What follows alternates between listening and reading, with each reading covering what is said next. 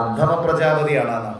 കർദമ പ്രജാപതി ആ പേര് പോലെ തന്നെയാണെന്നാണ്. ശമ ദമാദികളൊക്കെ ഉള്ളതാണ്. ഇന്ദ്രിയങ്ങളെയും മനസ്സിനെയും ഒക്കെ നിയന്ത്രിച്ച ആളാണെന്നാണ് ശരിക്കും. അപ്പൊ അദ്ദേഹം ആദ്യം തന്നെ അദ്ദേഹത്തിന്റെ വിവാഹത്തിന്റെ മുമ്പ് തന്നെ തുടങ്ങുന്നുണ്ട് ഭാഗവതം അദ്ദേഹത്തിന്റെ കാര്യങ്ങളൊക്കെ പറയാൻ വേണ്ടിയിട്ട്. അദ്ദേഹം ആദ്യം തന്നെ തപസ്സിന് വേണ്ടിയിട്ട് പോവുകയാണ്. എന്തിന്? സൃഷ്ടിയൊക്കെ നടത്തിയിട്ട് ലോകത്തിനെ അനുഗ്രഹിക്കണം എന്നുള്ളതിനാണ്. അതാണ് അദ്ദേഹത്തിന്റെ ഉദ്ദേശം. അപ്പൊ അതിന് ആദ്യം എന്ത് വേണം? ഈശ്വരാനുഗ്രഹം വേണം. അതിനു വേണ്ടിയിട്ട് തപസ്സിന് വേണ്ടിയിട്ട് പോവുകയാണ്. തപസ് സരസ്വത്യ തപസ്തേവേ സഹസ്രാണം സമാദശ എന്നാണ്. ഒരുപാട് കാലം അദ്ദേഹം ആത്മാർത്ഥമായിട്ട് തപസ് ചെയ്യാണ്. നല്ല രീതിയിലുള്ള ഒരു തപസ്സാണെന്നാണ്.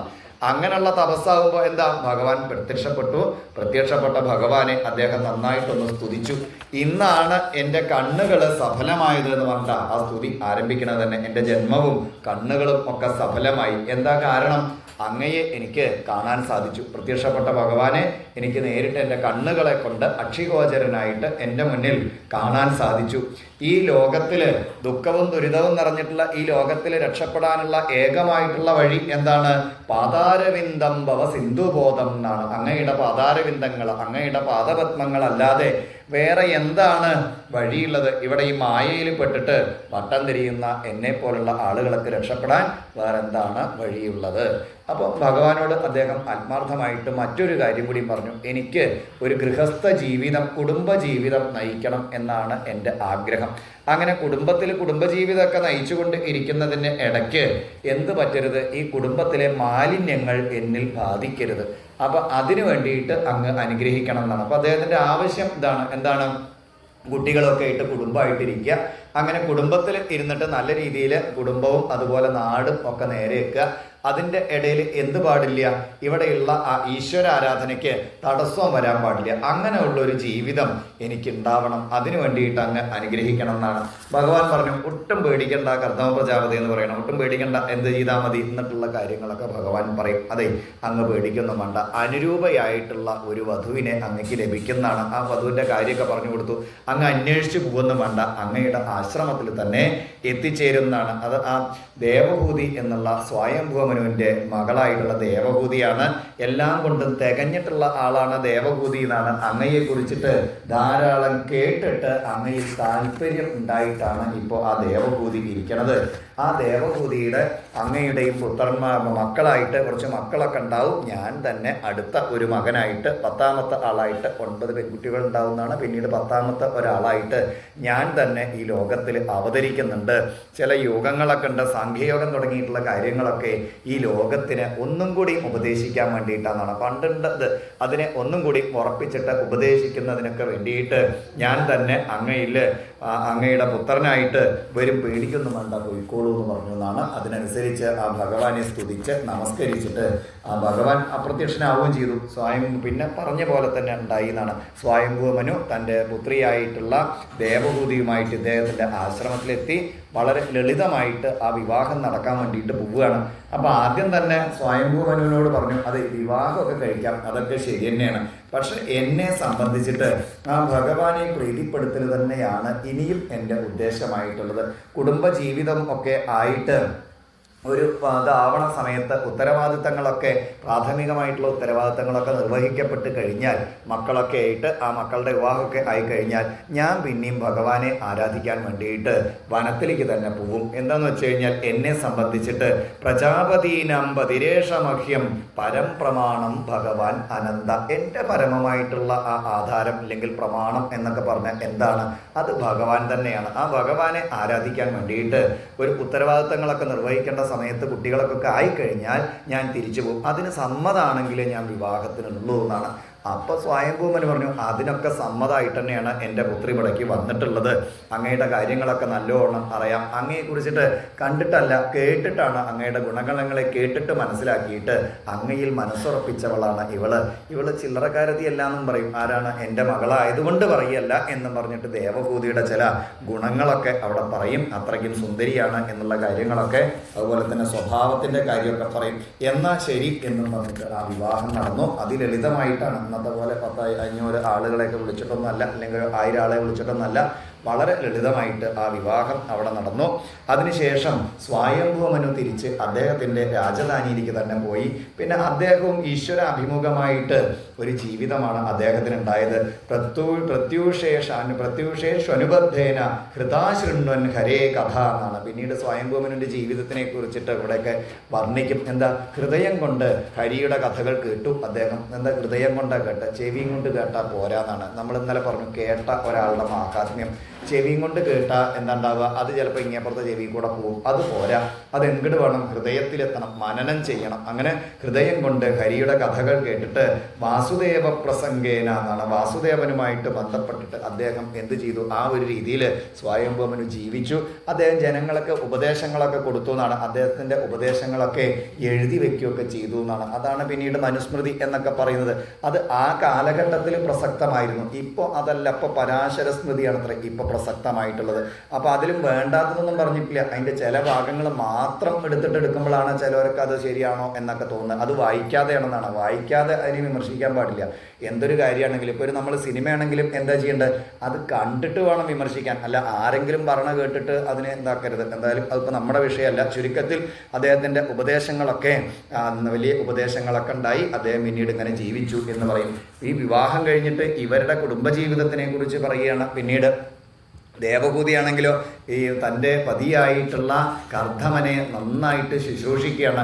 എപ്രകാരമാണ്, നിത്യം പര്യചരത്പ്രീത്യ ഭവാനീവ ഭവം പ്രഭു എന്നാണ്. ആ സതീദേവി പരമേശ്വരനെ ആരാധിച്ചതുപോലെ, നോക്കിയതുപോലെ, പരിചരിച്ചതുപോലെ വളരെ ശ്രദ്ധയോടുകൂടിയിട്ടാണ് ദേവഹൂതി എന്ന ഈ കർദമ പ്രജാപതിയെ സംരക്ഷിച്ചുകൊണ്ടും അദ്ദേഹത്തിൻ്റെ കാര്യങ്ങളൊക്കെ നോക്കിക്കൊണ്ടിരിക്കുന്നത്. ശുശ്രൂഷയ സൗഹൃദേന വാച മധുരയ, എന്താണ്, മധുരമായ വാക്യങ്ങളെ കൊണ്ട് പ്രത്യേകിച്ചുള്ള ശ്രദ്ധയോട് കൂടിയിട്ട്, വളരെ സംയമനത്തോടു കൂടിയിട്ട്, സ്നേഹത്തോടു കൂടിയിട്ട്, വിസൃജ്യ കാമം ദമ്പം ച ദ്വേഷം ലോഭമകം മതം ഇങ്ങനെയുള്ള കാര്യങ്ങളൊക്കെ ഉപേക്ഷിച്ചുകൊണ്ട് വളരെ നന്നായിട്ട് ഈ കർദമ പ്രജാപതിയെ ദേവഹൂതി പരിചരിച്ചുകൊണ്ടിരിക്കുകയാണ്. കുറേ കാലം കഴിഞ്ഞ് വിവാഹം കഴിഞ്ഞിട്ടെന്നാണ്.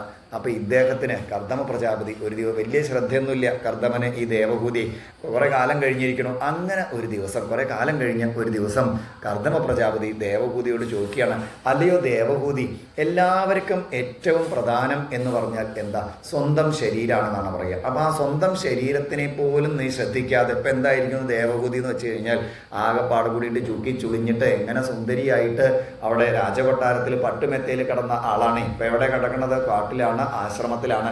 അപ്പൊ അങ്ങനെ സ്വന്തം ശരീരം ആണ് എല്ലാവർക്കും പ്രിയപ്പെട്ടത്. അതിനെ പോലും ശ്രദ്ധിക്കാതെ നീ എന്നെ പരിചരിച്ചു എന്നാണ്. യോ ദേഹിനാമയം അതീവ സുഹൃത് സ്വദേഹോ, നമ്മളും അങ്ങനെയല്ലേ പറയുക.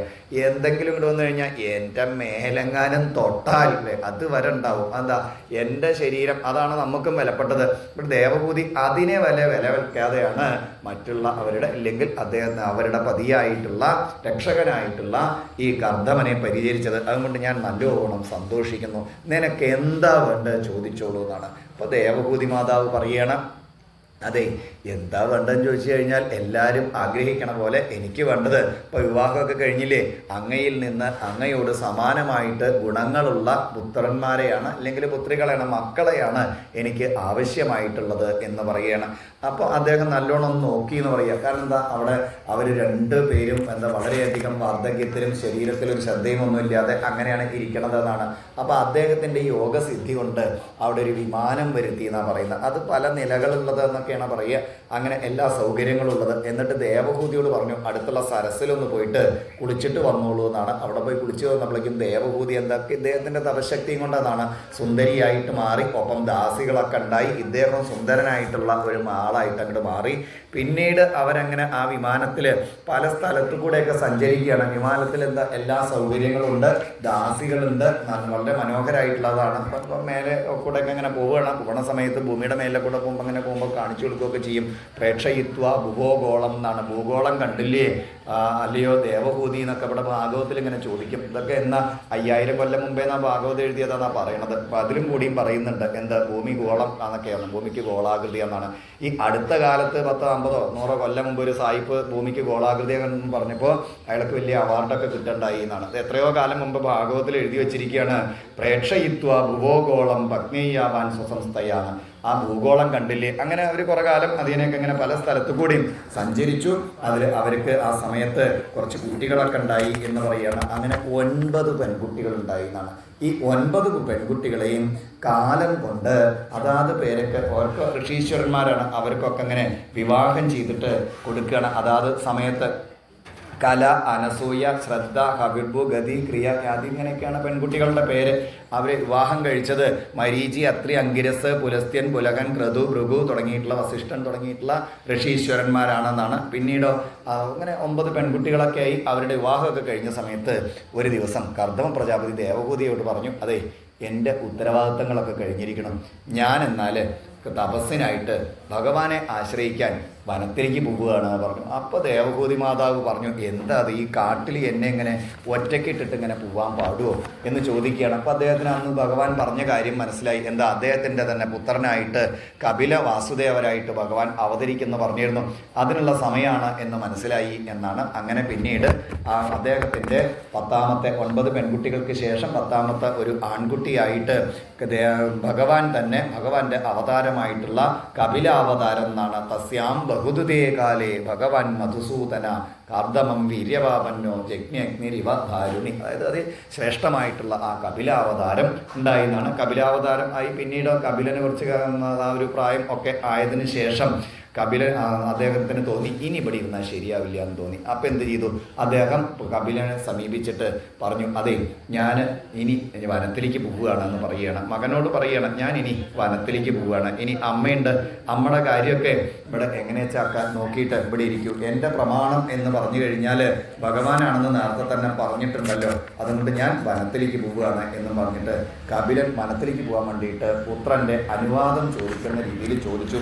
അപ്പോൾ പുത്രൻ പറഞ്ഞു, ആ ശരി, അങ്ങ് എന്ത് ചെയ്തോളൂ, വനത്തിലേക്ക് പോയിക്കോളൂ, എന്നിട്ട് ഞാൻ പറയുന്ന രീതിയിൽ ജീവിച്ചോളൂ എന്നും പറഞ്ഞിട്ട് ആ പുത്രനായിട്ടുള്ള കപിലൻ ആ പിതാവായിട്ടുള്ള കർദമ പ്രജാപതിക്ക് ഒരു ഉപദേശമാണ്. കാട്ടിൽ പോയിട്ട് ഒരു കാര്യം ചെയ്യൂ, ഗച്ഛകാമം മയാ പൃഷ്ടോ മയി സന്യസ്ത കർമ്മണ ജിത്വാ സുദർജയം നൃത്യം അമൃതത്വായ മാം ഭജ. അവിടെ പോയിട്ട് എന്ത് വേണം? മയി സന്യസ്ത കർമ്മണ എന്നാ പറഞ്ഞ, ഭഗവാനിൽ സന്യസിക്കപ്പെട്ടിട്ടുള്ള കർമ്മങ്ങളോട് കൂടിയതാണ്. അപ്പൊ സന്യാസം എന്ന് പറഞ്ഞാൽ എന്താ? കാവ്യ എടുത്ത് പോവുക എന്നല്ല ശരിക്കും സന്യാസത്തിന്റെ വാക്കിന്റെ അർത്ഥം. ന്യാസം എന്ന് പറഞ്ഞാൽ ത്യാഗമാണ്. അപ്പൊ സംന്യാസം എന്ന് പറഞ്ഞാൽ എന്താ? സമ്യക്കായിട്ട് നല്ല രീതിയിൽ ത്യാഗം ഉണ്ടാവുക. എന്തിലാ ത്യാഗം ഉണ്ടാവേണ്ടത്? കർമ്മഫലത്തിലാണ് ത്യാഗം ഉണ്ടാവേണ്ടത്. കർമ്മഫലം എന്താ? സന്യാസി എന്ന് പറഞ്ഞാൽ ഇന്നത് കിട്ടണം എന്ന് ആഗ്രഹിക്കാതെ കർമ്മം ചെയ്യണ ആളെയാണ് എന്ത് പറയുക? സന്യാസി എന്ന് പറയുക. നമ്മളിപ്പോൾ എന്ത് കർമ്മം ചെയ്യുമ്പോഴും എന്താ വിചാരിക്കുക? എന്താ കിട്ടുക എന്നാ വിചാരിക്കുക. ഇതല്ല, എന്താ കിട്ടുക എന്ന് നോക്കാതെ ലോക നന്മയെ ഉദ്ദേശിച്ചുകൊണ്ട് ആത്മനോ മോക്ഷായ ജഗദ്ഹിതായ എന്നാണ്. അതിൻ്റെയൊക്കെ ഓരോ മന്ത്രങ്ങളൊക്കെ പറയും. നമ്മുടെ രാമകൃഷ്ണ മിഷന്റെ ആപ്തവാക്യമായിട്ട് അങ്ങനെ പറയുക. ആത്മനോ മോക്ഷാർത്ഥം ജഗദ്ഹിതായ, ജഗത്തിന് ലോകത്തിൻ്റെ നന്മയെ ഉദ്ദേശിച്ചുകൊണ്ടും തനിക്ക് മുക്തി വരാൻ വേണ്ടിയിട്ടും ശ്രമിക്കുന്ന ആളെന്നാണ്. അപ്പോൾ അവിടെ അങ്ങനെയുള്ള ആ ഒരു രീതിയിൽ എന്നിൽ എല്ലാ കർമ്മങ്ങളും ത്യജിച്ചുകൊണ്ട് ഇനി കാട്ടിൽ പോയിട്ട് ജീവിച്ചോളൂ എന്നാണ് അവിടെ. എന്നിട്ട് ഭഗവാനെ എല്ലായിടത്തും കാണുക. സ്വയം ജ്യോതി സർവഭൂത ഗുഹാശയം ആത്മന്യാത്മ, അങ്ങനെ എല്ലായിടത്തും ഭഗവാനെ കണ്ടുകൊണ്ട് അങ്ങനെ പോയിക്കോളൂ എന്ന്, അങ്ങനെ ജീവിച്ചോളൂ എന്നിട്ട് വളരെ ചുരുങ്ങിയ കുറച്ച് ഉപദേശങ്ങൾ കൊടുത്തു. കാരണം അദ്ദേഹത്തിന് അത്രേ വേണ്ടു എന്നാണ്. അദ്ദേഹം എന്ത് ചെയ്തു? പിതാവായിരിക്കുന്ന ആ കർദമ പ്രജാപതി വേഗം തന്നെ ഈ പുത്രനെ പ്രദക്ഷിണം ചെയ്ത് നമസ്കരിച്ചിട്ട് വനത്തിലേക്ക് പോയി എന്നാണ്. ദക്ഷിണീ കൃത്യതം പ്രീതോ വനമേവ ജഗാമ ഖ എന്നാണ് പറയുന്നത്. എന്ന് പറഞ്ഞ ഒരു അത്ഭുതം പോലെ പറയണം, ആശ്ചര്യം പോലെ പറയണം. ഇവിടെ എല്ലാം തികഞ്ഞിട്ടുള്ള ആ തൻ്റെ പത്നി, അതുപോലെ തന്നെ എല്ലാം തികഞ്ഞിട്ടുള്ള ചുറ്റുപാടുകൾ, ഭഗവാനെ തന്നെ മുൻപിൽ പ്രത്യക്ഷമായിട്ട് കാണാൻ സാധിക്കുക, പുത്രനായിട്ട് കിട്ടുക. എന്നിട്ടും അദ്ദേഹം കാട്ടിപ്പോയി. എന്താണെന്ന് വെച്ച് കഴിഞ്ഞാൽ ഈ ഭഗവാനെ ഹൃദയത്തിലും കൂടിയും കാണണം എന്നുള്ള ഒരു രീതിയിൽ അവിടെ ചെന്നിട്ട് അദ്ദേഹത്തിൻ്റെ ഒരു ജീവിതം ഉണ്ടായി എന്നാണ്. നിരഹങ്കൃതി നിർമ്മമശ്ച നിർദ്വന്ദ്വ സമദൃക് സ്വധർന്നൊക്കെ പറയും. എന്താണ്? ആ മാനാപമാനങ്ങളൊക്കെ ഒഴിവാക്കിയിട്ട് ശരീരാഭിമാനം ഒക്കെ ഇല്ലാതെയാക്കിയിട്ട് ചൂട് വന്നാലും തണുപ്പ് വന്നാലും മാനം വന്നാലും അവമാനം വന്നാലും എന്ത് കണ്ടാലും ഒരേപോലെ കണ്ടുകൊണ്ട് സമമായിട്ട് കണ്ടുകൊണ്ട് തിരമാല ഒതുങ്ങിയ സമുദ്രം പോലെയായി എന്നാണ് അദ്ദേഹത്തിൻ്റെ മനസ്സ്. പ്രത്യേക് പ്രശാന്തതീർധീര പ്രശാന്തോർമ്മിരിബോധതി എന്നാണ്. അപ്പം എന്താ, അങ്ങനെ മനസ്സ് ആ ഭഗവാനിൽ ഉറപ്പിച്ചു. വാസുദേവേ ഭഗവതി സർവജ്ഞ പ്രത്യേകാത്മനി, തൻ്റെ ജീവന്റെ ജീവനായിട്ട് ആ വാസുദേവനെ കാണാൻ അദ്ദേഹത്തിന് സാധിച്ചു. അങ്ങനെ പരേണ ഭക്തിഭാവേന ലബ്ധാത്മാ മുക്തബന്ധന, സകല കെട്ടുപാടുകളിൽ നിന്നും അദ്ദേഹം രക്ഷപ്പെട്ടിട്ട് അദ്ദേഹം എന്ത് ചെയ്തു? ഭഗവത് ഭക്തിയുക്തേന പ്രാപ്ത ഭാഗവതി ഗതി എന്നാ പറഞ്ഞ ഭാഗവതന്മാരുടെ പരമഭാഗവതന്മാരുടെ ഗതിയിലേക്ക് അദ്ദേഹം എത്തിച്ചേർന്നു എന്നാണ്. അപ്പോഴേക്കും 25-ാമത്തെ അധ്യായമായി, 3-ാമത്തെ സ്കന്ധത്തിൽ. ഇനി അനുസ്മരിക്കാനുള്ള 25-ാമത്തെ അധ്യായമാണ്. അപ്പോഴേക്കും ദേവഹൂതി എന്താണ്, നല്ലോണം പ്രായമൊക്കെ ആയി എന്നാണ്. മക്കൾ 9 പെൺകുട്ടികളുടെയും വിവാഹമൊക്കെ കഴിഞ്ഞു. 10-ാമത്തെ കുട്ടിയായിട്ടുള്ള ആ കപില വാസുദേവരെ തന്നെ നോക്കും എന്നുള്ള ആ ഒരു അവസ്ഥയിലേക്ക് ആ കാര്യപ്രാപ്തിയൊക്കെ എത്തിക്കഴിഞ്ഞിട്ടുണ്ട്. ഇദ്ദേഹമാണെങ്കിലോ ദേവഹൂതിയുടെ പതിയായിരിക്കുന്ന ആ കർദമ പ്രജാപതിയാണെങ്കിലോ വനത്തിലേക്ക് പോയിരിക്കുന്നു. ഇവിടെ ദേവഹൂതി തന്നെ ഉള്ളൂ ആശ്രമത്തിലെന്നാണ്. അപ്പോൾ എത്ര നോക്കിയിട്ടും ഈ ദേവഹൂതിക്ക് ഒരു സമാധാനം വരുന്നില്ല. പ്രായമായി എന്നാണ്. ഇത്രയും കാലത്തെ ജീവിതമൊക്കെ അങ്ങനെ ആലോചിച്ച് നോക്കി. തൻ്റെ പുത്രനായിരിക്കുന്ന, തൻ്റെ പുത്രൻ മാത്രമല്ല ഈശ്വര അവതാരം ആണെന്നും ദേവഹൂതിക്ക് അറിയാം. ആ കപില വാസുദേവര്, ആ കപിലനാണെങ്കിലോ എന്താ ഒരു സന്തോഷത്തിൽ അങ്ങനെ ഇരിക്കുകയാണ്. തൻ്റെ ആ മുഖം കണ്ടു കഴിഞ്ഞാൽ തന്നെ അത്രയ്ക്ക് സന്തോഷമാണെന്നാണ്. സന്തോഷഭരിതമായിട്ടുള്ള മനസ്സും ഹൃദയവും ഒക്കെ ആയിട്ട് മുഖവുമായിട്ട് അങ്ങനെ ശാന്തമായിട്ട് ഇരിക്കുന്ന ആ കപില വാസുദേവരുടെ അടുത്ത് ചെന്നിട്ട് ഒരു ചോദ്യം ചോദിക്കുകയാണ്. അത് മടുത്തു എൻ്റെ ജീവിതം എന്നുള്ള രീതിയിലാണ് ചോദ്യം. നിർവിണ്ണാം നിതരാം തേഷാം അസതിന്ദ്രിയ തർഷണ എന്ന് പറയുകയാണ്. ദേവഭൂതി ഒരു ചോദ്യം ചോദിക്കുകയാണ്. ഇവിടെ എന്താണ്, ഇപ്പോൾ ദേവഭൂതിയും അതുപോലെ തന്നെ ഈ കപില വാസുദേവരും മാത്രമേ ഉള്ളൂ വീട്ടിലെന്നാണ്, ഇവിടെ ആശ്രമത്തിലെന്നാണ്. അപ്പോഴാണ് ഒരു ദിവസം ചെന്ന് പറയുകയാണ്, അല്ലയോ പുത്ര, ഞാൻ ആകണ്ടല്ലോ, എനിക്കിപ്പോൾ എവിടെ നോക്കിയാലും ഒരു ഇരുട്ടാണ് എന്നാണ്. അസത് ഇന്ദ്രിയ തർഷണ, എന്താ അതിൻ്റെ കാരണം എന്നാണെങ്കിൽ മടുത്തു എന്ന് പറയുക. നിർവിണ്ണാം നിതര, ഞാൻ ഇത്രയും കാലം ഈ ഇന്ദ്രിയങ്ങളെ സന്തോഷിപ്പിക്കാൻ വേണ്ടിയിട്ട് അതിൻ്റെ പിന്നാലെ നടന്നിട്ട് മടുത്തു എന്ന് പറയാ. ഇപ്പം എനിക്കൊരു കാര്യം മനസ്സിലായി, ഇന്ദ്രിയങ്ങളെ ഒരിക്കലും സന്തോഷിപ്പിക്കാൻ സാധിക്കില്ല എന്നുള്ളത് ഇപ്പം മനസ്സിലായി. ഇത്രയും കാലം അതിനാണ് ഞാൻ പണിയെടുത്തത്. പിന്നെ ആ ഇന്ദ്രിയങ്ങളാണെങ്കിലോ അതാണെങ്കിൽ എന്നെ വഴിതെറ്റിക്കുന്നവനാണ് എന്നും എനിക്ക് മനസ്സിലായി. അപ്പൊ ഇപ്പോൾ എന്തപ്പം എൻ്റെ ഒരു അവസ്ഥ പറയുകയാണെങ്കിൽ എന്താ, പ്രപന്നാന്തം തമപ്രഭോ, ആകെപ്പാട് കൂടിയിട്ട് ഒരു ഇരുട്ട് കയറിയ പോലെയാണ് കണ്ണിൽ എന്നാണ്. എല്ലായിടത്തും നോക്കുമ്പോഴും ഒരു വെളിച്ചം കാണാനില്ല, ഇരുട്ടാണ് തോന്നുന്നത്. അങ്ങാണെങ്കിൽ ആരാണ് അങ്ങ്? ലോകസ്യ തമസാന്തസ്യ, ലോകത്തിന്റെ അജ്ഞാനമാകുന്ന ഇരുട്ട് ആ ഇല്ലാതാക്കാൻ സാധിക്കുന്ന ചക്ഷു സൂര്യ ഇവോതിത, അങ്ങ് ആരാണ്? സൂര്യനാണ്. വളരെ കൃത്യമായിട്ടാണ് ഭാഗവതത്തിലെ ഓരോ വാക്കുകളും വെച്ചിട്ടുള്ളത് എന്നാണ്, സിസ്റ്റമാറ്റിക് ആയിട്ടാണ്. അപ്പോൾ അതൊക്കെ നമ്മൾ വരികൾക്കിടയിലൂടെ വായിക്കണം, ലെൻസൊക്കെ വെച്ച് വായിക്കണം ശരിക്കും. അപ്പോൾ ഇവിടെ എന്താ പറഞ്ഞ, അങ്ങ് ആരാണ്? ലോകത്തിന്റെ ഇരുട്ടകറ്റുന്ന സൂര്യനാണ്. അപ്പോൾ സൂര്യൻ, ഇരുട്ട്, വെളിച്ചം എന്നൊക്കെ പറഞ്ഞാൽ എപ്പോഴും എന്താണ്? ഇരുട്ട് എന്ന് പറഞ്ഞാൽ അജ്ഞാനമാകുന്ന അന്ധകാരമാണ്.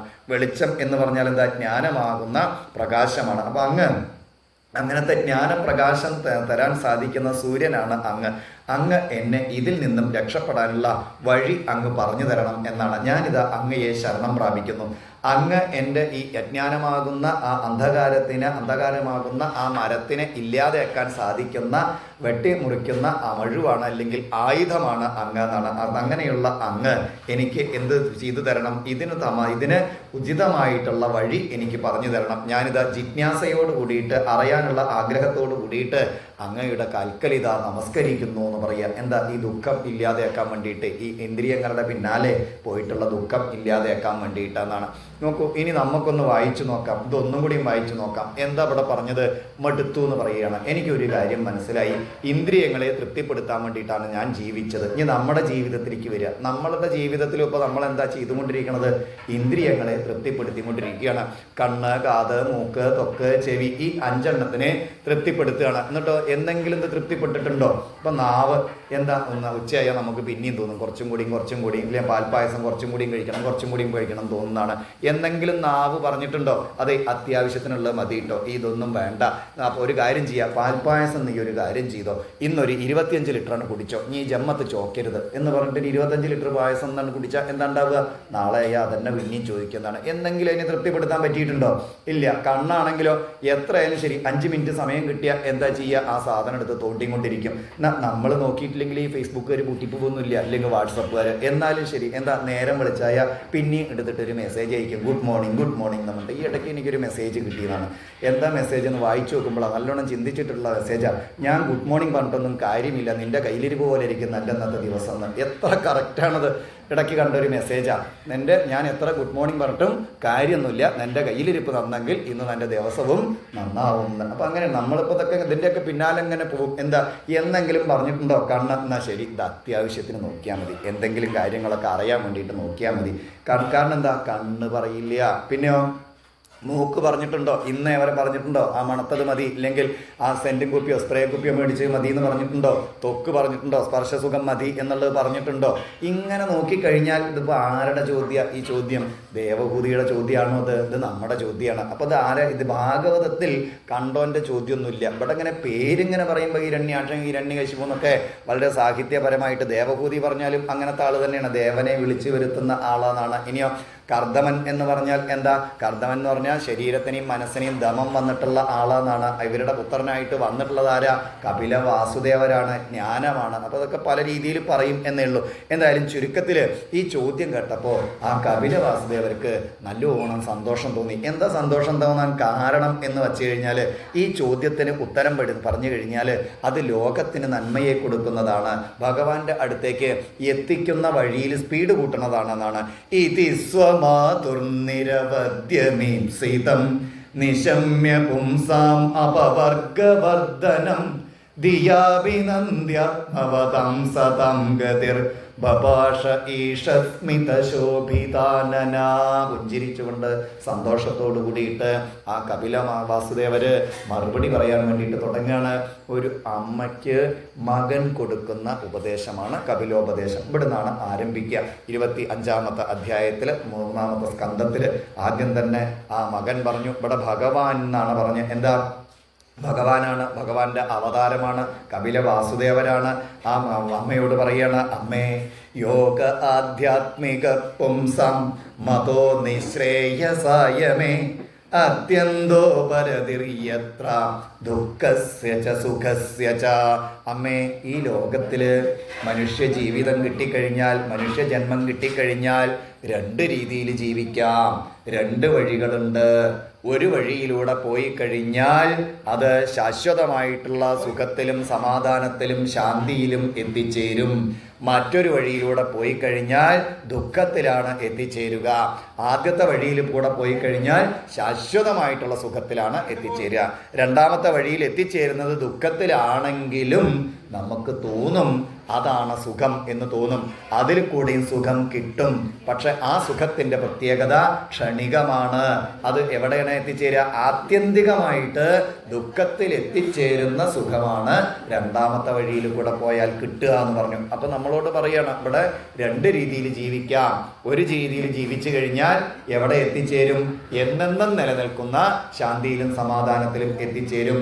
മറ്റേ രീതിയിൽ ജീവിച്ചു കഴിഞ്ഞാൽ ശാന്തിയും സമാധാനമൊക്കെ കിട്ടും. ചിലപ്പോൾ ആ കിട്ടിയാലും അത് പെട്ടെന്ന് നശിക്കുന്നതാണ്. അവസാനമാണ് മനസ്സിലാവുക അത് ദുഃഖത്തിലാണ് എത്തിച്ചേർന്നത് എന്നുള്ളതാണ്. അതിന് എന്താ വഴി എന്നാണെങ്കിൽ, ഇത് ഞാൻ ഇപ്പോൾ പറഞ്ഞു തരുന്നതല്ല അമ്മേ, ഇത് പണ്ട് തന്നെ ഇവിടെ പറയപ്പെട്ടിട്ടുള്ളതാണ്.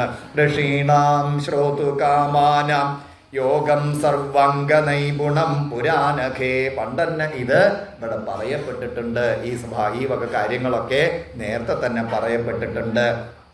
ഈ വഴി 2 ഉണ്ടെങ്കിലും ഏറ്റവും ശ്രേയസ്സായിട്ടുള്ള വഴി 1-ാമത്തത് ആണെങ്കിലും അത് തിരഞ്ഞെടുക്കുന്നത് വേറെ ആരുമല്ല അമ്മേ എന്ന് പറയണം. ആരാണ് ഈ വഴികൾ തിരഞ്ഞെടുക്കുന്നത്? ചേതഖല്ലുസ്യ ബന്ധായ, നമ്മുടെ മനസ്സ് തന്നെയാണ് അത് തിരഞ്ഞെടുക്കുന്നത്.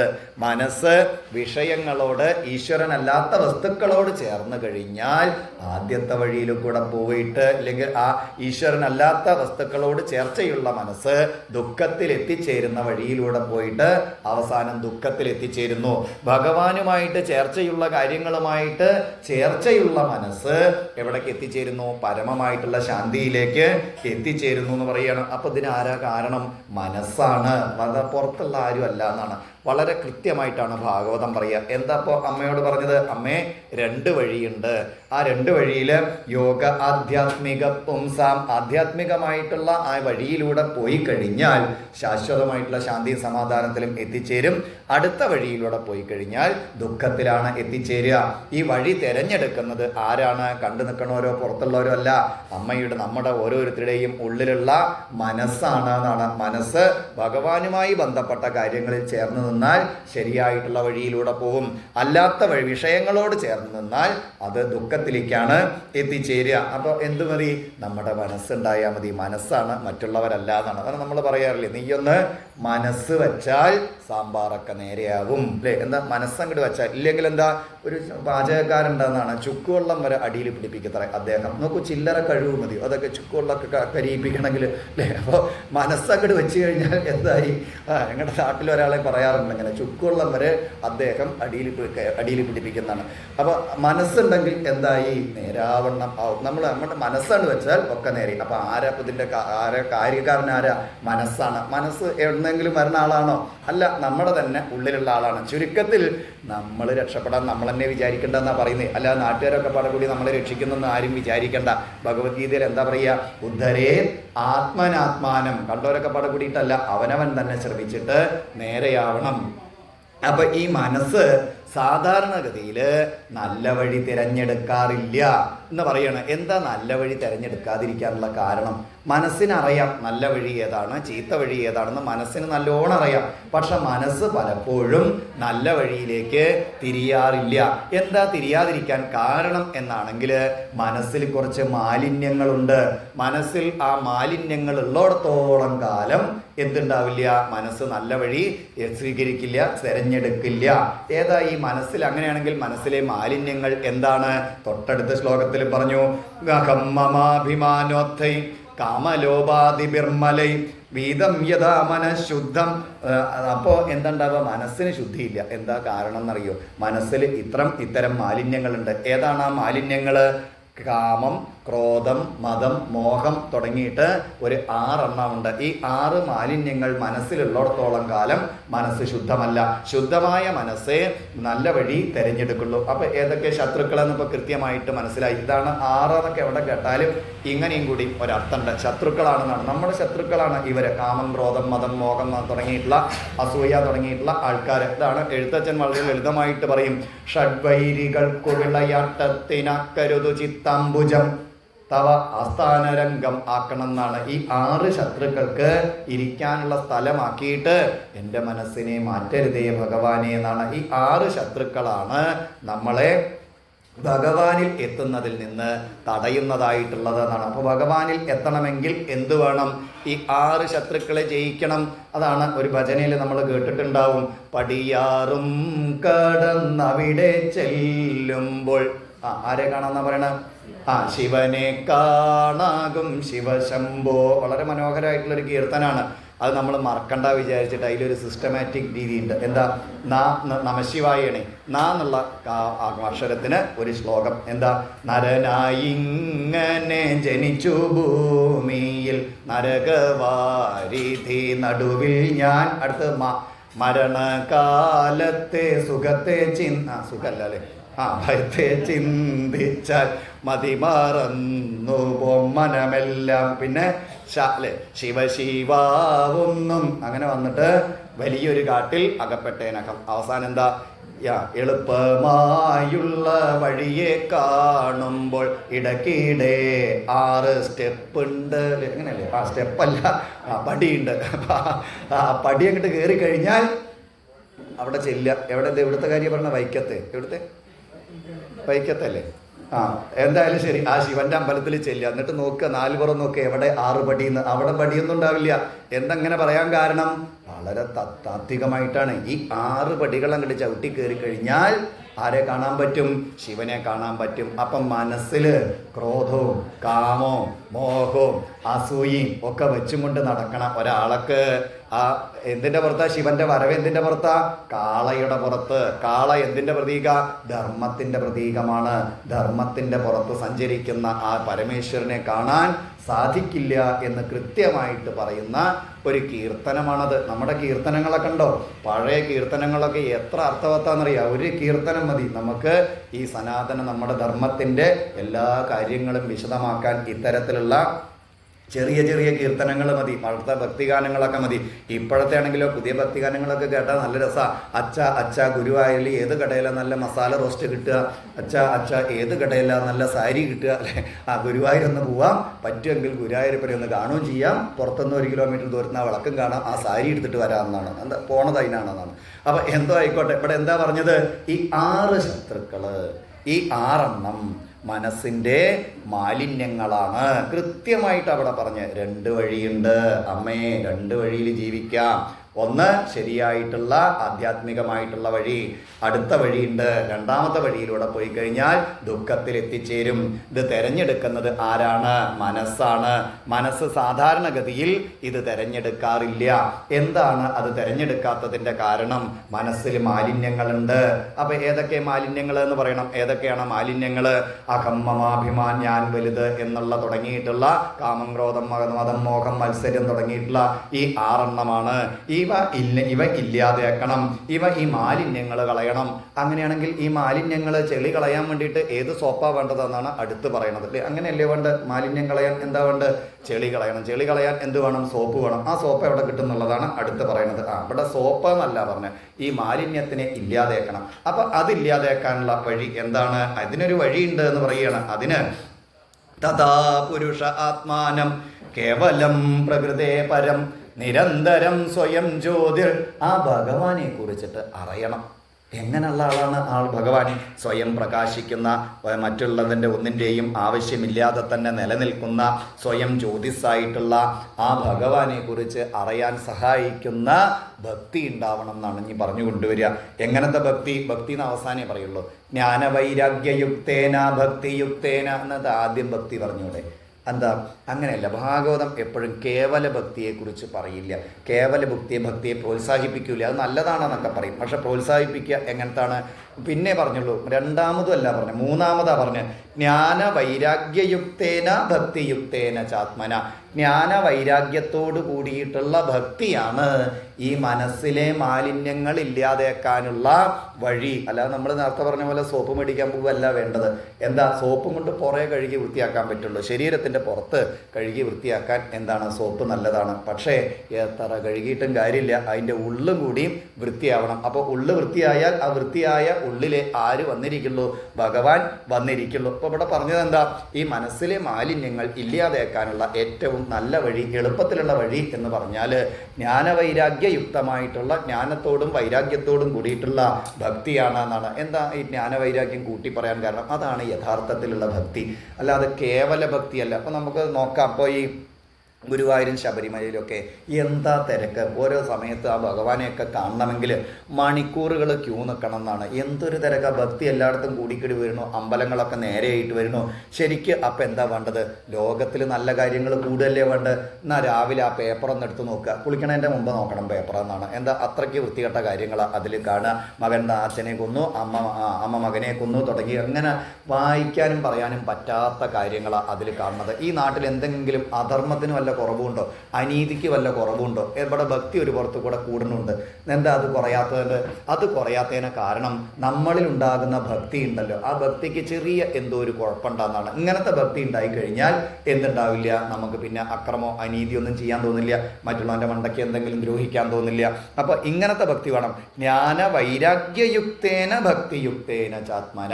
മനസ്സിലെ മാലിന്യം പോകണമെങ്കിൽ ആദ്യം ജ്ഞാനം വരണം. ജ്ഞാനം എന്ന് പറഞ്ഞാൽ എന്താണ്? ഈശ്വരനെ കുറിച്ചിട്ടുള്ള അറിവിനാണ് ജ്ഞാനം എന്ന് പറയുക. ഈ ജ്ഞാനം വന്നു കഴിഞ്ഞാൽ അടുത്തുണ്ടാവുന്ന കാര്യമാണ് വൈരാഗ്യം. എന്താ വൈരാഗ്യം? ഈശ്വരനെ കുറിച്ചിട്ടുള്ള അറിവങ്ങൾ ഉണ്ടായി എന്ന് വിചാരിക്കുക, പിന്നെ നമുക്ക് ഈശ്വരനല്ലാത്ത വസ്തുക്കളോട് ഒരു താല്പര്യക്കുറവ് വരും. അതാണ് വൈരാഗ്യം. അപ്പോൾ ഈശ്വരനല്ലാത്ത വസ്തുക്കളോട് താല്പര്യക്കുറവ് വന്നാൽ എന്താ ഉണ്ടാവുക? ഈശ്വരൻ്റെ അടുത്തേക്ക് അടുക്കാൻ തുടങ്ങും. അപ്പം ആരതിന് പണിയെടുക്കേണ്ടത്? ശ്രമം മുൻകൈ എടുക്കേണ്ടത് ആരാണ്? മുൻകൈ എടുക്കേണ്ടത് മനസ്സാണ്. മനസ്സ് സാധാരണ എന്താ മുൻകൈ? മനസ്സ് കുഴപ്പക്കാരനല്ല. നമ്മുടെ മനസ്സും ഇന്ദ്രിയങ്ങളും ഒന്നും തന്നെ കുഴപ്പക്കാരല്ല. പക്ഷെ നമ്മൾ അവരെ അങ്ങനെയാണ് ട്രെയിൻ ചെയ്ത് വെച്ചിരിക്കുന്നതാണ്. അപ്പോൾ മനസ്സ് കുഴപ്പക്കാരനല്ല, കത്തിയെ പോലെയാണെന്നാണ് പറയുക മനസ്സ്. ഇപ്പോൾ ഒരു കത്തിയുണ്ട്, നമ്മളൊക്കെ ആ കത്തി എടുക്കണത് എന്തിനാണെന്നറിയോ? വല്ല സാമ്പാറിൻ്റെ മോരുകറിക്ക് ചേന മുറിക്കാനോ അല്ലെങ്കിൽ മുരിങ്ങക്കായ മുറിക്കാനോ ഇതിനൊക്കെയാണ് ആ കത്തി എടുക്കുക. ആ കത്തി അപ്പോൾ എത്ര ഡീസൻ്റായിട്ടാണ് അതൊക്കെ മുറിച്ച് തരണത്. ഒരു കള്ളൻ്റെ കയ്യിൽ ആ കത്തി കിട്ടിയാൽ എന്താ ചെയ്യുക? അതെടുത്തിട്ട് അയാൾ ചിലപ്പോൾ എതിരെ വന്ന ആളുടെ നെഞ്ഞത്തേക്ക് കുത്തുക ചെയ്യുക. അപ്പോൾ കത്തിക്ക് വല്ല കുഴപ്പമുണ്ടോ? ഒരു കുഴപ്പമില്ല. അത് ഉപയോഗിക്കണ കയ്യിനാണ് കുഴപ്പം. അപ്പം നമ്മളുടെ മനസ്സിന് എന്തെങ്കിലും കുഴപ്പമുണ്ടോ? ഒരു കുഴപ്പമില്ല എന്നാണ്. പക്ഷെ ആ മനസ്സ് ഭഗവാനിലേക്ക് തിരിച്ചു വിട്ടാൽ നല്ല സ്ഥലത്തെത്തും. ഭഗവാനിലേക്ക് അല്ലാതെ തിരിച്ചു വിട്ടാൽ അപ്പോൾ ആരൊക്കെ കത്തിക്ക് കുഴപ്പമില്ല എന്നാണ്. ഈ മനസ്സ് തന്നെ വേണം നമ്മളെ ഇവിടുന്ന് രക്ഷിക്കാൻ. പൂട്ടും താക്കോലും പോലെ പറയുക. പൂട്ടാനൊരു താക്കോലുണ്ട്, തുറക്കാനോ വേറെ താക്കോല് വേണം. പൂട്ടിയ താക്കോലും കൊണ്ട് തന്നെ തുറക്കുക അല്ലേ? പൂട്ടിയ താക്കോല് പോയി ഇട്ടോ, തുറക്കാനുള്ള താക്കോല് കാണാനില്ല, അങ്ങനെ ആരെങ്കിലും പറയാറുണ്ടോ? ഇല്ല. രണ്ടും ഒരേ താക്കോലാണ്. പക്ഷെ എന്താ വേണ്ടത്? ഇങ്ങോട്ട് തിരിച്ചാൽ തുറക്കും, അങ്ങോട്ട് തിരിച്ചാൽ പൂട്ടും. അത്രയേ ഉള്ളൂ. ഒരേ താക്കോല് തന്നെയാണ് നമ്മൾ പൂട്ടാൻ വേണ്ടിയിട്ടും തുറക്കാൻ വേണ്ടിയിട്ടും ഉപയോഗിക്കുന്നത്. അതുപോലെ ഒരേ മനസ്സിനെ തന്നെ ഭഗവാനോട് ചേർത്തി കഴിഞ്ഞാൽ ഭഗവാന്റെ അടുത്തേക്ക് എത്തും, വിഷയങ്ങളോട് ചേർത്തി കഴിഞ്ഞാൽ വിഷത്തിൽ എത്തിച്ചേരും എന്നാണ്. അപ്പോൾ ഒരേ കാര്യം തന്നെയാണെന്നാണ്. ആ പിന്നെ എന്തുകൊണ്ടാണ് അങ്ങനെ വരാത്തത്? നമ്മൾ അങ്ങനെയാണ് മനസ്സിനെ ട്രെയിൻ ചെയ്തത്. നോക്കൂ, അമ്പലത്തിൽ ഭാഗവതം വായിക്കുന്നുണ്ട്, എന്തെങ്കിലുമൊക്കെ അതൊക്കെ കേൾക്കാൻ പറ്റുള്ളൂ.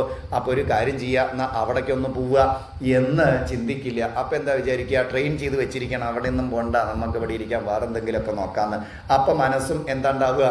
അതിൻ്റെ പിന്നാലെ പോകുന്നതാണ്. നമ്മുടെ ആ ഒരു ട്രെയിനിങ്ങിലൂടെയാണ് ഇത് മാറ്റാനും പറ്റുള്ളൂ. എങ്ങനെ മാറ്റുക? അതിനും ട്രെയിനിങ് വേണം. അതാണ് ഭഗവത്ഗീതയിൽ പറയുക, അഭ്യാസേന തു കൗന്ദേയ എന്നാണ് പറഞ്ഞിട്ടുണ്ട്. മനസ്സിനെ എങ്ങനെ വേണം? അഭ്യാസത്തിലൂടെ പ്രാക്ടീസ് ചെയ്തിട്ട് തന്നെ വേണം മാറ്റാൻ. ഈ പ്രാക്ടീസ് ഉണ്ടെങ്കിണ്ടല്ലോ എന്ത് കാര്യം നടക്കും. പണ്ടൊക്കെ സർക്കസ് പറഞ്ഞിട്ടൊരു കാര്യമൊക്കെ ഉണ്ടായിരുന്നു. ഓരോ ആൾക്കാർ എന്തൊക്കെ കാണിക്കുക, ഈ കയറമ്പ് കൂടെ സൈക്കിളൊക്കെ ഓടിക്കുക. നമുക്ക് റോട്ടിൽ കൂടെ തന്നെ ഓടിക്കുമ്പോൾ വീഴാൻ പോകുന്നു. അവർ ഏതിനെ ഓടിക്കണത്? കയറമ്പ് കൂടെ. എങ്ങനെയാണ്? ഒരു സുപ്രഭാതത്തിൽ പെട്ടെന്നാണോ? അല്ല, അഭ്യാസം കൊണ്ട്. ഒന്നും വേണ്ട. ഇവിടെ കഷ്ണം നുറുക്കണ ആൾക്കാരെ കണ്ടാൽ മതി. അവർ ആ കുമ്പളങ്ങയൊക്കെ ഇങ്ങനെ നുറുക്കണ കണ്ടിട്ടുണ്ടോ? എങ്ങനെ നാലുപുറം വർത്തമാനമൊക്കെ പറഞ്ഞിട്ട് ചട്ടപ്പെടാന്ന് നുറുക്കും. നമ്മളാണെങ്കിലോ അതിലേക്ക് നോക്കിയിട്ട് നുറുക്കിയാലും കൂടി ഒന്ന് ഏകദേശം ഉരുളക്കിഴങ്ങിൻ്റെ ഒപ്പം, ഒന്ന് മറ്റേ കടുകുമണിൻ്റെ ഒപ്പമൊക്കെ അത്രയൊക്കെ വലുപ്പത്തിലൊക്കെ ആയിത്തീരും. കാരണം എന്താ?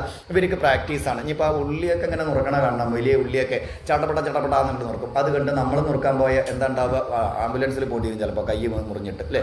അതെന്താ? ആ പ്രാക്ടീസ് ആണെന്നാണ്. പ്രാക്ടീസ് പെർഫെക്റ്റ് ദി മാൻ എന്നാണ് ഇംഗ്ലീഷിൽ പറയുക. ആ പ്രാക്ടീസ് ഉണ്ടെങ്കിൽ എന്താ ഏത് കാര്യവും നേരെയാവുന്നതാണ്. അപ്പോൾ മനസ്സിന് എന്ത് വേണം? അങ്ങനെ പ്രാക്ടീസ് വേണം. പക്ഷെ സാധാരണഗതിയിൽ അങ്ങനെ വരാറില്ല. എന്താ കാരണം? നമ്മൾ പ്രാക്ടീസ് ചെയ്തിട്ടുണ്ട്. നമ്മൾ പ്രാക്ടീസ് ചെയ്തിട്ടുള്ളത് എങ്ങനെയാണ്? ആദ്യം ഇങ്ങോട്ട് വരാതിരിക്കാൻ. ആദ്യം ഏതാ നമ്മൾ ഒഴിവാക്കുക? ക്ഷേത്രത്തിൽ പോലും ഇത് നല്ല കാര്യങ്ങളാണ് ആദ്യം ഒഴിവാക്കുക. അതുപോലെ നമ്മളങ്ങനെ പ്രാക്ടീസ് ചെയ്തിട്ടുണ്ടെന്നാണ്. ഒരു ഫുട്ബോളുകൾ നടക്കുകയാണെന്നാണ് ഒരു സ്ഥലത്ത്. ഫുട്ബോളുകളിൽ നടക്കുന്ന സമയത്ത് ഗോളിയുടെ ആൾ എന്ത് ചെയ്തു? അയാൾ ലീവ് എടുത്തു, അയാൾക്ക് വരാൻ പറ്റിയില്ല. അപ്പോൾ ഗോളി എന്ന് പറഞ്ഞാൽ പ്രധാനപ്പെട്ട ഒരാളാണ്. അയാളുടെ ചുമതല എന്താണ്? എവിടുന്ന് പന്ത് വന്നാലും അതിനെ പിടിച്ചിട്ട് ഈ ഗോൾ പോസ്റ്റിൻ്റെ ഉള്ളിലേക്ക് എത്താതിരിക്കുക, അത് തടയലാണെന്നാണ്. പെട്ടെന്ന് മാർക്കറ്റ് റോഡിൻ്റെ അടുത്താണ് ഈ ഫുട്ബോൾ കളി നടക്കണമെന്നാണ്, പച്ചക്കറി മാർക്കറ്റിൻ്റെ അടുത്ത്.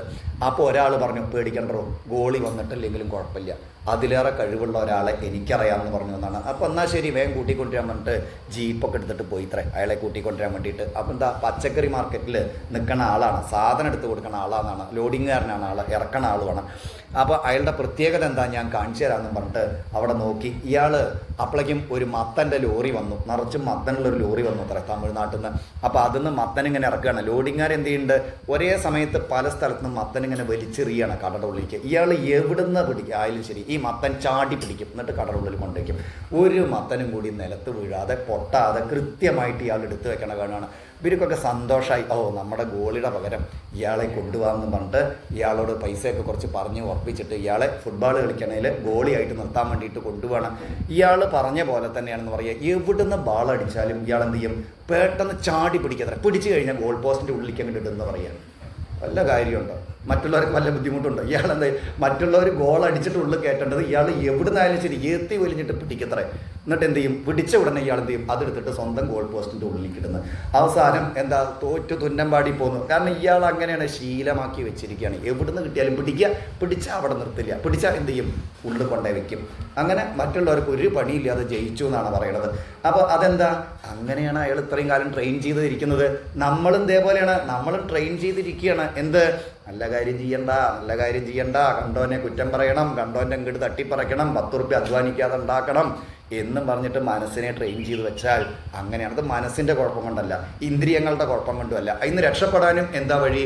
അഭ്യാസേന തു കൗന്ദേയ, നേരെയാക്കാൻ ക്രമമായിട്ടുള്ള അഭ്യാസം അതെന്താന്ന് ഇവിടെ പറയും. ഇനി കൃത്യമായിട്ട് പറയും. ഭാഗവതം നമ്മളെ വഴിയിൽ പെരുവഴിയിലാക്കിയിട്ടൊന്നുമില്ല, അങ്ങോട്ട് കൂട്ടിക്കൊണ്ടുപോകും ഭഗവാന്റെ അടുത്തേക്ക്. അത് എല്ലാ ഭാഗത്തും അങ്ങനെ തന്നെയാണ്. അപ്പോൾ ഇവിടെ എന്താ പറഞ്ഞത്? മനസ്സാണ് പ്രധാനപ്പെട്ടിട്ടുള്ള ആള്. ആ മനസ്സിനെ ട്രെയിൻ ചെയ്ത് കൊണ്ടുവരണം. അപ്പോൾ മനസ്സിനെ ട്രെയിൻ ചെയ്ത് കൊണ്ടുവരാനുള്ള എളുപ്പത്തിലുള്ള വഴി എന്താണ്? ജ്ഞാന വൈരാഗ്യത്തോട് കൂടിയിട്ടുള്ള ഭക്തിയാണ്. ആ ഭക്തിയെ പോലുണ്ടല്ലോ നല്ലൊരു വഴി വേറെ ഇല്ല പറയാ. ഇത്ര എളുപ്പമുള്ള വഴി നയുജ്യമാനയാ ഭക്തിയ. അവിടെയും പറഞ്ഞു ഭഗവത്യഖിലാത്മനി. ഇങ്ങനത്തെ ഭക്തി വേണം. ഭഗവാനെ എല്ലായിടത്തും കാണാൻ സാധിക്കണം. എല്ലാറ്റിൻ്റെ ഉള്ളിലുള്ളതും ഭഗവാനാണെന്ന് കാണാൻ സാധിക്കണം. അങ്ങനത്തെ ഭക്തി. നമുക്ക് ഭക്തിക്ക് പ്രത്യേകത. നമുക്ക് ഭക്തി എന്താണെന്നറിയോ? അമ്പലത്തിൽ വരുമ്പോൾ ഇവിടെ മാത്രമേ ഭഗവാനുള്ളൂ, തൊഴുത് നമസ്കരിക്കുന്നിടത്ത് മാത്രമേ ഭഗവാനുള്ളൂ. ഇവിടുന്ന് അങ്ങോട്ട് ഇറങ്ങിക്കഴിഞ്ഞാൽ വീട്ടിൽ പോകുമ്പോൾ എങ്ങനെയാണ്? മറ്റുള്ളവൻ്റെ എങ്ങനെ 10 റുപ്യ അവൻ്റെ പോക്കറ്റിൽ കിടക്കണം, 10 റുപ്യ എങ്ങനെ അധ്വാനിക്കാതെ എൻ്റെ പോക്കറ്റിലാക്കാം.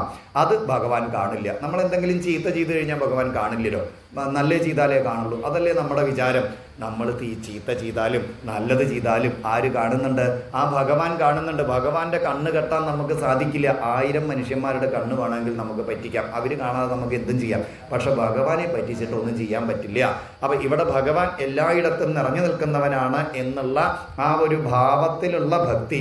അങ്ങനെ ആ ഭക്തി ഉണ്ടെങ്കിലുണ്ടല്ലോ സദൃശോസ്തി ശിവപന്ഥ യോഗിനം ബ്രഹ്മസിദ്ധയെ. ഇതിന് ഇത്ര നല്ലൊരു വഴി വേറെ ഇല്ല എന്ന് പറയണം. അങ്ങനെയാണെങ്കിൽ ഈ ഭക്തി ഇപ്പോൾ എങ്ങനെ ഉണ്ടാവുക?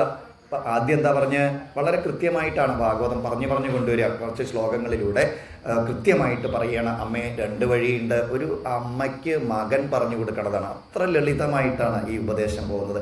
നാളെ അതേ സമയത്ത് ഇതിൻ്റെ ഒരു വീര്യം ഒന്ന് കുറച്ചങ്ങോട്ട് കൂട്ടിയിട്ട് അതിൻ്റെ ആ തീവ്രത ഒന്നും കൂടിയും കൂട്ടിയിട്ട് ഇതേപോലത്തെ മറ്റൊരു ഉപദേശമുണ്ട്. ജഡഭരതനുമൊക്കെ ആയിട്ട് രഘുഗണ സംവാദത്തിലൊക്കെ അവിടെ കുറച്ചും കൂടി ഒന്ന് കൂടും. ഭാഗവതം അങ്ങനെയാണ്. ഓരോ ദിവസവും പടിപടിയായിട്ട് ഇതിൻ്റെ ആ തോത് ഒന്ന് വർദ്ധിച്ച് ഇങ്ങനെ വരും. അപ്പം ഇവിടെ വളരെ സിമ്പിളായിട്ടാണ് പറഞ്ഞത്. അല്ലയോ അമ്മേ, ഏറ്റവും എളുപ്പമുള്ള വഴി 2 വഴിയുണ്ട്. അതിലൊരു വഴി ഭഗവാന് നല്ല ശാശ്വതമായിട്ടുള്ള ശാന്തിയിലേക്കും സമാധാനത്തിലേക്കും എത്തും. അടുത്ത വഴി പോയ ദുഃഖത്തിലേക്ക് എത്തും. വഴി തിരഞ്ഞെടുക്കുന്നത് വേറെ ആരുമല്ല, മനസ്സ് തന്നെയാണ്. മനസ്സ് തിരഞ്ഞെടുക്കില്ല സാധാരണ. കാരണം മനസ്സിനെ അങ്ങനെയാണ് നമ്മൾ ട്രെയിൻ ചെയ്ത് വെച്ചിട്ടുള്ളത്. മനസ്സ് തിരഞ്ഞെടുക്കാതിരിക്കാനുള്ള അടുത്ത കാരണം എന്ന് പറയുന്നത് മനസ്സിൽ മാലിന്യങ്ങളുണ്ട്. മനസ്സ് കുഴപ്പക്കാരനല്ല. ആ മാലിന്യങ്ങളെ ഏതൊക്കെയാണ് മാലിന്യങ്ങൾ എന്ന് പറഞ്ഞു? 6 കാമം, ക്രോധം, മതം, മോഹം, മാത്സര്യം തുടങ്ങിയിട്ടുള്ളവയാണ്. അവ ഉള്ളിടത്തോളം കാലം മനസ്സ് നേരെയില്ല. അപ്പം അത് ആ മാലിന്യങ്ങൾ കളയണം. മാലിന്യങ്ങൾ കളയാനുള്ള വഴി എന്ന് പറഞ്ഞാൽ എന്താണ്? ആ ജ്ഞാന വൈരാഗ്യത്തോട് കൂടിയിട്ടുള്ള ഭക്തിയാണ്. ഭഗവാൻ എല്ലായിടത്തും നിറഞ്ഞു നിൽക്കുന്നവനാണ് എന്ന് മനസ്സിലാക്കുക. എന്നാൽ ഞാൻ ഭക്തി എങ്ങനെ ഉണ്ടാവുക? അത് എവിടുന്ന കിട്ടുക? അത് എവിടുന്ന മേടിക്കാൻ കിട്ടുക? കടയിൽ നിന്ന് മേടിക്കാൻ കിട്ടുമെങ്കിൽ പോയിട്ട് എന്ത് ചെയ്യാം? 1/2 കിലോ കടലപ്പിണ്ണാക്കും 1/4 കിലോ മുളകെന്ന് പറഞ്ഞ പോലെ 1/2 കിലോ ഭക്തി മേടിച്ചിട്ട് വരായിരുന്നു. ഇതിപ്പോൾ അങ്ങനെ കിട്ടില്ല. അത് കിട്ടുമെന്ന് പറയുകയാണ്. എങ്ങനെ അത് കിട്ടുക എന്നാണെങ്കിൽ പ്രസംഗമചരം പാശമാത്മന കവയോ വിദു സയേവ സാധുഷുകൃതോ മോക്ഷദ്വാരം. എന്താ അതിനുള്ള ഏറ്റവും നല്ല വഴി എന്തെന്നറിയോ? സജ്ജനങ്ങളെ സമീപിക്കുക. സജ്ജനങ്ങളിൽ നിന്ന് ഈ ഭക്തി നേടുക എന്നാണ് ഇവിടെ ഭാഗവതം പറയുന്നത്. സജ്ജനങ്ങളുമായിട്ടുള്ള ചേർച്ചയുണ്ടാവുക. പ്രസംഗം അചരം എന്ന് പറഞ്ഞാൽ എല്ലാവരുമായിട്ട് ഇവരുമായിട്ടുള്ള ആ കൂടിച്ചേരൽ ഉണ്ടാവുക. ചുരുക്കത്തിൽ പറഞ്ഞാൽ സത്സംഗം ഉണ്ടാവുക എന്ന് പറഞ്ഞു. അപ്പോൾ സജ്ജനങ്ങളുമായിട്ട് കൂടിച്ചേരാൻ പറഞ്ഞു. സജ്ജനങ്ങളുമായിട്ട് ഒന്നിച്ചു ചേരാനും അവരിൽ നിന്ന് ഭക്തി ലഭിക്കുന്ന പറഞ്ഞത്. അപ്പം അങ്ങനെയാണെങ്കിൽ എങ്ങനെ ഇപ്പോൾ ഈ സജ്ജനങ്ങളെ തിരിച്ചറിയുക? സജ്ജനാണോ എന്ന് എങ്ങനെ തിരിച്ചറിയാം? നമുക്കറിയാം അല്ലേ സജ്ജനാണോ? അല്ലെങ്കിൽ എങ്ങനെയൊക്കെ നമുക്ക് നല്ലൊരു ധാരണ ഉണ്ട്. സജ്ജൻ എന്ന് പറഞ്ഞാൽ എന്താ? ഒരു 24 കിലോമീറ്റർ നീളത്തിൽ ഭസ്മക്കുറിയോ അല്ലെങ്കിൽ ചന്ദനക്കുറിയോ വേണം. പിന്നെയോ രുദ്രാക്ഷമാല സ്വർണത്തിൻ്റെ തന്നെ വേണം. പട്ട് എങ്ങനത്തെ തന്നെ വേണം? നല്ല സ്വർണ്ണ പട്ടന്നെ പുതയ്ക്കണം. ഇല്ലെങ്കിലോ കാഞ്ചീപുരം പട്ടന്നെ പുതയ്ക്കണം. അങ്ങനെയൊക്കെ ചിലതൊക്കെ ഉണ്ടല്ലോ. സജ്ജൻ എന്ന് പറഞ്ഞാൽ എന്താ? പിന്നെ താടിയ മുടിയ എന്താ വെച്ചാൽ അതൊക്കെ നല്ലോണം നീട്ടണം. എന്നാൽ അങ്ങനെയൊന്നുമല്ല. സജ്ജനങ്ങളുടെ ലക്ഷണം ഇവിടെ പറഞ്ഞു തരും. ഭാഗവതം പറയുകയാണ് സജ്ജനങ്ങളിൽ നിന്ന് ഭക്തി നേടൂ. അപ്പം ആരാ സജ്ജനം എന്ന് അറിയണ്ടേ? സജ്ജനം ആരാന്ന് മനസ്സിലാക്കണം. വളരെ കൃത്യമായിട്ടാണ് പറയുന്നത്. ഇപ്പോൾ ഇനി പറയുക കുറേ സ്വഭാവമാണ് പറയുക, ഗുണങ്ങളാണ് പറയുക. ആ സ്വഭാവ ഗുണങ്ങൾ ആരിൽ കണ്ടുവോ, അവ ഒന്നോ ഒന്നിലധികമോ ആരിൽ കണ്ടുവോ അവരാണ് സജ്ജനം. വളരെ കൃത്യമായിട്ട് പറഞ്ഞു. ഭക്തി ഉണ്ടാവണമെങ്കിൽ എന്ത് ചെയ്യുക? സജ്ജനങ്ങളെ ആശ്രയിക്കുക. അപ്പൊ സജ്ജനം ആരാന്ന് മനസ്സിലാക്കണ്ടേ? അതിന് ആദ്യം തന്നെ പറഞ്ഞത് തിതിക്ഷവ കാരുണിക. ഇനി അങ്ങോട്ട് സജ്ജനങ്ങളുടെ ലക്ഷണം പറയണം. ഇവ ഏതെങ്കിലും ഒന്നോ ഒന്നിലധികമോ ആരിൽ കണ്ടുവോ അവരാണ് സജ്ജനം. അപ്പൊ ഇനി വല്ല സംശയമുണ്ടോ ഈ കാര്യത്തിൽ? ഒരു സംശയം ഉണ്ടാവില്ല. ആ രീതിയിൽ സെൽഫ് എക്സ്പ്ലനേറ്ററി ആണ് ഭാഗവതം എന്നാണ്. എന്താ അവരുടെ പ്രത്യേകത? തിതിക്ഷവ കാരുണിക. കാരുണിക സുഹൃദ സർവദേഹിന അജാതശത്രവ ശാന്ത സാധവ സാധുഭൂഷണ. സജ്ജനങ്ങളുടെ ആദ്യത്തെ ലക്ഷണമായിട്ട് പറഞ്ഞത് തിതിക്ഷവ. തിതിക്ഷ എന്ന് പറഞ്ഞാല് സഹനം സർവദുഃഖാനാം അപ്രതീകാരപൂർവകം ചിന്താ വിലാപരഹിതം. തിതിക്ഷ എന്നാണ് അത്ര പറയാ. ഒരുപാട് നിർവചനങ്ങളുണ്ട്. അതിൽ ഒന്ന് ഇതാണ്. എന്താണ്? സഹനം സർവദുഃഖാൻ. സുഖം വന്നാലും ദുഃഖം വന്നാലും അങ്ങോട്ട് സഹിക്കുക എന്നല്ല, സ്വീകരിക്കുക. പുഞ്ചിരിച്ചുകൊണ്ട് സ്വീകരിക്കുക. എന്നിട്ടോ ചിന്താ വിലാപരഹിതം. അതിനെക്കുറിച്ച് ചിന്തിക്കാതെയും പാഴ്വരം പറയാതിരിക്കുക. ചില ആൾക്കാരെയൊക്കെ കണ്ടു കഴിഞ്ഞാൽ ആദ്യം തന്നെ എന്താ പറയുക? അയ്യോ വയ്യ കഷ്ടപ്പാടാണ്, ആകപ്പാടെ കൂടിയിട്ട് വയ്യ, മകനിഷ്ടം പോലെ പൈസ അയച്ചു തരുന്നുണ്ട്, മകളിഷ്ടം പോലെ പൈസ അയച്ചു തരുന്നുണ്ട്, എല്ലാ സൗകര്യമുണ്ട്, എന്നാലും ശരി ആ മൊബൈലില് അതിങ്ങനെ ഡൗൺലോഡ് ചെയ്യാൻ പറ്റണേയില്ല. അപ്പൊ അതാണ് അത്ര ദുഃഖം. എന്താ? മകളെ എന്തോ ഒരു ഇതേപോലെ മെസ്സേജ് അയച്ചു, അത് ഡൗൺലോഡ് ആവുന്നില്ല, അതിങ്ങനെ പച്ച കിടന്ന് കറങ്ങുകയാണെന്ന്. എന്താ ഇങ്ങനെ പാഴ്വരം പറഞ്ഞുകൊണ്ടിരിക്കും. എന്തുണ്ടെങ്കിലും ശരി അതിലൊരു ദുഃഖം കണ്ടുകൊണ്ടിരിക്കും. അപ്പൊ ഇതാണ് ചിന്താവിലാപരഹിതം. ചിന്തിക്കാതെയും വിലപിക്കാതെയും എന്താ വന്നു വെച്ചാൽ അതിനെ രണ്ട് കൈകളും നീട്ടിക്കൊണ്ട് സന്തോഷത്തോടുകൂടി സ്വീകരിച്ചിട്ട് പുഞ്ചിരിച്ചുകൊണ്ട് ആര് കഴിയുന്നുണ്ടോ ആ സ്വഭാവമാണ് തിതിക്ഷ. അതുള്ള ആള് ആരാണ്? സജ്ജനമാണ്. അടുത്തെന്താ? കാരുണിക. നല്ല ദയയുണ്ടാവും. ആരോടെ ദയ? തൻ്റെ അത്ര എത്താത്ത ആളുകളോട്. ഏത് രീതിയിലാണെങ്കിലും, ഭക്തിയിലാണെങ്കിലും മറ്റു കാര്യങ്ങളിലാണെങ്കിലും അങ്ങനെയൊക്കെ കുറച്ച് പിന്നാക്കം നിൽക്കുന്ന ആൾക്കാരോട് കരുണയുണ്ടായിരിക്കുക. സുഹൃദ സർവദേഹിനാം. എല്ലാ ദേഹികളുടെയും സുഹൃത്തായിരിക്കുക. അത് വലിയവനെന്നോ ചെറിയവനെന്നോ പൈസ ഉള്ളവനെന്നോ പൈസ ഇല്ലാത്തവനെന്നോ അല്ലെങ്കിൽ വിദ്യാഭ്യാസം ഉള്ളവനെന്നോ ഇല്ലാത്തവനെന്നോ ഭേദഭാവന ഇല്ലാതെ എല്ലാവരുടെയും സുഹൃത്തായിട്ടിരിക്കുക. അല്ലാതെ ഞാൻ എൻ്റെ ഗ്രേഡിലുള്ളവരോട് മാത്രമേ വർത്താനം പറയുള്ളൂ, ഞാൻ എൻ്റെ ഗ്രേഡിൽ മേലെയുള്ളവരോട് മാത്രമേ ചങ്ങാത്തുണ്ടാവുള്ളൂ, അങ്ങനെയൊന്നുമല്ല. ആരെ കണ്ടാലും അവരുടെയൊക്കെ സുഹൃത്തായിട്ട് മാറുക. അജാതശത്രവ. ആരുമായിട്ടും ശത്രുത ഇല്ലാതിരിക്കുക, സൗഹൃദം ഉണ്ടാവുക. ഇനിയിപ്പം നമ്മളോട് ഒരാൾ ശത്രുവായിട്ട് നമ്മളെ ഒരാൾ ശത്രുവായിട്ട് കരുതുക വിചാരിക്കുക. അയാളോട് നമുക്ക് ശത്രുത ഇല്ലാതിരുന്നാൽ മതി, നമുക്ക് അദ്ദേഹത്തിനോട് സ്നേഹമാണ്. അങ്ങനെയാണെങ്കിൽ എന്തായി? അജാതശത്രവ. പിന്നെന്തോ? സാധവ സാധുഭൂഷണ ശാന്ത എന്നൊക്കെയാണ് പറയുക. എപ്പോഴും ശാന്തമായിട്ടിരിക്കുക. മനസ്സിന് എന്തുണ്ടാവാൻ പാടില്ല? ഇളക്കം വരാൻ പാടില്ല എന്നാണ്. അതിന് എല്ലാ സമയത്തും ഒരേപോലെ ഇരിക്കുക. അതുപോലെ തന്നെ അലങ്കാരമായിട്ട് വസ്ത്രങ്ങളല്ല ആഭരണം, അവനവൻ്റെ സ്വഭാവമാണ് ആഭരണം എന്നുള്ള രീതിയിൽ കുറേ പറയൂട്ടോ. ഇതൊക്കെ ഈ കപിലോപദേശമൊക്കെ എത്രന്ന് വൈകുന്നേരം വരെ പറഞ്ഞാലും തീരില്ല. അപ്പൊ ഇവരുടെ കുറേ ലക്ഷണങ്ങളാണ് പറയുക ഈ സജ്ജനങ്ങളുടെ. മയ്യനന്യേന ഭാവേന ഭക്തിം കുർവന്തി യേ ദൃഢാം മത്കൃതേ ത്യക്തസർവകർമ്മണ ത്യക്തസ്വജന ബാന്ധവ. എല്ലാറ്റിലും ഒരു ത്യാഗബുദ്ധി ഉണ്ടാവും. സ്വജനങ്ങളെയും ബന്ധുക്കളിലും ഒരു ത്യാഗബുദ്ധി ഉണ്ടാവും എന്ന് പറയാം. അതിൻ്റെ അർത്ഥം അവർക്ക് ചെലവിന് കൊടുക്കാതെ ഉപേക്ഷിച്ചു എന്നല്ല, അവരിലുള്ള സ്നേഹപാശത്തിനെ ഉപേക്ഷിച്ചിട്ടുണ്ടാവും എന്നാണ്. എന്താ? സ്നേഹം ഉപേക്ഷിക്കാൻ പറയില്ല. കുന്തിദേവിയുടെ സ്തുതിയിൽ അതും പറയും. സ്നേഹപാശമിമം ചിന്തി എന്നാ പറഞ്ഞ്. സ്നേഹം നല്ല വികാരമാണ്, അതൊരിക്കലും നന്നല്ലാത്തതല്ല. പക്ഷെ സ്നേഹം എന്താവരുത്? അത് കയറിട്ടിട്ട് കെട്ടലാവരുത്. നമുക്കതാണ് വീട്ടിൽ നിന്ന് കിട്ട് പോരാൻ പറ്റുന്നില്ല. എന്താ? കെട്ടിയിട്ടിരിക്കുകയാണ്. എന്തിലൊക്കെ കെട്ടിയിട്ടുണ്ട് കുറച്ച് കഴിഞ്ഞാൽ പറയും, അതൊക്കെ കൃത്യമായിട്ട് പറയും. അപ്പൊ സ്നേഹം നന്ന് അതെന്തായി മാറരുത്? കെട്ടിയിടലാവരുത്. ഈശ്വര ആരാധനയ്ക്ക് ഒരു തടസ്സമായിട്ട് മാറാൻ പാടില്ല. അങ്ങനെയുള്ള ആ തടസ്സങ്ങളൊക്കെ മാറ്റിയ ആൾക്കാരായിരിക്കും ഇവര്. പിന്നെയോ മറ്റുള്ളവരുടെ ദുഃഖം കാണുമ്പോൾ അവർക്കും ദുഃഖമുണ്ടാവും. തപന്തി വിവിധ സ്ഥാപ നൈതാൻ മൻഗത ചേതസ എന്നൊക്കെയാണ് പറയുക. ഇങ്ങനെ ഒരുപാട് ഗുണങ്ങളാണ് പറയുക, സ്വഭാവങ്ങളാണ് പറയുക. ഇത് ആരിൽ കണ്ടുവോ അവര് ആരാണ്? സജ്ജനങ്ങളാണ്. എത്ര കൃത്യമായിട്ടാണ് പറഞ്ഞ നോക്കൂ. ആദ്യം എന്താ പറഞ്ഞത്? രണ്ട് വഴിയുണ്ട് ഈ ലോകത്തിൽ ജീവിക്കാൻ. ഒന്നിലൂടെ ജീവിച്ചു കഴിഞ്ഞാൽ ശാന്തിയിലും സമാധാനത്തിലും എത്തിച്ചേരും. മറ്റേലും കൂടെ ജീവിച്ചു കഴിഞ്ഞാൽ ആത്യന്തികമായിട്ട് ദുഃഖത്തിലാണ് എത്തിച്ചേരുക. പക്ഷേ രണ്ട് വഴി തിരഞ്ഞെടുക്കുന്നത് ആരാണ്? മനസ്സാണ്. മനസ്സ് തിരഞ്ഞെടുക്കാറില്ല. എന്താ കാരണം? മനസ്സിനെ നമ്മൾ അങ്ങനെയാണ് ട്രെയിൻ ചെയ്ത് വെച്ചിട്ടുള്ളത്. പിന്നെ മനസ്സിൽ മാലിന്യങ്ങളുണ്ട്. ഏതൊക്കെ മനസ്സിലെ മാലിന്യങ്ങൾ? ഈ 6 ഈ 5-6 മാലിന്യങ്ങൾ എന്നല്ല, ഇതിനെ ശത്രുക്കൾ എന്നാ കുറച്ച് കഴിഞ്ഞാൽ പറയുക. എന്താ ഇത്? ശത്രുക്കളാണ്. ഈ ശത്രുക്കളെ ഇല്ലാതെയാക്കാനുള്ള ഒരു താന്ത്രികമായിട്ടുള്ള പൂജയാണ് ശത്രു സംഹാര പൂജ എന്ന് പറഞ്ഞു കഴിഞ്ഞാൽ. അല്ലാതെ അടുത്തുള്ളവൻ്റെ പേരുന്നാൾ പറഞ്ഞു കഴിക്കേണ്ട പൂജയൊന്നും അല്ല. എന്ത്? ശത്രു സംഹാര പൂജ. ഈ ശത്രുക്കൾ ആരാ? നമ്മുടെ തന്നെ മനസ്സിൻ്റെ ഉള്ളിലുള്ള ഈ ഇമാതിരി കാര്യങ്ങളാണ് ഈ ശത്രുക്കൾ. ഈ ശത്രുക്കളെ ആദ്യം ഇല്ലാതെയാക്കണം.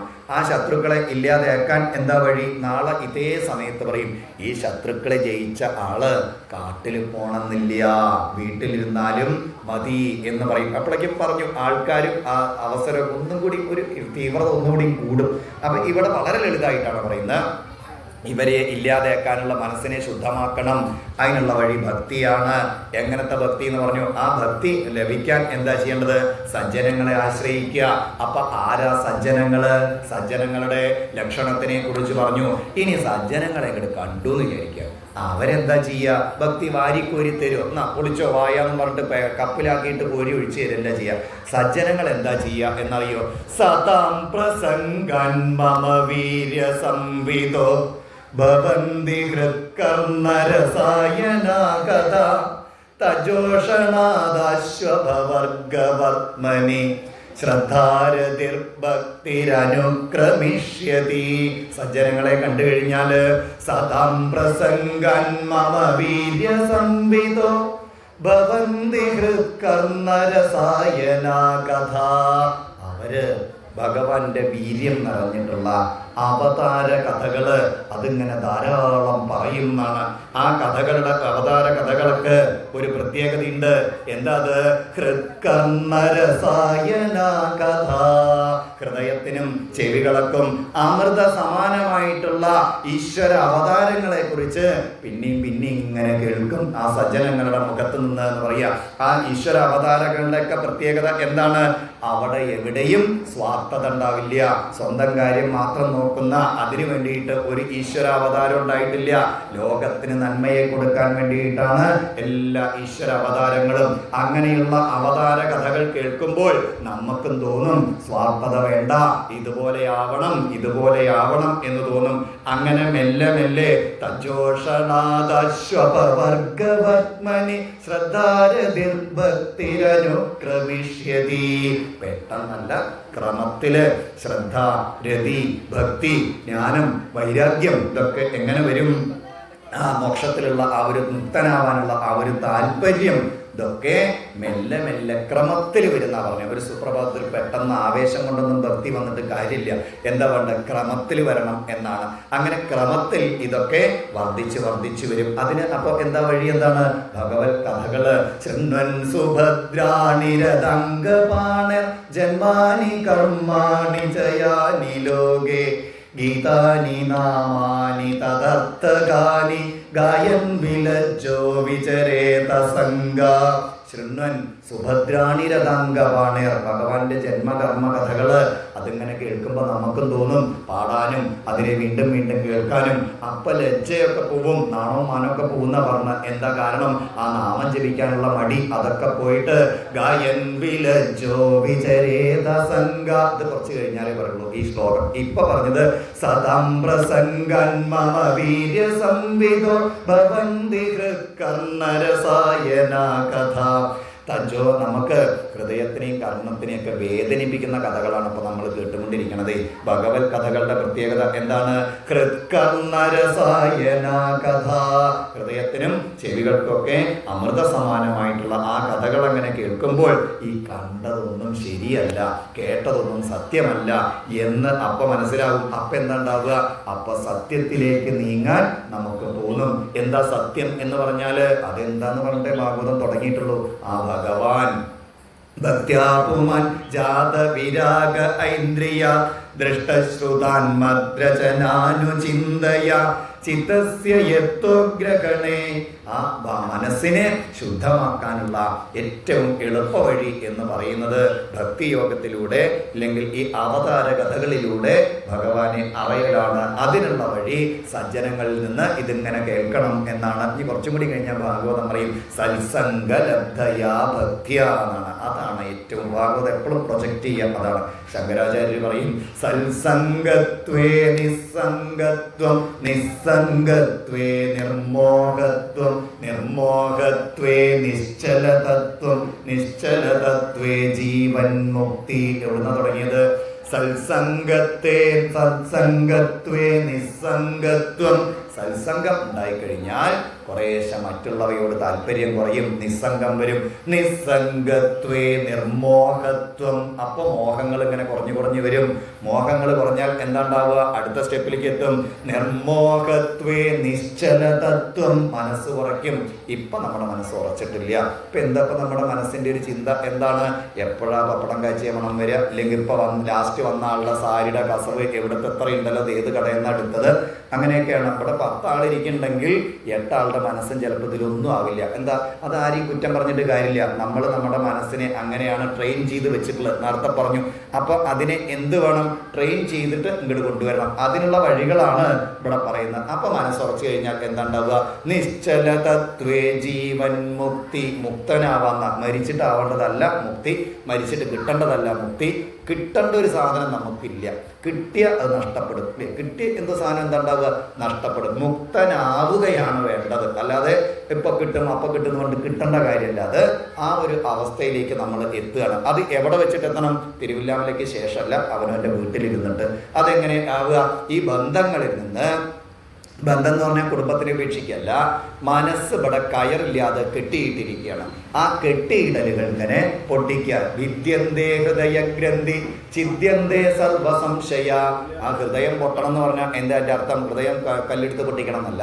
ഹൃദയം ഇവിടെ പലതിലും കെട്ടിയിടപ്പെട്ടിരിക്കുകയാണ്, കയറില്ലാതെ. ആ കെട്ട് പൊട്ടിക്കലാണ്. ആ ഒരു അവസ്ഥയിലേക്ക് എത്താൻ സാധിക്കും. അതിന് സാധിക്കണം. അതിനുള്ള ഏറ്റവും എളുപ്പമുള്ള വഴി ഈ ഭക്തിയോഗത്തിലൂടെ ഭഗവത് കഥകൾ കേട്ടിട്ട് മനസ്സിനെ ജ്ഞാനേന വൈരാഗ്യ വിജൃംഭിതേന യോഗേന മയ്യർപ്പിതയാച ഭക്ത്യാ മാമൃത്യഗാത്മാനം. എന്നെ ജീവന്റെ ജീവനായിട്ട് കാണാൻ ഇപ്പോൾ ഇവിടെ വെച്ചിട്ട് സാധിക്കും എന്നാണ്. അല്ലാതെ 50 കൊല്ലം കഴിഞ്ഞിട്ടോ അടുത്ത ജന്മത്തിലോ കിട്ടേണ്ട കാര്യത്തിനെ കുറിച്ചോ നേടേണ്ട കാര്യത്തിനെ കുറിച്ചിട്ടോ അല്ല നമ്മുടെ ഋഷീശ്വരന്മാർ പറഞ്ഞിട്ടുള്ളത്. അവനവന്റെ വീട്ടിൽ ഇപ്പോൾ നേടേണ്ട കാര്യങ്ങളെ കുറിച്ചിട്ടാണ്. അങ്ങനെ ഉള്ള ഒരു ഭക്തനെ സംബന്ധിച്ചിട്ട് വേറെ ഒന്നും അവന് താല്പര്യം ഉണ്ടാവില്ല. അവന് വേറെ എന്ത് കൊടുത്താലും അതൊന്നും വേണ്ട എന്ന് പറയും. മോക്ഷം കൂടി അവന് വേണ്ട, 8 ഐശ്വര്യങ്ങൾ അവന് വേണ്ട, വൈകുണ്ഠം വേണ്ട. എന്തേ വേണ്ടുള്ളൂ? ഭഗവാന്റെ പാദപത്മങ്ങളിൽ അചഞ്ചലമായിട്ടുള്ള, ഉറപ്പിച്ചിട്ടുള്ള, വേർപിരിയാൻ സാധിക്കാത്ത രീതിയിൽ ഭഗവാന്റെ പാദപത്മങ്ങളിൽ മനസ്സിനെ ഉറപ്പിക്കുന്ന ആ ഒരു ഭക്തി മാത്രമേ അവന് വേണ്ടൂ. മറ്റൊന്നും അവന് ആവശ്യമുണ്ടാവില്ല. മറ്റൊന്നിലും അവന്റെ മനസ്സിന് താല്പര്യം ഉണ്ടാവില്ല എന്ന് പറഞ്ഞു. അപ്പൊ ദേവഭൂതി മാതാവ് അടുത്ത ചോദ്യം ചോദിച്ചു. അങ്ങനെയാണെങ്കിൽ ഇതിപ്പോ എന്താ പറഞ്ഞ? ഈ ഭക്തിയോഗത്തിനെ കുറിച്ചിട്ടാണ് ഇപ്പൊ പറഞ്ഞത്.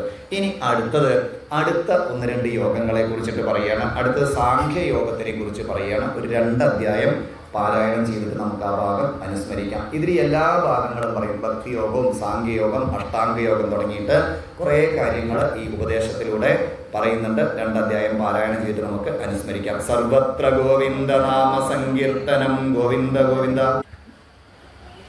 അതിൽ ഒന്നാണ് സാഖ്യയോഗം, ഭഗവാനെ മനസ്സിലാക്കുന്നത്. അപ്പൊ എങ്ങനെ സംഖ്യകളുമായിട്ട് ബന്ധപ്പെട്ട് മനസ്സിലാക്കുക എന്നാണെങ്കിൽ, ഈ പ്രപഞ്ചത്തിൽ എന്ത് കണ്ടാലും അതിനെയൊക്കെ അത് എവിടുന്നാണ് ഉണ്ടായത്, എങ്ങനെയാണ് ഉണ്ടായത് എന്നുള്ളത് കാര്യകാരണ സഹിതം മനസ്സിലാക്കുക. ഇപ്പോൾ ഒരു വസ്തു കണ്ടു, അതിപ്പോൾ എവിടുന്ന് ഉണ്ടായത്? ഇപ്പോൾ ഇവിടെ ഒരു വിളക്ക് കണ്ടു എന്ന് വിചാരിക്കുക. വിളക്ക് കണ്ടാൽ അങ്ങനെയുണ്ട്. ചില ആൾക്കാർ അങ്ങനെ എന്ത് കാര്യവും മനസ്സിലാക്കുള്ളൂ. കാര്യകാരണ സഹിതം നല്ലോണം ചിന്തിച്ചിട്ടേ മനസ്സിലാക്കുള്ളൂ. അല്ലാതെ എങ്ങനെങ്കിലും ഒരു മറുപടി കിട്ടിയാലൊന്നും പോരാ. വിളക്ക് കണ്ടു, വിളക്ക് എവിടുന്നാ കിട്ടി? ഓ ഇന്ന കടയിൽ നിന്ന് മേടിച്ചു. അവിടെ എവിടുന്നാ വന്നത്? അത് ഇന്ന സ്ഥലത്തുനിന്ന്. അപ്പോൾ അത് എവിടുന്നാ വന്ന് അവസാനം അത് വല്ല ഉത്തരേന്ത്യയിലോ എവിടെയെങ്കിലും പോയിട്ട് പിന്നെന്താ അത് ഖനിയിൽ നിന്ന് കുഴിച്ചെടുത്ത ധാതുക്കളിൽ നിന്ന്. അങ്ങനെയാണെങ്കിൽ ഭൂമി എന്താ? ഭൂമി പഞ്ചഭൂതങ്ങളിൽ പെട്ടതാണ്. ആ ഭൂമി എവിടുന്നുണ്ടായത്? ചുരുക്കത്തിൽ എത്തിക്കൂടെ എവിടെയാണ്? ഭഗവാനിൽ എത്തിച്ചേരും. അപ്പം അങ്ങനെയാണെങ്കിൽ വേർപിരിക്കുകയാണ്, ഈ പ്രപഞ്ചത്തിൻ്റെ ഘടകങ്ങൾ കൊണ്ട് വേർപിരിക്കുക. എന്നിട്ടോ അങ്ങനെയാണ് അവിടെ മനസ്സിലാക്കുക. അതാണ് എഴുത്തച്ഛൻ പറയും, അയ്യഞ്ചും അഞ്ചുമുടൻ അയ്യാറും എട്ടുമുടൻ എൺമൂന്നും ഏഴുമത ചൊവ്വോടൊരു അഞ്ചുമബി, ഇങ്ങനെ കുറെ നമ്പറൊക്കെ പറഞ്ഞിട്ടാ പറയുക. അപ്പോൾ അതങ്ങനെ അവസാനം കാര്യകാരണ സഹിതം ഈ ഭൂമിയുടെ ഒരു വകഭേദം തന്നെയാണ് ഈ വിളക്ക്. അപ്പം ഞാനോ എൻ്റെ ശരീരം എന്തെന്നുണ്ടായിട്ടുള്ളത്? ഈ 5 ഭൂതങ്ങൾ ചേർന്നിട്ടുള്ളതാണ്. ഭൂമി, ജലം, വായു, അഗ്നി, ആകാശം. അപ്പം ഞാനും ഈ വിളക്കും എന്തെന്നാ അവസാനം എവിടെ എത്തിച്ചേരുക? ഭഗവാനിലാണ് എത്തിച്ചേരുക. അങ്ങനെ ഇങ്ങോട്ട് മനസ്സിലാക്കുക. പിന്നെ എന്തുണ്ടാവില്ല? പിന്നെ സംശയം ഉണ്ടാവില്ല എന്നാണ്. അല്ലാതെ അവർക്ക് നമ്മൾ നേരത്തെ പറഞ്ഞ പോലെ എല്ലാം ഗുരുവായൂരപ്പൻ്റെ അനുഗ്രഹം എന്ന് പറഞ്ഞാലൊന്നും അവർക്ക് തൃപ്തിയാവില്ല. അത് അങ്ങനെ തന്നെ കൃത്യമായിട്ട് അതിനെ വേർതിരിച്ച് കണ്ട് സയൻറ്റിഫിക്കായിട്ട് മനസ്സിലാക്കണം എന്നാണ്. അങ്ങനത്തെ ആൾക്കാർ നമ്മുടെ ഇടയിലുണ്ട് ധാരാളം എന്നാണ്. വെറുതെ ഒറ്റ കാര്യം പറഞ്ഞാലൊന്നും മനസ്സിലാവില്ല. അത് അവർക്ക് അങ്ങനെ മനസ്സിലായാലൊരു സമാധാനം ഉണ്ടാവുള്ളൂ എന്നാണ്. മുമ്പ് ഒരു ഏഴുത്തിയമ്മ വിരുന്നു വന്നത്രേ. ഏഴുത്തിയമ്മയും നാത്തൂരും തമ്മിൽ ഭൂമി ഉണ്ടായ അന്ന് മുതൽ തുടങ്ങിയതാണ് അത്ര. എന്താ സ്നേഹം. അപ്പോൾ സ്നേഹം എന്താണ്ടാവുക വെച്ചാൽ അത് തന്നെ. അപ്പോൾ എന്തായാലും എഴുത്തിയമ്മയുടെ പല്ലിൻ്റെ അവിടെ ചെറിയൊരു വീങ്ങൽ, കവിളിലൊരു വീങ്ങൽ. നാത്തൂന് സമാധാനമില്ല. എഴുത്തിയമ്മയോട് ചോദിച്ചു, എന്താ പറ്റി ചോദിച്ചു. എഴുത്തിയമ്മ എന്താ പറ്റി? അപ്പോൾ എഴുത്തിയമ്മ പറഞ്ഞു, അതെന്തോ ആ വാതിലിൻ്റെ തല മുട്ടിയതാണ് പറഞ്ഞു. സമാധാനമില്ല. പിന്നെ ഏട്ടനോട് ചോദിച്ചു, എന്താ അതുണ്ടായത് ചോദിച്ചു. അത് അവൾ ഇന്നലെ ഒന്ന് വീണു. അപ്പോൾ ഒരു കാര്യം മനസ്സിലായി, രണ്ടാൾ പറഞ്ഞത് സത്യമല്ല എന്നുള്ളത് മനസ്സിലായി. ഒരാളെന്താ പറഞ്ഞ് വീണിട്ടാണെന്ന്, മറ്റേ ആളെന്താ പറഞ്ഞ് എന്തോ തട്ടിയിട്ടാണെന്ന് പറഞ്ഞു. അപ്പോഴാണ് LKG പഠിക്കണ മകൻ വന്നിട്ടുണ്ട്. അവരുടെ മകനെ വിളിച്ച് ചോദിച്ചു, എടാ എന്താ പറ്റിയത്? ഇന്നലെ യൂട്യൂബ് കണ്ടപ്പോൾ ഉണ്ടായതാണെന്നാണ്. അപ്പോൾ മകനെ വിളിച്ച് ചോദിച്ചു, എന്താ യൂട്യൂബ് കണ്ടതിന് എന്തിനാണോ എൻ്റെ അമ്മയുടെ ഇങ്ങനെ കവിള് വീങ്ങണത്, മുഖം വീങ്ങണത്? അപ്പോൾ യൂട്യൂബിൽ ചുരുക്കത്തിൽ ഈ സ്ത്രീക്ക് അത് മനസ്സിലായി. യൂട്യൂബിലൊരു പ്രഭാഷണം ഉണ്ടായിരുന്നു, കുടുംബകലഹം എങ്ങനെ ഒഴിവാക്കാം, ഇതിനെക്കുറിച്ച് ഒരു പ്രഭാഷണം ഉണ്ടായിരുന്നു. എടോ അത് കേട്ടാൽ ഇപ്പം എങ്ങനെയാണ് എൻ്റെ അമ്മയുടെ ഇത്? അതല്ല, അത് അച്ഛൻ ഈ തേങ്ങ ചരുവുമ്പോഴാണ് അത് ഈ പ്രഭാഷണം ഉണ്ടായതെന്നാണ്. അപ്പോൾ അമ്മ എന്ത് പറഞ്ഞു? അച്ഛനെ വിളിച്ചിട്ട് നിങ്ങളിതൊന്ന് കേൾക്കുന്നു ഞാൻ പറഞ്ഞു കേട്ടു എന്നാണ്. അപ്പോൾ അച്ഛനോട് പറഞ്ഞു എന്നാണ്, നിങ്ങളിതൊന്ന് കേൾക്കൂ, കുടുംബകലഹം എങ്ങനെ ഒഴിവാക്കാം എന്നുള്ളതിനെക്കുറിച്ച് ഏതോ ഡോക്ടറേറ്റ് എടുത്ത ഒരാളുടെ പ്രഭാഷണമാണെന്നാണ് അത് പറഞ്ഞു. അപ്പം ഇയാൾക്ക് ദേഷ്യം വന്നു. ഇയാളെന്ന് പറഞ്ഞു, എടി അത് ഞാനല്ല കേൾക്കേണ്ടത്, എൻ്റെ അമ്മയാണത് കേൾക്കേണ്ടത്. നിങ്ങൾ എൻ്റെ അമ്മയ്ക്ക് വിളിക്കുന്നില്ലേ? അപ്പം എൻ്റെ അമ്മയല്ല അത് കേൾക്കേണ്ടത്, നിങ്ങളുടെ അമ്മയാണെന്നാണ്. ഇയാൾ പറഞ്ഞു, നീ എൻ്റെ അമ്മയ്ക്ക് വിളിക്കും അല്ലേന്നായി. അപ്പം പറഞ്ഞു, ഞാൻ നിങ്ങളുടെ അമ്മയ്ക്ക് മാത്രമല്ല, നിങ്ങളുടെ അമ്മയുടെ അമ്മ അത്ര ശരിയല്ലാന്ന്. ചെരവി കൊണ്ടെടുക്കണ തേങ്ങ എടുത്തിട്ട് ഒരു ഒറ്റ ഇറക്കി കൊടുത്തു അത്രേ. അങ്ങനെയാണ് അത്ര ഇത് വീങ്ങിയത്. അപ്പം ഇതിപ്പോൾ എപ്പോൾ സമാധാനമായിട്ട് എടുക്കാൻ നോക്കി എന്താ എങ്ങനെ കാര്യകാരണ സഹിതം നോക്കുക. ആ കുട്ടി ഡോക്ടറേറ്റ് എടുത്ത ആളൊന്നുമില്ല, പാവം പിടിച്ച് ശരിക്കും സ്കൂൾ തന്നെ കണ്ടിട്ടില്ല. LKG പഠിക്കുന്ന കുട്ടിയാണ്. ആരപ്പോൾ പറഞ്ഞ സത്യം ആരാ പറഞ്ഞത്? ആ കുട്ടിയാണ് പറഞ്ഞത്. അപ്പോൾ കയ്യിലിരിക്കുന്ന തേങ്ങയുടെ മുറിയും കൊണ്ട് ഒരു ഏറ് കൊടുത്തു. അത് ഉന്നം തെറ്റിയില്ലാന്നാണ്. അതെവിടെ ഇവളുടെ മുകളിൽ തന്നെ കവിളിൽ തന്നെ കൊണ്ടുവന്നാണ്. സമാധാനമായി. പിന്നെ അതിൽ ഇനി സംശയമുണ്ടോ? ഇനി മരിച്ചു പോയാലും കൂടി ഈ കാര്യത്തിൽ സംശയമില്ല. അപ്പം ഇങ്ങനെ കാര്യകാരണ സഹിതം. അപ്പം അതെങ്ങനെ ഇവിടെ മനസ്സിലാക്കിയത് എന്നാണെങ്കിൽ ഈ പ്രപഞ്ചം എന്ന് പറഞ്ഞാൽ ഒരു 24 നമ്പറാണ് പറയുക. 24 എണ്ണം അത് ചേർന്നതാണ് ഈ പ്രകൃതി എന്ന് പറയും. അത് ഏതൊക്കെയാണ് ഈ 24 എന്ന് പറഞ്ഞു കഴിഞ്ഞാൽ 5 ഭൂതങ്ങൾ, ഭൂമി, ജലം, വായു, അഗ്നി, ആകാശം തുടങ്ങിയിട്ടുള്ള 5 ഭൂതങ്ങൾ, അതിൻ്റെ 5 ഇന്ദ്രിയങ്ങൾ, അങ്ങനെ തുടങ്ങിയിട്ടുള്ള ഓരോ കാര്യങ്ങൾ. അങ്ങനെ ഒരു 4 5 പറയും. പിന്നെ ഒരു 4 പറയും. 5 ഭൂതങ്ങൾ, 5 തന്മാത്രകൾ, 5 ജ്ഞാനേന്ദ്രിയങ്ങൾ, 5 കർമ്മേന്ദ്രിയങ്ങൾ, മനസ്സ്, ബുദ്ധി, അഹങ്കാരം, ചിത്തം എല്ലാം ആയില്ല. ഇതൊക്കെ ഉണ്ടെങ്കിലും അവിടെ നിൽക്കുകയുള്ളൂ എന്നാണ്. ഇവയൊക്കെ പ്രവർത്തിപ്പിക്കണമെങ്കിൽ ആ പുരുഷന്റെ ചൈതന്യം, പുരുഷൻ എന്ന് പറഞ്ഞാൽ ആണ പെണ്ണ എന്നുള്ള അർത്ഥത്തിലല്ല, ഭഗവാൻ എല്ലാറ്റയ്ക്കും എല്ലാ ജീവജാലങ്ങളുടെയും ഉള്ളിൽ കയറിയിരുന്നിട്ട് അവയ്ക്ക് ചൈതന്യത്തെ കൊടുക്കുന്ന ശക്തി അതും കൂടി ഉണ്ടെങ്കിലേ ഇത് പ്രവർത്തിക്കുകയുള്ളൂ എന്നുള്ളത് കാര്യകാരണ സഹിതം പ്രകൃതി പുരുഷൻ അത് എന്താണ് എന്നുള്ളതൊക്കെ ചുരുക്കത്തിൽ പറഞ്ഞാൽ എല്ലാറ്റിലും ഭഗവാനെ കാണുക, ഭഗവാനാണ് എല്ലാതും എന്ന് മനസ്സിലാക്കുക. എന്ത് കണ്ടാലും അതിലൊക്കെ ഭഗവാനെയും കാണാം, തിരിച്ചും മറിച്ചും കാണാൻ സാധിക്കുക. അതിനുള്ള ഒരു വഴിയാണ് സാഖ്യയോഗം എന്നുള്ളത്. വളരെ ഗംഭീരമായിട്ടാണ് ഭാഗവതത്തിൽ പറയുക. ഈ തത്വങ്ങളും ഇതൊക്കെ വേർതിരിച്ചിട്ട് കൃത്യമായിട്ട് പ്രപഞ്ചത്തിനെ ഘടകങ്ങളാക്കി അവസാനം ഇതൊക്കെ ഭഗവാനിൽ നിന്ന് തന്നെയാണ് ഉണ്ടായിട്ടുള്ളത് എന്ന് പറയും. അപ്പോഴേക്കും അടുത്ത ചോദ്യം ചോദിച്ചു. അമ്മ അങ്ങനെ ഓരോ ചോദ്യങ്ങൾ ഇങ്ങനെ ചോദിച്ചു കൊണ്ട് വരികയാണ്. അപ്പൊ അതിന് മറുപടിയായിട്ട് പറയുന്നത് അഷ്ടാംഗ യോഗമാണ്. അപ്പൊ എന്തൊക്കെ യോഗം കഴിഞ്ഞു? ഭക്തിയോഗം കഴിഞ്ഞു, സാഖ്യയോഗം കഴിഞ്ഞു. ഇനി പറയാൻ പോണത് അഷ്ടാംഗ യോഗമാണ്. അഷ്ടാംഗ യോഗം എന്ന് പറഞ്ഞു കഴിഞ്ഞാൽ 8 സ്റ്റെപ്പുള്ള ഒരു യോഗമാണ്.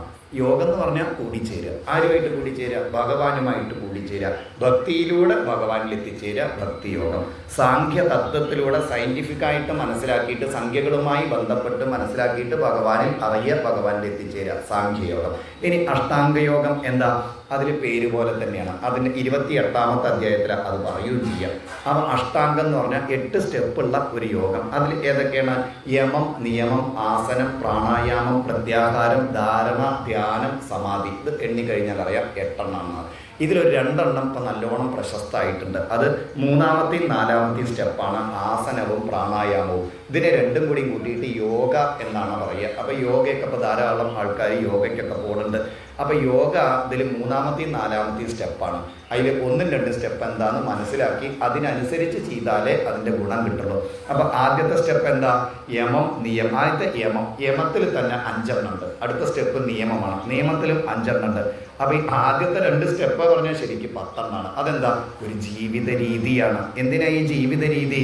ഭഗവാനുമായിട്ട് ഒന്നിച്ച് ചേരാൻ, ഭഗവാന്റെ പാദപത്മങ്ങളിൽ നമ്മുടെ മനസ്സിനെയും നമ്മുടെ ജീവാത്മാവിനെയും എത്തിക്കാൻ വേണ്ടിയിട്ട്. അപ്പോൾ യമത്തിൽ ഏതൊക്കെയാണ്? യമത്തിലെ 5 സ്റ്റെപ്പാണ്. അഹിംസ, സത്യമസ്തേയം, ബ്രഹ്മചര്യം, അപരിഗ്രഹം. എന്താ? അഹിംസ. ഈ യമത്തിലെ ആദ്യത്തെ സ്റ്റെപ്പാണ് അഹിംസ. അഹിംസ എന്ന് പറഞ്ഞാൽ ഒന്നിനെയും ഹിംസിക്കാതിരിക്കുക. ഹിംസ പറഞ്ഞാൽ കൊല്ലുക എന്നല്ല അതിൻ്റെ അർത്ഥം. ആരെയും ദ്രോഹിക്കാതിരിക്കുക. നമുക്കിപ്പോൾ ഒരാളെ നാക്കും കൊണ്ട് ഹിംസിക്കാം. എങ്ങനെ നാക്കും കൊണ്ട് ഹിംസിക്കുക? സത്യസന്ധനായിട്ടുള്ള ഒരാൾ ജീവിതത്തിൽ ഇന്നേ വരെ ഒരു കള്ളത്തരം ചെയ്യാത്ത ഒരാളുടെ വിചാരിക്കുക. അപ്പം നമ്മൾ പറയുകയാണ്, അയാൾ നാളെ ഒരു 50ൻ്റെ നോട്ട് റോട്ടിൽ കിടക്കണ കണ്ടു, പിന്നെ ഇയാൾ അതിനെ പോണതും കണ്ടു, പിന്നെ അത് കണ്ടതുമില്ല. ഒരു കാര്യം, ഇപ്പോൾ അയാളെ കൊന്നു. നമ്മൾ എന്താ കൊന്നത്? അദ്ദേഹത്തിൻ്റെ യശസ്സിനെ നമ്മൾ വധിച്ചു. നമുക്ക് നേരിട്ടറിയോ? നമ്മൾ കണ്ടിട്ടില്ല. പക്ഷെ എന്നാലും ശരി, നമ്മളൊരു ദ്രോഹം ചെയ്തു അദ്ദേഹത്തിന്. എന്തുകൊണ്ടാണ് ദ്രോഹിച്ചത്? നാവും കൊണ്ടാണ് ദ്രോഹിച്ചത്. ഇങ്ങനെ ഒരു ഇന്ദ്രിയത്തെ കൊണ്ടും ഒരാളെയും ഒരു രീതിയിലും ദ്രോഹിക്കാതിരിക്കലാണ് അഹിംസ. അല്ലാതെ കത്തിയെടുത്ത് കൊല്ലൽ മാത്രമല്ല ഹിംസ. ഇങ്ങനെയുള്ള ഒരു ഇന്ദ്രിയം കൊണ്ടും ഒരാളെയും ഒരു കാലത്തും ദ്രോഹിക്കാതിരിക്കുക. അടുത്തത് സത്യമാണ്. സത്യം ഇപ്പോൾ നമ്മൾ പറയേണ്ട കാര്യമൊന്നുമില്ല. പക്ഷേ ഈ സത്യം 2 എണ്ണം ഉണ്ട്. എന്തിൽ വേണം? നാക്കിലും വേണം, കയ്യിലും വേണം, പ്രവൃത്തിയിലും വേണം എന്നാണ്. അല്ലാതെ നാക്കിൽ മാത്രം സത്യം ഉണ്ടായിട്ട് കാര്യമില്ല. ഇവിടെ ഇരുന്നിട്ട് സത്യം ഇതൊക്കെ ഉപദേശിക്കാൻ നല്ല രസമാണ്. ഫാനിൻ്റെ ചോട്ടിൽ ഇങ്ങനെ ഇരുന്നിട്ട് ഇങ്ങനെ പറയാൻ നല്ല രസമാണ്. അത് മാത്രം പോരാ. അത് എന്ത് വേണം? അത് പ്രവൃത്തിയിലും വേണം. നമ്മൾ പൊതുവെ എങ്ങനെയാണ് ഉപദേശിക്കാൻ മുണ്ടക്കന്മാരാണ്. അവനവൻ്റെ കാര്യങ്ങൾ വരുമ്പോൾ ഇതൊക്കെ മാറുന്നതാണ്. വണ്ടിയുടെ പിന്നിൽ എഴുതി വെച്ചിട്ടുണ്ടാവുന്നതാണ്. ഈ വണ്ടിയുടെയൊക്കെ പിന്നിൽ എഴുതി വെച്ചിട്ടില്ലേ, ടൗണിൽ സ്പീഡിൽ ലിമിറ്റ് 35 കിലോമീറ്ററോ എത്രയാച്ചാൽ എഴുതി വെച്ചിട്ടുണ്ടാവും. എന്നിട്ടോ ആ വണ്ടി എങ്ങനെ പോവുക? 70ലോ 100ലോ ഒക്കെയാണ് പോവുക. അതിൻ്റെ അർത്ഥം എന്താ? ഇത് എനിക്ക് ബാധകമല്ല, നിങ്ങൾ അനുസരിച്ചോളും എന്നാണ്. അപ്പം അങ്ങനെയല്ല, വാക്കിലും വേണം, പ്രവൃത്തിയിലും വേണം സത്യം. ഇപ്പം എന്തൊക്കെ? അഹിംസ, സത്യം, അസ്തേയം. മോഷ്ടിക്കാതിരിക്കുക. ഇല്ലെങ്കിലോ അവനവന് അർഹതയില്ലാത്തത് സ്വീകരിക്കാതിരിക്കുക. 10 റുപ്യ കിട്ടിയോ? നല്ലോണം ആലോചിക്കുക. ഇത് എനിക്ക് അർഹതപ്പെട്ടതാണോ? അർഹതപ്പെട്ടതല്ലെങ്കിൽ എന്ത് ചെയ്യരുത്? അത് സ്വീകരിക്കരുത്. അല്ലെങ്കിൽ എന്താ ഉണ്ടാവുക? വന്ന വെള്ളത്തിൻ്റെ ഒപ്പം നിന്ന വെള്ളം പോകുന്നതാണ്. അർഹതയില്ലാത്ത 10 റുപ്യ നമ്മളെടുത്ത് വീട്ടിൽ കൊണ്ടുവച്ചാൽ വീട്ടിൻ്റെ ഉള്ളിലുള്ള 100 ഒന്നിച്ച് വല്ല ആശുപത്രിയിലും കൊണ്ടേ കൊടുക്കേണ്ടിയിരുന്നതാണ്. അപ്പോൾ അത് നല്ലോണം ആലോചിക്കുക. ഇതൊക്കെ ഒരു ജീവിത രീതിയാണ്. എന്തിനതൊക്കെ പറയണത്? ഇതൊക്കെ നല്ല രീതിയിൽ ഇങ്ങനെയൊക്കെ ജീവിച്ചിട്ട് ജീവിതത്തിനെ സഫലമാക്കാൻ വേണ്ടിയിട്ടാണ്. പറ്റാത്ത ഒരു കാര്യവും ഭാഗവതത്തിൽ പറഞ്ഞിട്ടില്ല. അത് ഏതെങ്കിലും പറ്റാത്തതുണ്ടോ? അപ്പം അഹിംസ, സത്യം, അസ്തേയം. അടുത്ത് ബ്രഹ്മചര്യമാണ്. എല്ലാവർക്കും വേണം ബ്രഹ്മചര്യം എന്നാണ് പറഞ്ഞത്. എന്താ ബ്രഹ്മചര്യം എന്ന് പറഞ്ഞാൽ? കല്യാണം കഴിക്കാതിരിക്കലല്ല ബ്രഹ്മചര്യം. ബ്രഹ്മചാരി എന്നൊക്കെ പറഞ്ഞാൽ ബ്രഹ്മം എന്ന് പറഞ്ഞാൽ ഭഗവാൻ. ബ്രഹ്മേതി പരമാത്മേതി ഭഗവാൻ ഇതി ശബ്ദതേ. ബ്രഹ്മം എന്ന് പറഞ്ഞാൽ ഭഗവാൻ. ആ ഭഗവാനിലേക്ക് സഞ്ചരിക്കുക. അത് പറഞ്ഞാൽ എന്താ? ഈശ്വരീയമായിട്ട് നീങ്ങുക, അത്രയേ ഉള്ളൂ. അതിന് കുടുംബമോ കുട്ടികളോ റബ്ബർ തോട്ടമോ ഭാര്യയോ ഒന്നും അതിന് തടസ്സമല്ല. അതൊക്കെ ഇതിനെ അനുകൂലമാക്കുകയാണ് നമ്മൾ വേണ്ടത്. ഇതിൻ്റെ ഇടയിൽ തന്നെ ജീവിക്കേണ്ടത്. അല്ലാതെ എല്ലാവരും പോയിട്ട് എല്ലാം ഉപേക്ഷിക്കാനൊന്നും ഭാഗവതം പറഞ്ഞിട്ടില്ല. കുടുംബത്തിൽ ഇരുന്നു കൊണ്ട് ഇതിൻ്റെയൊക്കെ ഇടയിലിരുന്നിട്ട് ഇതിലൊക്കെ അമിതമായിട്ട് താല്പര്യമില്ലാതെ ഒരു ദിവസം എനിക്കിതൊക്കെ ഉപേക്ഷിച്ച് പോകേണ്ടി വരും, ആ ഭഗവാൻ മാത്രമേ എനിക്ക് രക്ഷയുള്ളൂ എന്നുള്ള രീതിയിൽ ഒരു കൈയും കൊണ്ട് ഭഗവാന്റെ പാദം പിടിക്കുക, മറ്റേ കൈയും കൊണ്ട് ചിരിച്ചുകൊണ്ട് സന്തോഷത്തോടു കൂടിയിട്ട് ഇവിടുത്തെ കാര്യങ്ങളൊക്കെ ചെയ്യുക. വിധിയാവണ്ണം എന്തൊക്കെ അനുഭവിക്കാമെന്നോ അതൊക്കെ അനുഭവിച്ചിട്ട് അവസാനം മനസ്സിലാവണം ഇതെന്നൊക്കെ തറയെ കിട്ടാനുള്ളൂ എന്ന് മനസ്സിലാക്കിയിട്ട് ഒരു വൈരാഗ്യം വരണം എന്നാണ്. അപ്പോൾ അതാണ് ബ്രഹ്മചര്യം, ഭഗവാന്റെ അടുത്തേക്ക് സഞ്ചരിക്കുക. പിന്നെ അടുത്ത് നിയമമാണ്. നിയമം അത് കുറച്ച് നിയമങ്ങൾ തന്നെയാണ്, അതും 5 ശൗചം, സന്തോഷം, തപസ്, സ്വാധ്യായം, ഈശ്വര പ്രണിധാനം. ശൗചം എന്ന് പറഞ്ഞാൽ ശുദ്ധിയാണ്. അതിൽ 2 ഉണ്ട്. എന്തൊക്കെയാണ് 2? ഒന്ന് ശരീരശുദ്ധി, മറ്റൊന്ന് മനഃശുദ്ധി. ശരീരശുദ്ധി നമുക്ക് പറഞ്ഞു, ഏതെങ്കിലും സോപ്പൊക്കെ ഉപയോഗിക്കുകയോ എന്തെങ്കിലുമൊക്കെ ചെയ്തിട്ട് ശരീരത്തിനെ ശുദ്ധമാക്കാം. മനസ്സിനെ അങ്ങനെ ശുദ്ധാക്കാൻ പറ്റില്ല. മനസ്സിലെ അശുദ്ധി എന്താണ്? വിശദമായിട്ട് ഭക്തിയോഗത്തിൽ പറഞ്ഞു. കാമം, ക്രോധം, മതം, മോഹം, മാത്സര്യം തുടങ്ങിയിട്ടുള്ളവയാണ്. അവയെ എന്ത് ചെയ്യാം? അവയെ ഭക്തി കൊണ്ട് കഴുകിക്കളയുക. അപ്പോൾ എന്തായി? മനസ്സ് ശുദ്ധമായി. അപ്പോൾ ശുദ്ധം 2 രീതിയിലാണ്. ശരീരത്തിനും ശുദ്ധമാണ്. അപ്പോൾ ഇവിടെ വന്നിരിക്കുകയാണ്, ആ കിടക്കയെന്ന് അങ്ങനെ ഇങ്ങോട്ട് നീച്ചിട്ട് ഇവിടെ ഇങ്ങോട്ട് വന്നിരുന്നാൽ വല്ല സമാധാനമുള്ള ഒരു കേൾക്കാനും തോന്നില്ല. നേരെ വിളിച്ച് ഒന്ന് കുളിച്ച് ഒരു കുറിയൊക്കെ ഇട്ടിട്ട് ഇവിടെ വന്നിരുന്നാൽ എന്താ ഉണ്ടാവുക? ശരീരശുദ്ധിയോടുകൂടി വന്നിരുന്നാൽ കുറച്ചും കൂടി നമുക്കത് എളുപ്പത്തിൽ ഇതൊക്കെ മനസ്സിലാക്കാനും ഉൾക്കൊള്ളാനും ഒക്കെ സാധിക്കും. അപ്പോൾ 2 വേണമെന്നാണ്. പിന്നെ അടുത്തത് സന്തോഷം. സന്തോഷം എന്ന് പറഞ്ഞാൽ സന്തോഷം കേനച്ച എന്താ കിട്ടിയച്ചാൽ അതിൽ സന്തോഷിക്കുക.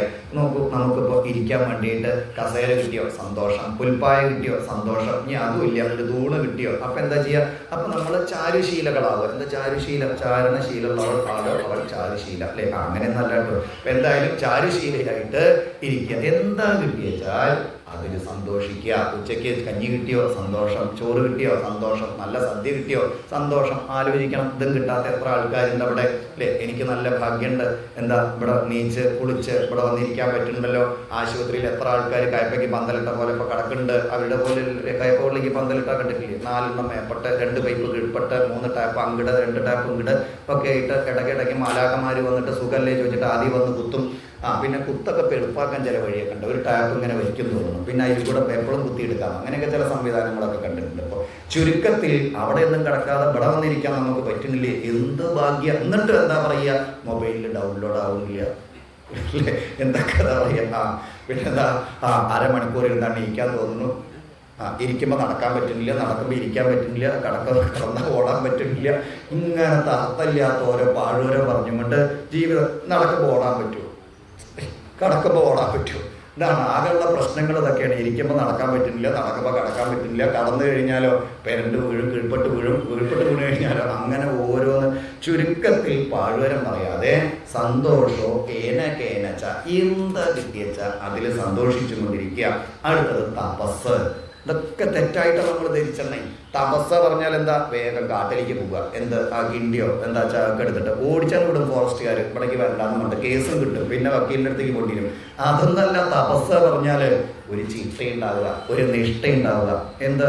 ഈശ്വര ആരാധനയ്ക്ക് ഒരു ചിട്ടയുണ്ടാവുക, ഒരു നിഷ്ഠയുണ്ടാവുക. നമുക്കുണ്ട് നിഷ്ഠ അല്ലേ? രാവിലെ 5 കിലോ മൂക്കുപൊടി വരിക്കും, പിന്നെ നാളെയും വരിക്കും. ഇന്ന് പറ്റിയിട്ടില്ലെങ്കിൽ നാളെ 10 കിലോ ഒന്നിച്ച് വരിക്കും. ഇപ്പം മൂക്കുപൊടിയൊന്നും ഇപ്പോൾ പറയാൻ പാടില്ല കേട്ടോ. അപ്പോൾ അതൊക്കെ ഔട്ട് ഓഫ് ഫാഷനായി. പണ്ടത്തെ വലിയ ഇതൊക്കെയായിരുന്നു ചീത്ത സ്വഭാവം, മൂക്കുപൊടി വലിക്കല്, മുറുക്കല്. അപ്പോൾ അതൊക്കെ പോയിട്ട് വേറെ കുറേ മരുന്നുകളല്ലേ. ഇപ്പം അതിലും മരുന്ന് കൂടിയല്ലോ. അപ്പോൾ ഇതൊക്കെ ബീഡി വലി ഇതൊന്നും അത്ര വലിയ കുഴപ്പമില്ല തോന്നുന്നു. ഇപ്പം ഇതൊക്കെയാണ് പുതിയ സാധനങ്ങൾ. പേപ്പർ വായിക്കുന്നവർക്കൊക്കെ അറിയാം.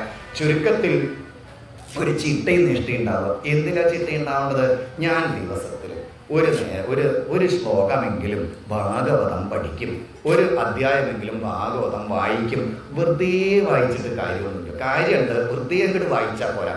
ആദ്യം കുറച്ച് കാലമൊക്കെ വെറുതെ അങ്ങോട്ട് വായിക്കുക. പിന്നെ എന്ത് ചെയ്യുക? ഈ വായിക്കണത് എന്താണെന്ന് ചെറിയൊരു അർത്ഥബോധം അറിയാൻ വേണ്ടിയിട്ട് ശ്രമിക്കണം. അല്ലാതെ രാമായണം മൊത്തം വായിച്ചു എന്നിട്ട് രാമനക്ക് എപ്പടി സീത ചോദിച്ചു ഒരാൾ, രാമൻ്റെ ആരായിട്ട് വരും സീത എന്ന് ചോദിച്ചു. അപ്പം അങ്ങനെ അങ്ങോട്ട് വായിക്കരുത്. എങ്ങനെ വായിക്കണം? ആദ്യം വേണ്ടത് വായിക്കുക തന്നെ വേണ്ട. തെറ്റുകൂടാതെ വായിക്കാൻ പഠിക്കുക. തെറ്റിക്കോട്ടെ, ഒരു കുഴപ്പമില്ല. ഭാഗവത്തിൽ തന്നെ പറഞ്ഞിട്ടുണ്ട്, സവാഗ്യു സർഗോ ജനദാഘ സംപ്ലവോ യസ്മിൻ പ്രതിശ്ലോകമബദ്ധവത്യഭി. തെറ്റില്ല, അതൊന്നും വായിക്കാൻ പഠിക്കാൻ നല്ല ബുദ്ധിമുട്ടാണ്. അപ്പോൾ കുറച്ച് കഴിഞ്ഞാൽ നമുക്ക് മനസ്സിലാവും ഇതിൽ പറഞ്ഞത് ഇന്ന കാര്യങ്ങളാണ്. അങ്ങനെ അർത്ഥബോധത്തോടുകൂടി ഭഗവത്ഗീതയിലെ ഒരു ശ്ലോകമെങ്കിലും ഞാനൊരു ദിവസം പഠിക്കും. എത്ര രൂപ വിലയുണ്ടെന്നറിയോ ഭഗവത്ഗീതയ്ക്ക്? ഗീതാ പ്രസ്സുകാർ ഭഗവത്ഗീത എങ്ങനെയെങ്കിലും നാട്ടുകാർ മേടിച്ചിട്ട് വായിച്ചോട്ടെ എന്നും പറഞ്ഞുകൊണ്ട് ഗീതാ പ്രസ്സുകാർ ഇറക്കിയിട്ടുണ്ട്. ഏകദേശം അതിന് 1000 പൈസയാണ് അതിൻ്റെ വില. എത്രയാണ്? 1000 പൈസ. അപ്പോൾ എത്ര ഉണ്ടാവും? ആലോചിച്ചാൽ മതി, വീട്ടിൽ പോയിട്ട് ആലോചിച്ചാൽ മതി. 1000 പൈസ 10 റുപ്യ ഉണ്ടാവും.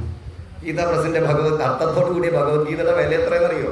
10 റുപ്യ. എത്ര റുപ്യ ഏതൊക്കെ ആശുപത്രി കൊണ്ടേ കൊടുക്കണം? ഒന്ന് അർത്ഥത്തോടു കൂടി ഒന്ന് മേടിച്ചു വയ്ക്കാം. ഭാഗവതം ഇറക്കുന്നുണ്ട്. ഉത്തർപ്രദേശിൽ ഒരു ഗോരഖ്പൂരിലുള്ളൊരു പ്രസ്സുകാരാണ് ഗീതാ പ്രസ്. ഇത് എങ്ങനെയെങ്കിലും നാട്ടുകാർ വായിച്ച് നേരെ ആവട്ടെ എന്ന് വിചാരിച്ചിട്ട് ഭഗവത്ഗീത 10 രൂപ, പിന്നെ 30 രൂപയുടെ ഉണ്ട് അർത്ഥത്തോടു കൂടിയത്, ചുരുങ്ങിയ വിലയ്ക്കാണ്. അതുപോലെ ഗുരുവായൂർ ദേവസ്വത്തിൻ്റെ ഭാഗവതം 300 രൂപയുണ്ട്. അതൊന്ന് അർത്ഥത്തോടു കൂടിയിട്ട് പഠിക്കണമെന്ന് വിചാരിക്കുക, 500 രൂപയുള്ളൂ. ഒരുപാട് വ്യാഖ്യാനം, ഒരുപാട് ഇപ്പം ലൈൻ ബൈ ലൈനായിട്ട് പഠിക്കണം എന്ന് വിചാരിക്കുക, 8 ബുക്കായിട്ട് ഇറക്കുന്നുണ്ട്. അതിന് 1000 എത്രയെന്ന് അറിയില്ല, മുമ്പ് 800 ഉണ്ടായിരുന്നു, ഇപ്പം അതിൻ്റെ ഇരട്ടിയായിട്ടുള്ളത് പരമാവധി. അപ്പം അങ്ങനെ ഇഷ്ടം പോലെ കിട്ടാണ്ട് ഇത് ഏതെങ്കിലും ഒന്ന് മേടിക്കുക. എത്ര രൂപ മറ്റ് പ്രസിദ്ധീകരണങ്ങൾക്ക് വേണ്ടിയിട്ട് എന്തൊക്കെ പ്രസിദ്ധീകരണങ്ങളാണ് നമ്മൾ വരുത്തിക്കൊണ്ടിരിക്കുന്നത്. എന്നിട്ട് ഇത് വല്ലതും വായിക്കും. ചുരുക്കത്തിൽ ഒരു തപസ്സുണ്ടാവുക പറഞ്ഞാൽ ഒരു ചിട്ടയുണ്ടാവുക, ഒരു നിഷ്ഠയുണ്ടാവുക, ഒരു കൃത്യത ഉണ്ടാവുക. എന്ത് കാര്യത്തിൽ? ഈശ്വരാരാധനയിൽ. ഞാൻ അടുത്തുള്ള ക്ഷേത്രത്തിൽ വൈകുന്നേരം ഒന്ന് വരും. ഇനിയിപ്പോൾ ദിവസേന പറ്റിയില്ല വിചാരിക്കുക, ആഴ്ചയിൽ ഒരു ദിവസം വരും. ഇനിയിപ്പോൾ അപ്പളും പറ്റിയില്ല എന്ന് വിചാരിക്കുക, ഇനി പറ്റാതിരിക്കണ്ട അല്ലേ, ജന്മത്തിൽ പ്രാവശ്യം വരും, അത്രയ്ക്ക് പോകണ്ട. അപ്പോൾ എന്തായാലും ചുരുക്കത്തിൽ അങ്ങനെ ഒരു ചിട്ട ഉണ്ടാവുക. അത് എന്തിൽ? നേരത്തെ പറഞ്ഞ കാര്യങ്ങളിലല്ല, തപസ് ഉണ്ടാവുക ഈ കാര്യങ്ങളിൽ. ഇനി അടുത്തത് പറഞ്ഞാൽ എന്താ? സ്വാധ്യായം. തപസ് പറഞ്ഞാൽ കാട്ടുപൂവല്ല, ഈശ്വര ആരാധനയിൽ ഒരു കൃത്യത ഉണ്ടാവുക, ഒരു ടൈം ടേബിൾ ഉണ്ടാവുക. അതിപ്പോൾ നട്ടപാതിരിക്ക് പറ്റിയിട്ടുണ്ടെങ്കിൽ അപ്പോൾ ഒരധ്യായം അർത്ഥബോധത്തോട് കൂടിയിട്ട് വായിക്കാൻ പറ്റുമോ? ഒരു ശ്ലോകം പഠിച്ചാൽ മതി, അത് പഠിക്കാൻ പറ്റുമോ എന്ന് ആലോചിക്കുക. അപ്പോൾ ഭാഗവതത്തിൻ്റെയൊക്കെ ഒരു പ്രത്യേകത, ഒരു 4-5 അധ്യായം കൂടി ഇതുപോലെയാണ് മനസ്സിലാക്കിയാൽ പിന്നെ മനസ്സിലാവും ബാക്കിയുള്ളതൊക്കെ അതുപോലെ തന്നെയാണെന്ന്. അങ്ങനെ പഠിക്കൊന്നും വേണ്ട, മുഴുവനായിട്ട് എവിടെയെങ്കിലുമൊക്കെ കുറച്ച് പഠിച്ചാൽ തന്നെ കാര്യങ്ങൾ മനസ്സിലാവും. പോട്ടെ, ഇനി അടുത്തത് സ്വാധ്യായമാണ്. സ്വാധ്യായം എന്ന് പറഞ്ഞാൽ ഋഷീശ്വരന്മാർ നമ്മൾ നന്നായിക്കോട്ടെ എന്ന് വിചാരിച്ചിട്ട് ഇത്തരം കാര്യങ്ങളൊക്കെ എഴുതി വെച്ചിട്ടുണ്ട്. അപ്പോൾ അത് എന്ത് ചെയ്യുക? അത് പഠിക്കുക. എന്നിട്ട് എന്ത് വേണം? പറ്റുമെങ്കിൽ അത് മറ്റുള്ളവർക്ക് പറഞ്ഞു കൊടുക്കുക. അപ്പോൾ അതാണ് സ്വാധ്യായം. അതിന് ഋഷി യജ്ഞം എന്നും പറയും. ഈ ഋഷീശ്വരന്മാർ വളരെ കഷ്ടപ്പെട്ടിട്ട് അതൊക്കെ എഴുതിയിട്ടുള്ളതേ. നമ്മുടെ സ്വത്താണതേ, അല്ല നമ്മുടെ ആധാരം ഇത് മാത്രമല്ല നമ്മുടെ സ്വത്ത്. നമ്മുടെ ഋഷീശ്വരന്മാർക്ക് നമുക്ക് പകർന്നു തന്നിട്ടുള്ളതാണ്. അവർ വെറുതെ അങ്ങോട്ട് പറയല്ല, അവർ അനുഭവിച്ച് കണ്ടെത്തിയ കാര്യങ്ങളാണ്. അത് പഠിക്കണം, പഠിപ്പിക്കണം പറ്റുമെങ്കിൽ. ഇല്ലെങ്കിൽ അവനവനെങ്കിലും പഠിക്കുക. ഇല്ലെങ്കിൽ എന്താണെന്നറിയോ? ഒരു കടമ്പട ബാക്കിയാവും എന്ന് പറയുക. ഋഷി കടം ബാക്കിയാവും. ഋഷി കടം ബാക്കിയായിട്ട് മരിച്ചു പോകാൻ പാടില്ല. മരിച്ചു പോയാൽ എന്താ ഉണ്ടാവുക വെച്ചാൽ ഈ കടം വിട്ടാൽ പിന്നെയും വരേണ്ടി ഇത്ര ഇവിടെ. നമ്മുടെ ബാലൻസ് ഷീറ്റ് കടം വെട്ടിയിട്ട് വേണം ഇവിടുന്ന് പോകാൻ എന്നാ പറയുക. അപ്പോൾ ഇത് പറയുമ്പോഴേക്കും ദശമസ്കം ഉണ്ടാവും. എന്താ? നമ്മുടെ മനസ്സിനെ ഇങ്ങനെ ഉയർത്തി കൊണ്ടുവരികയാണ്. അവിടെ പറയും 3 കടങ്ങളുണ്ട്. ഈ 3 കടം വീട്ടാതെ ഇവിടുന്ന് മരിച്ചു പോയി കഴിഞ്ഞാൽ ആ കടം വീട്ടാൻ പിന്നെയും കിടന്ന വരണം എന്നാണ്. അതിൽ ഒരു കടമാണ് ഋഷികടം, മറ്റൊരു കടമാണ് പിതൃകടം. നമ്മുടെ അച്ഛനും അമ്മയും മുത്തച്ഛനും ഒക്കെ ഒരുപാട് കഷ്ടപ്പെട്ടിട്ട് അതൊക്കെ സമ്പാദിച്ചു തന്നിട്ടുള്ളത്. ഇപ്പം ഇരിക്കണത് അവർ പാവങ്ങൾ തോർത്തം കൊണ്ട് കൊടുത്തിട്ട് ഒരു പരിപ്പുവടയും കൂടിയും കഴിക്കാതെ ഭക്ഷണം കഴിക്കേണ്ട സമയത്ത് കഞ്ഞിടമുള്ള ഉപ്പിട്ട് കുടിച്ചിട്ട് ഒക്കെ എൻ്റെ മക്കളൊക്കെ ഇരിക്കട്ടെ എന്ന് പറഞ്ഞിട്ടേ എടുത്തു വെച്ചതാണ്. അപ്പം അവരോടൊരു കടമുണ്ട്. അവരോടുള്ള കടം എങ്ങനെ വീട്ടുക? നമ്മൾ അവരുടെ ഓർമ്മ ദിവസങ്ങളിലൊക്കെ അവരെയൊക്കെ ഓർമ്മിച്ചിട്ട് ദാനധർമാദികൾ ചെയ്യുക. നമ്മുടെ മക്കളെയും കുട്ടികളെയും പേരക്കുട്ടികളൊക്കെ ലോകത്തിന് ഉപകാരപ്രദമായ രീതിയിൽ വളർത്തുക. അപ്പോൾ അവരോടുള്ള കടം വീടുന്ന പറയുക. അതെങ്ങനെ നേരെ വീടുക? അതെങ്ങനെ വീടുക എന്നാണെങ്കിൽ, ഒരു കുട്ടി ഒരു നല്ല കാര്യം ചെയ്തു എന്ന് വിചാരിക്കുക. അപ്പം എന്താ പറയുക? നമ്മൾ ആ കുട്ടി അത് ചെയ്യിട്ടു, അത് ഇന്ന ആളുടെ പേരക്കുട്ടിയല്ലേ, ഇല്ലെങ്കിൽ ഇന്ന ആളുടെ മകനല്ലേ പറയും. അപ്പോൾ അവർക്ക് നന്മയാണ്, അവരുടെ പേരും യശസ്സും ഒക്കെ ഉയരുന്നതാണ്. പിന്നെ അവരോടുള്ള കട അങ്ങനെ വീട്ടുക. നമ്മളും നമ്മുടെ മക്കളൊക്കെ സൽക്കർമ്മങ്ങൾ ചെയ്തുകൊണ്ട് ലോകത്തിന് ഉപകാരം ചെയ്യുക. അവരുടെ ഓർമ്മയ്ക്കായിട്ട് ദാനധർമാദികൾ ചെയ്യുക. ഇത് മറ്റന്നാ ഈ സമയത്ത് ഇത് പറയും എങ്ങനെ അവിടെ ജീവിക്കണം എന്നുള്ള ഗൃഹസ്ഥാശ്രമ ധർമ്മത്തിൽ ഇത് കുറച്ചും കൂടി ഭംഗിയായിട്ട് പറയും. അപ്പം ചുരുക്കത്തിൽ സ്വാധ്യായം, ഋഷീശ്വരന്മാർ എഴുതിയിട്ടുള്ള ഇത്തരം കാര്യങ്ങൾ കുറേശ്ശെയൊക്കെ പഠിപ്പിക്കുക. ഇതാണ് ഇങ്ങനെ 2 സ്റ്റെപ്പായിട്ടേ ഉള്ളൂ.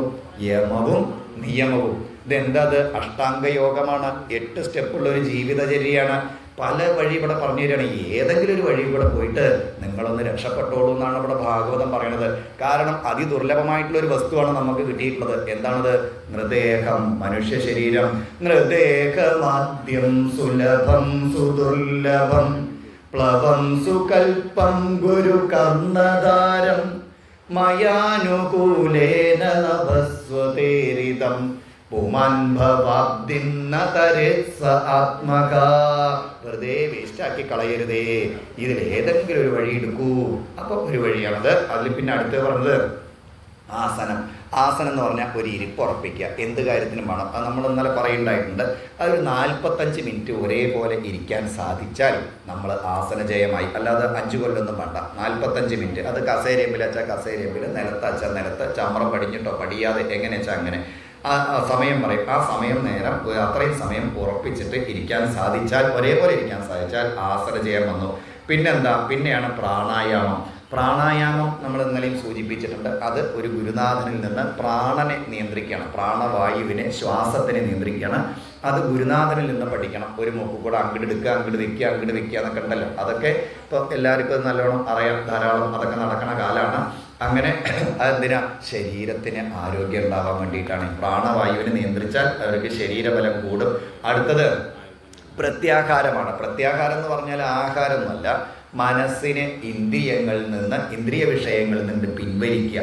അപ്പോൾ ഓരോ വിഷയങ്ങൾ കാണുമ്പോൾ ഓർമ്മ വേണം, ഇതൊക്കെ മാത്രം വേണ്ടതൊന്നുമല്ല, ഇതൊക്കെ വിഷമാണെന്ന് മനസ്സിലാക്കിയിട്ട് ഇങ്ങോട്ട് പിൻവലിച്ചിട്ട് ഭഗവാന്റെ അടുത്തേക്ക്, പിൻവലിച്ചാൽ മാത്രം പോരാ, ഭഗവാന്റെ അടുത്തേക്ക് തിരിച്ചു വിടും വേണമെന്നാണ്. പിന്നെ അടുത്തത് ധാരണയാണ്. ധാരണ പറഞ്ഞാൽ മനസ്സിനെ ഒരു നിശ്ചലമാക്കലാണ്, ഒന്ന് ഒതുക്കി നിർത്തുക. അടുത്തത് ധ്യാനമാണ്. ഇതൊക്കെ എന്താ? മൊത്തത്തിൽ ഭാഗവതായാലും നമ്മുടെ ശാസ്ത്രങ്ങളൊക്കെ ഒക്കെ പറയാനുള്ളത് എന്താ? മനസ്സിനെ സംസ്കരിച്ചിട്ട് ഭഗവാന്റെ പാദങ്ങളിലേക്ക് എത്തിക്കുക. അതിന് എന്താ അടുത്ത വഴി? ഇങ്ങനെ ആയിക്കഴിഞ്ഞാൽ അടുത്തത് ധ്യാനമാണ് പറയുക. അടുത്ത സ്റ്റെപ്പ് ധ്യാനം എന്ന് പറഞ്ഞാൽ ഭഗവാനെ മനസ്സിന്റെ ഉള്ളിൽ, ഹൃദയത്തിൽ ഇങ്ങനെ കാണുക. അപ്പൊ അത് എങ്ങനെ കാണാം? എങ്ങനെ വേണമെങ്കിലും കാണാം. ഇവിടെ പറയുക സ്വരൂപത്തിലുള്ള ഒരു ധ്യാനത്തിനെ കുറിച്ചാണ്. ഭഗവാന്റെ രൂപത്തിനെ മനസ്സിലിങ്ങനെ ഉറപ്പിക്കുക. അത് 10 കൊല്ലമൊന്നും വേണ്ട, അതിനൊക്കെ സമയം പറയും. അപ്പോൾ അത് എങ്ങനെ ഓർമ്മിക്കും? ഓരോരോ രൂപം ഉണ്ടല്ലോ. ഇവിടെ ഭഗവാന്റെ പാദാദികേശമായിട്ടുള്ള ഒരു രൂപത്തിനെ കുറിച്ച് മനോഹരമായിട്ട് പറയുകയാണ്. ധ്യാനത്തിനെ കുറിച്ച് ഇവിടെ എന്താ? പാദം മുതലാണ് തുടങ്ങുക. അത് ഇവിടെ സാഖ്യയോഗവുമായി ബന്ധപ്പെട്ട് പറയുമ്പോണ്ടാണ് പാദം മുതൽ തുടങ്ങുന്നത്. ഭക്തിയോഗവുമായി ബന്ധപ്പെട്ട് പറയുകയാണെങ്കിൽ അത് മേലെ നിന്നാ തുടങ്ങാം. മുഖം മുതൽ കേശാദിപാദമാണ് ഇവിടെ പാദാദികേശം. അതെങ്ങനെയാണ്? സഞ്ചിന്തയേ ഭഗവത ചരണാരവിന്ദം വജ്രാങ്കുശധ്വജ സരോരുകലാഞ്ജനാഢ്യം ഉത്തുംഗരക്തവിലസന്നഖ ചക്രവാള ജ്യോത്സ്നാഭിരാഗതമഹ ഹൃദയാന്ധകാരം. അല്ലയോ ഭഗവാനെ, എൻ്റെ ഹൃദയത്തിൻ്റെ അന്ധകാരം ഇല്ലാതാക്കുന്ന അങ്ങയുടെ ആ പാദപത്മങ്ങള് സഞ്ചിന്തയേ ഭഗവത ചരണാരവിന്ദം. അതിമനോഹരമായിട്ട് ഞാനിതാ ചിന്തിക്കുകയാണ്, മനസ്സിലുറപ്പിക്കുകയാണ്. പാദചിഹ്നങ്ങൾ ഓരോന്നോരോന്നായിട്ട് ആ നഖമണി ചന്ദ്രിക, ഓരോ കാൽനഖവും എങ്ങനെയാണ് ചന്ദ്രനെ പോലെ പ്രകാശിക്കുന്ന കാൽനഖങ്ങളോട് കൂടിയിട്ടുള്ള ആ ഭഗവാന്റെ പാദപത്മങ്ങൾ, അതിൽ നിന്നുള്ള പാദതീർത്ഥങ്ങൾ, അതുപോലെ തന്നെ ഭഗവാന്റെ മനോഹരമായിട്ടുള്ള മാറിടം, കൈകള്, വനമാല അണിഞ്ഞിട്ടുള്ള ആ കഴുത്ത്, അത് അതിമനോഹരമായിട്ടുള്ള ഭക്തന്മാരെ കാണുമ്പോൾ അനുകമ്പ, ദയ, ഇതൊക്കെ ഇങ്ങനെ വാരി വിതറിയിട്ട് നിൽക്കുന്ന ആ മനോഹരമായിട്ടുള്ള ആ മുഖം.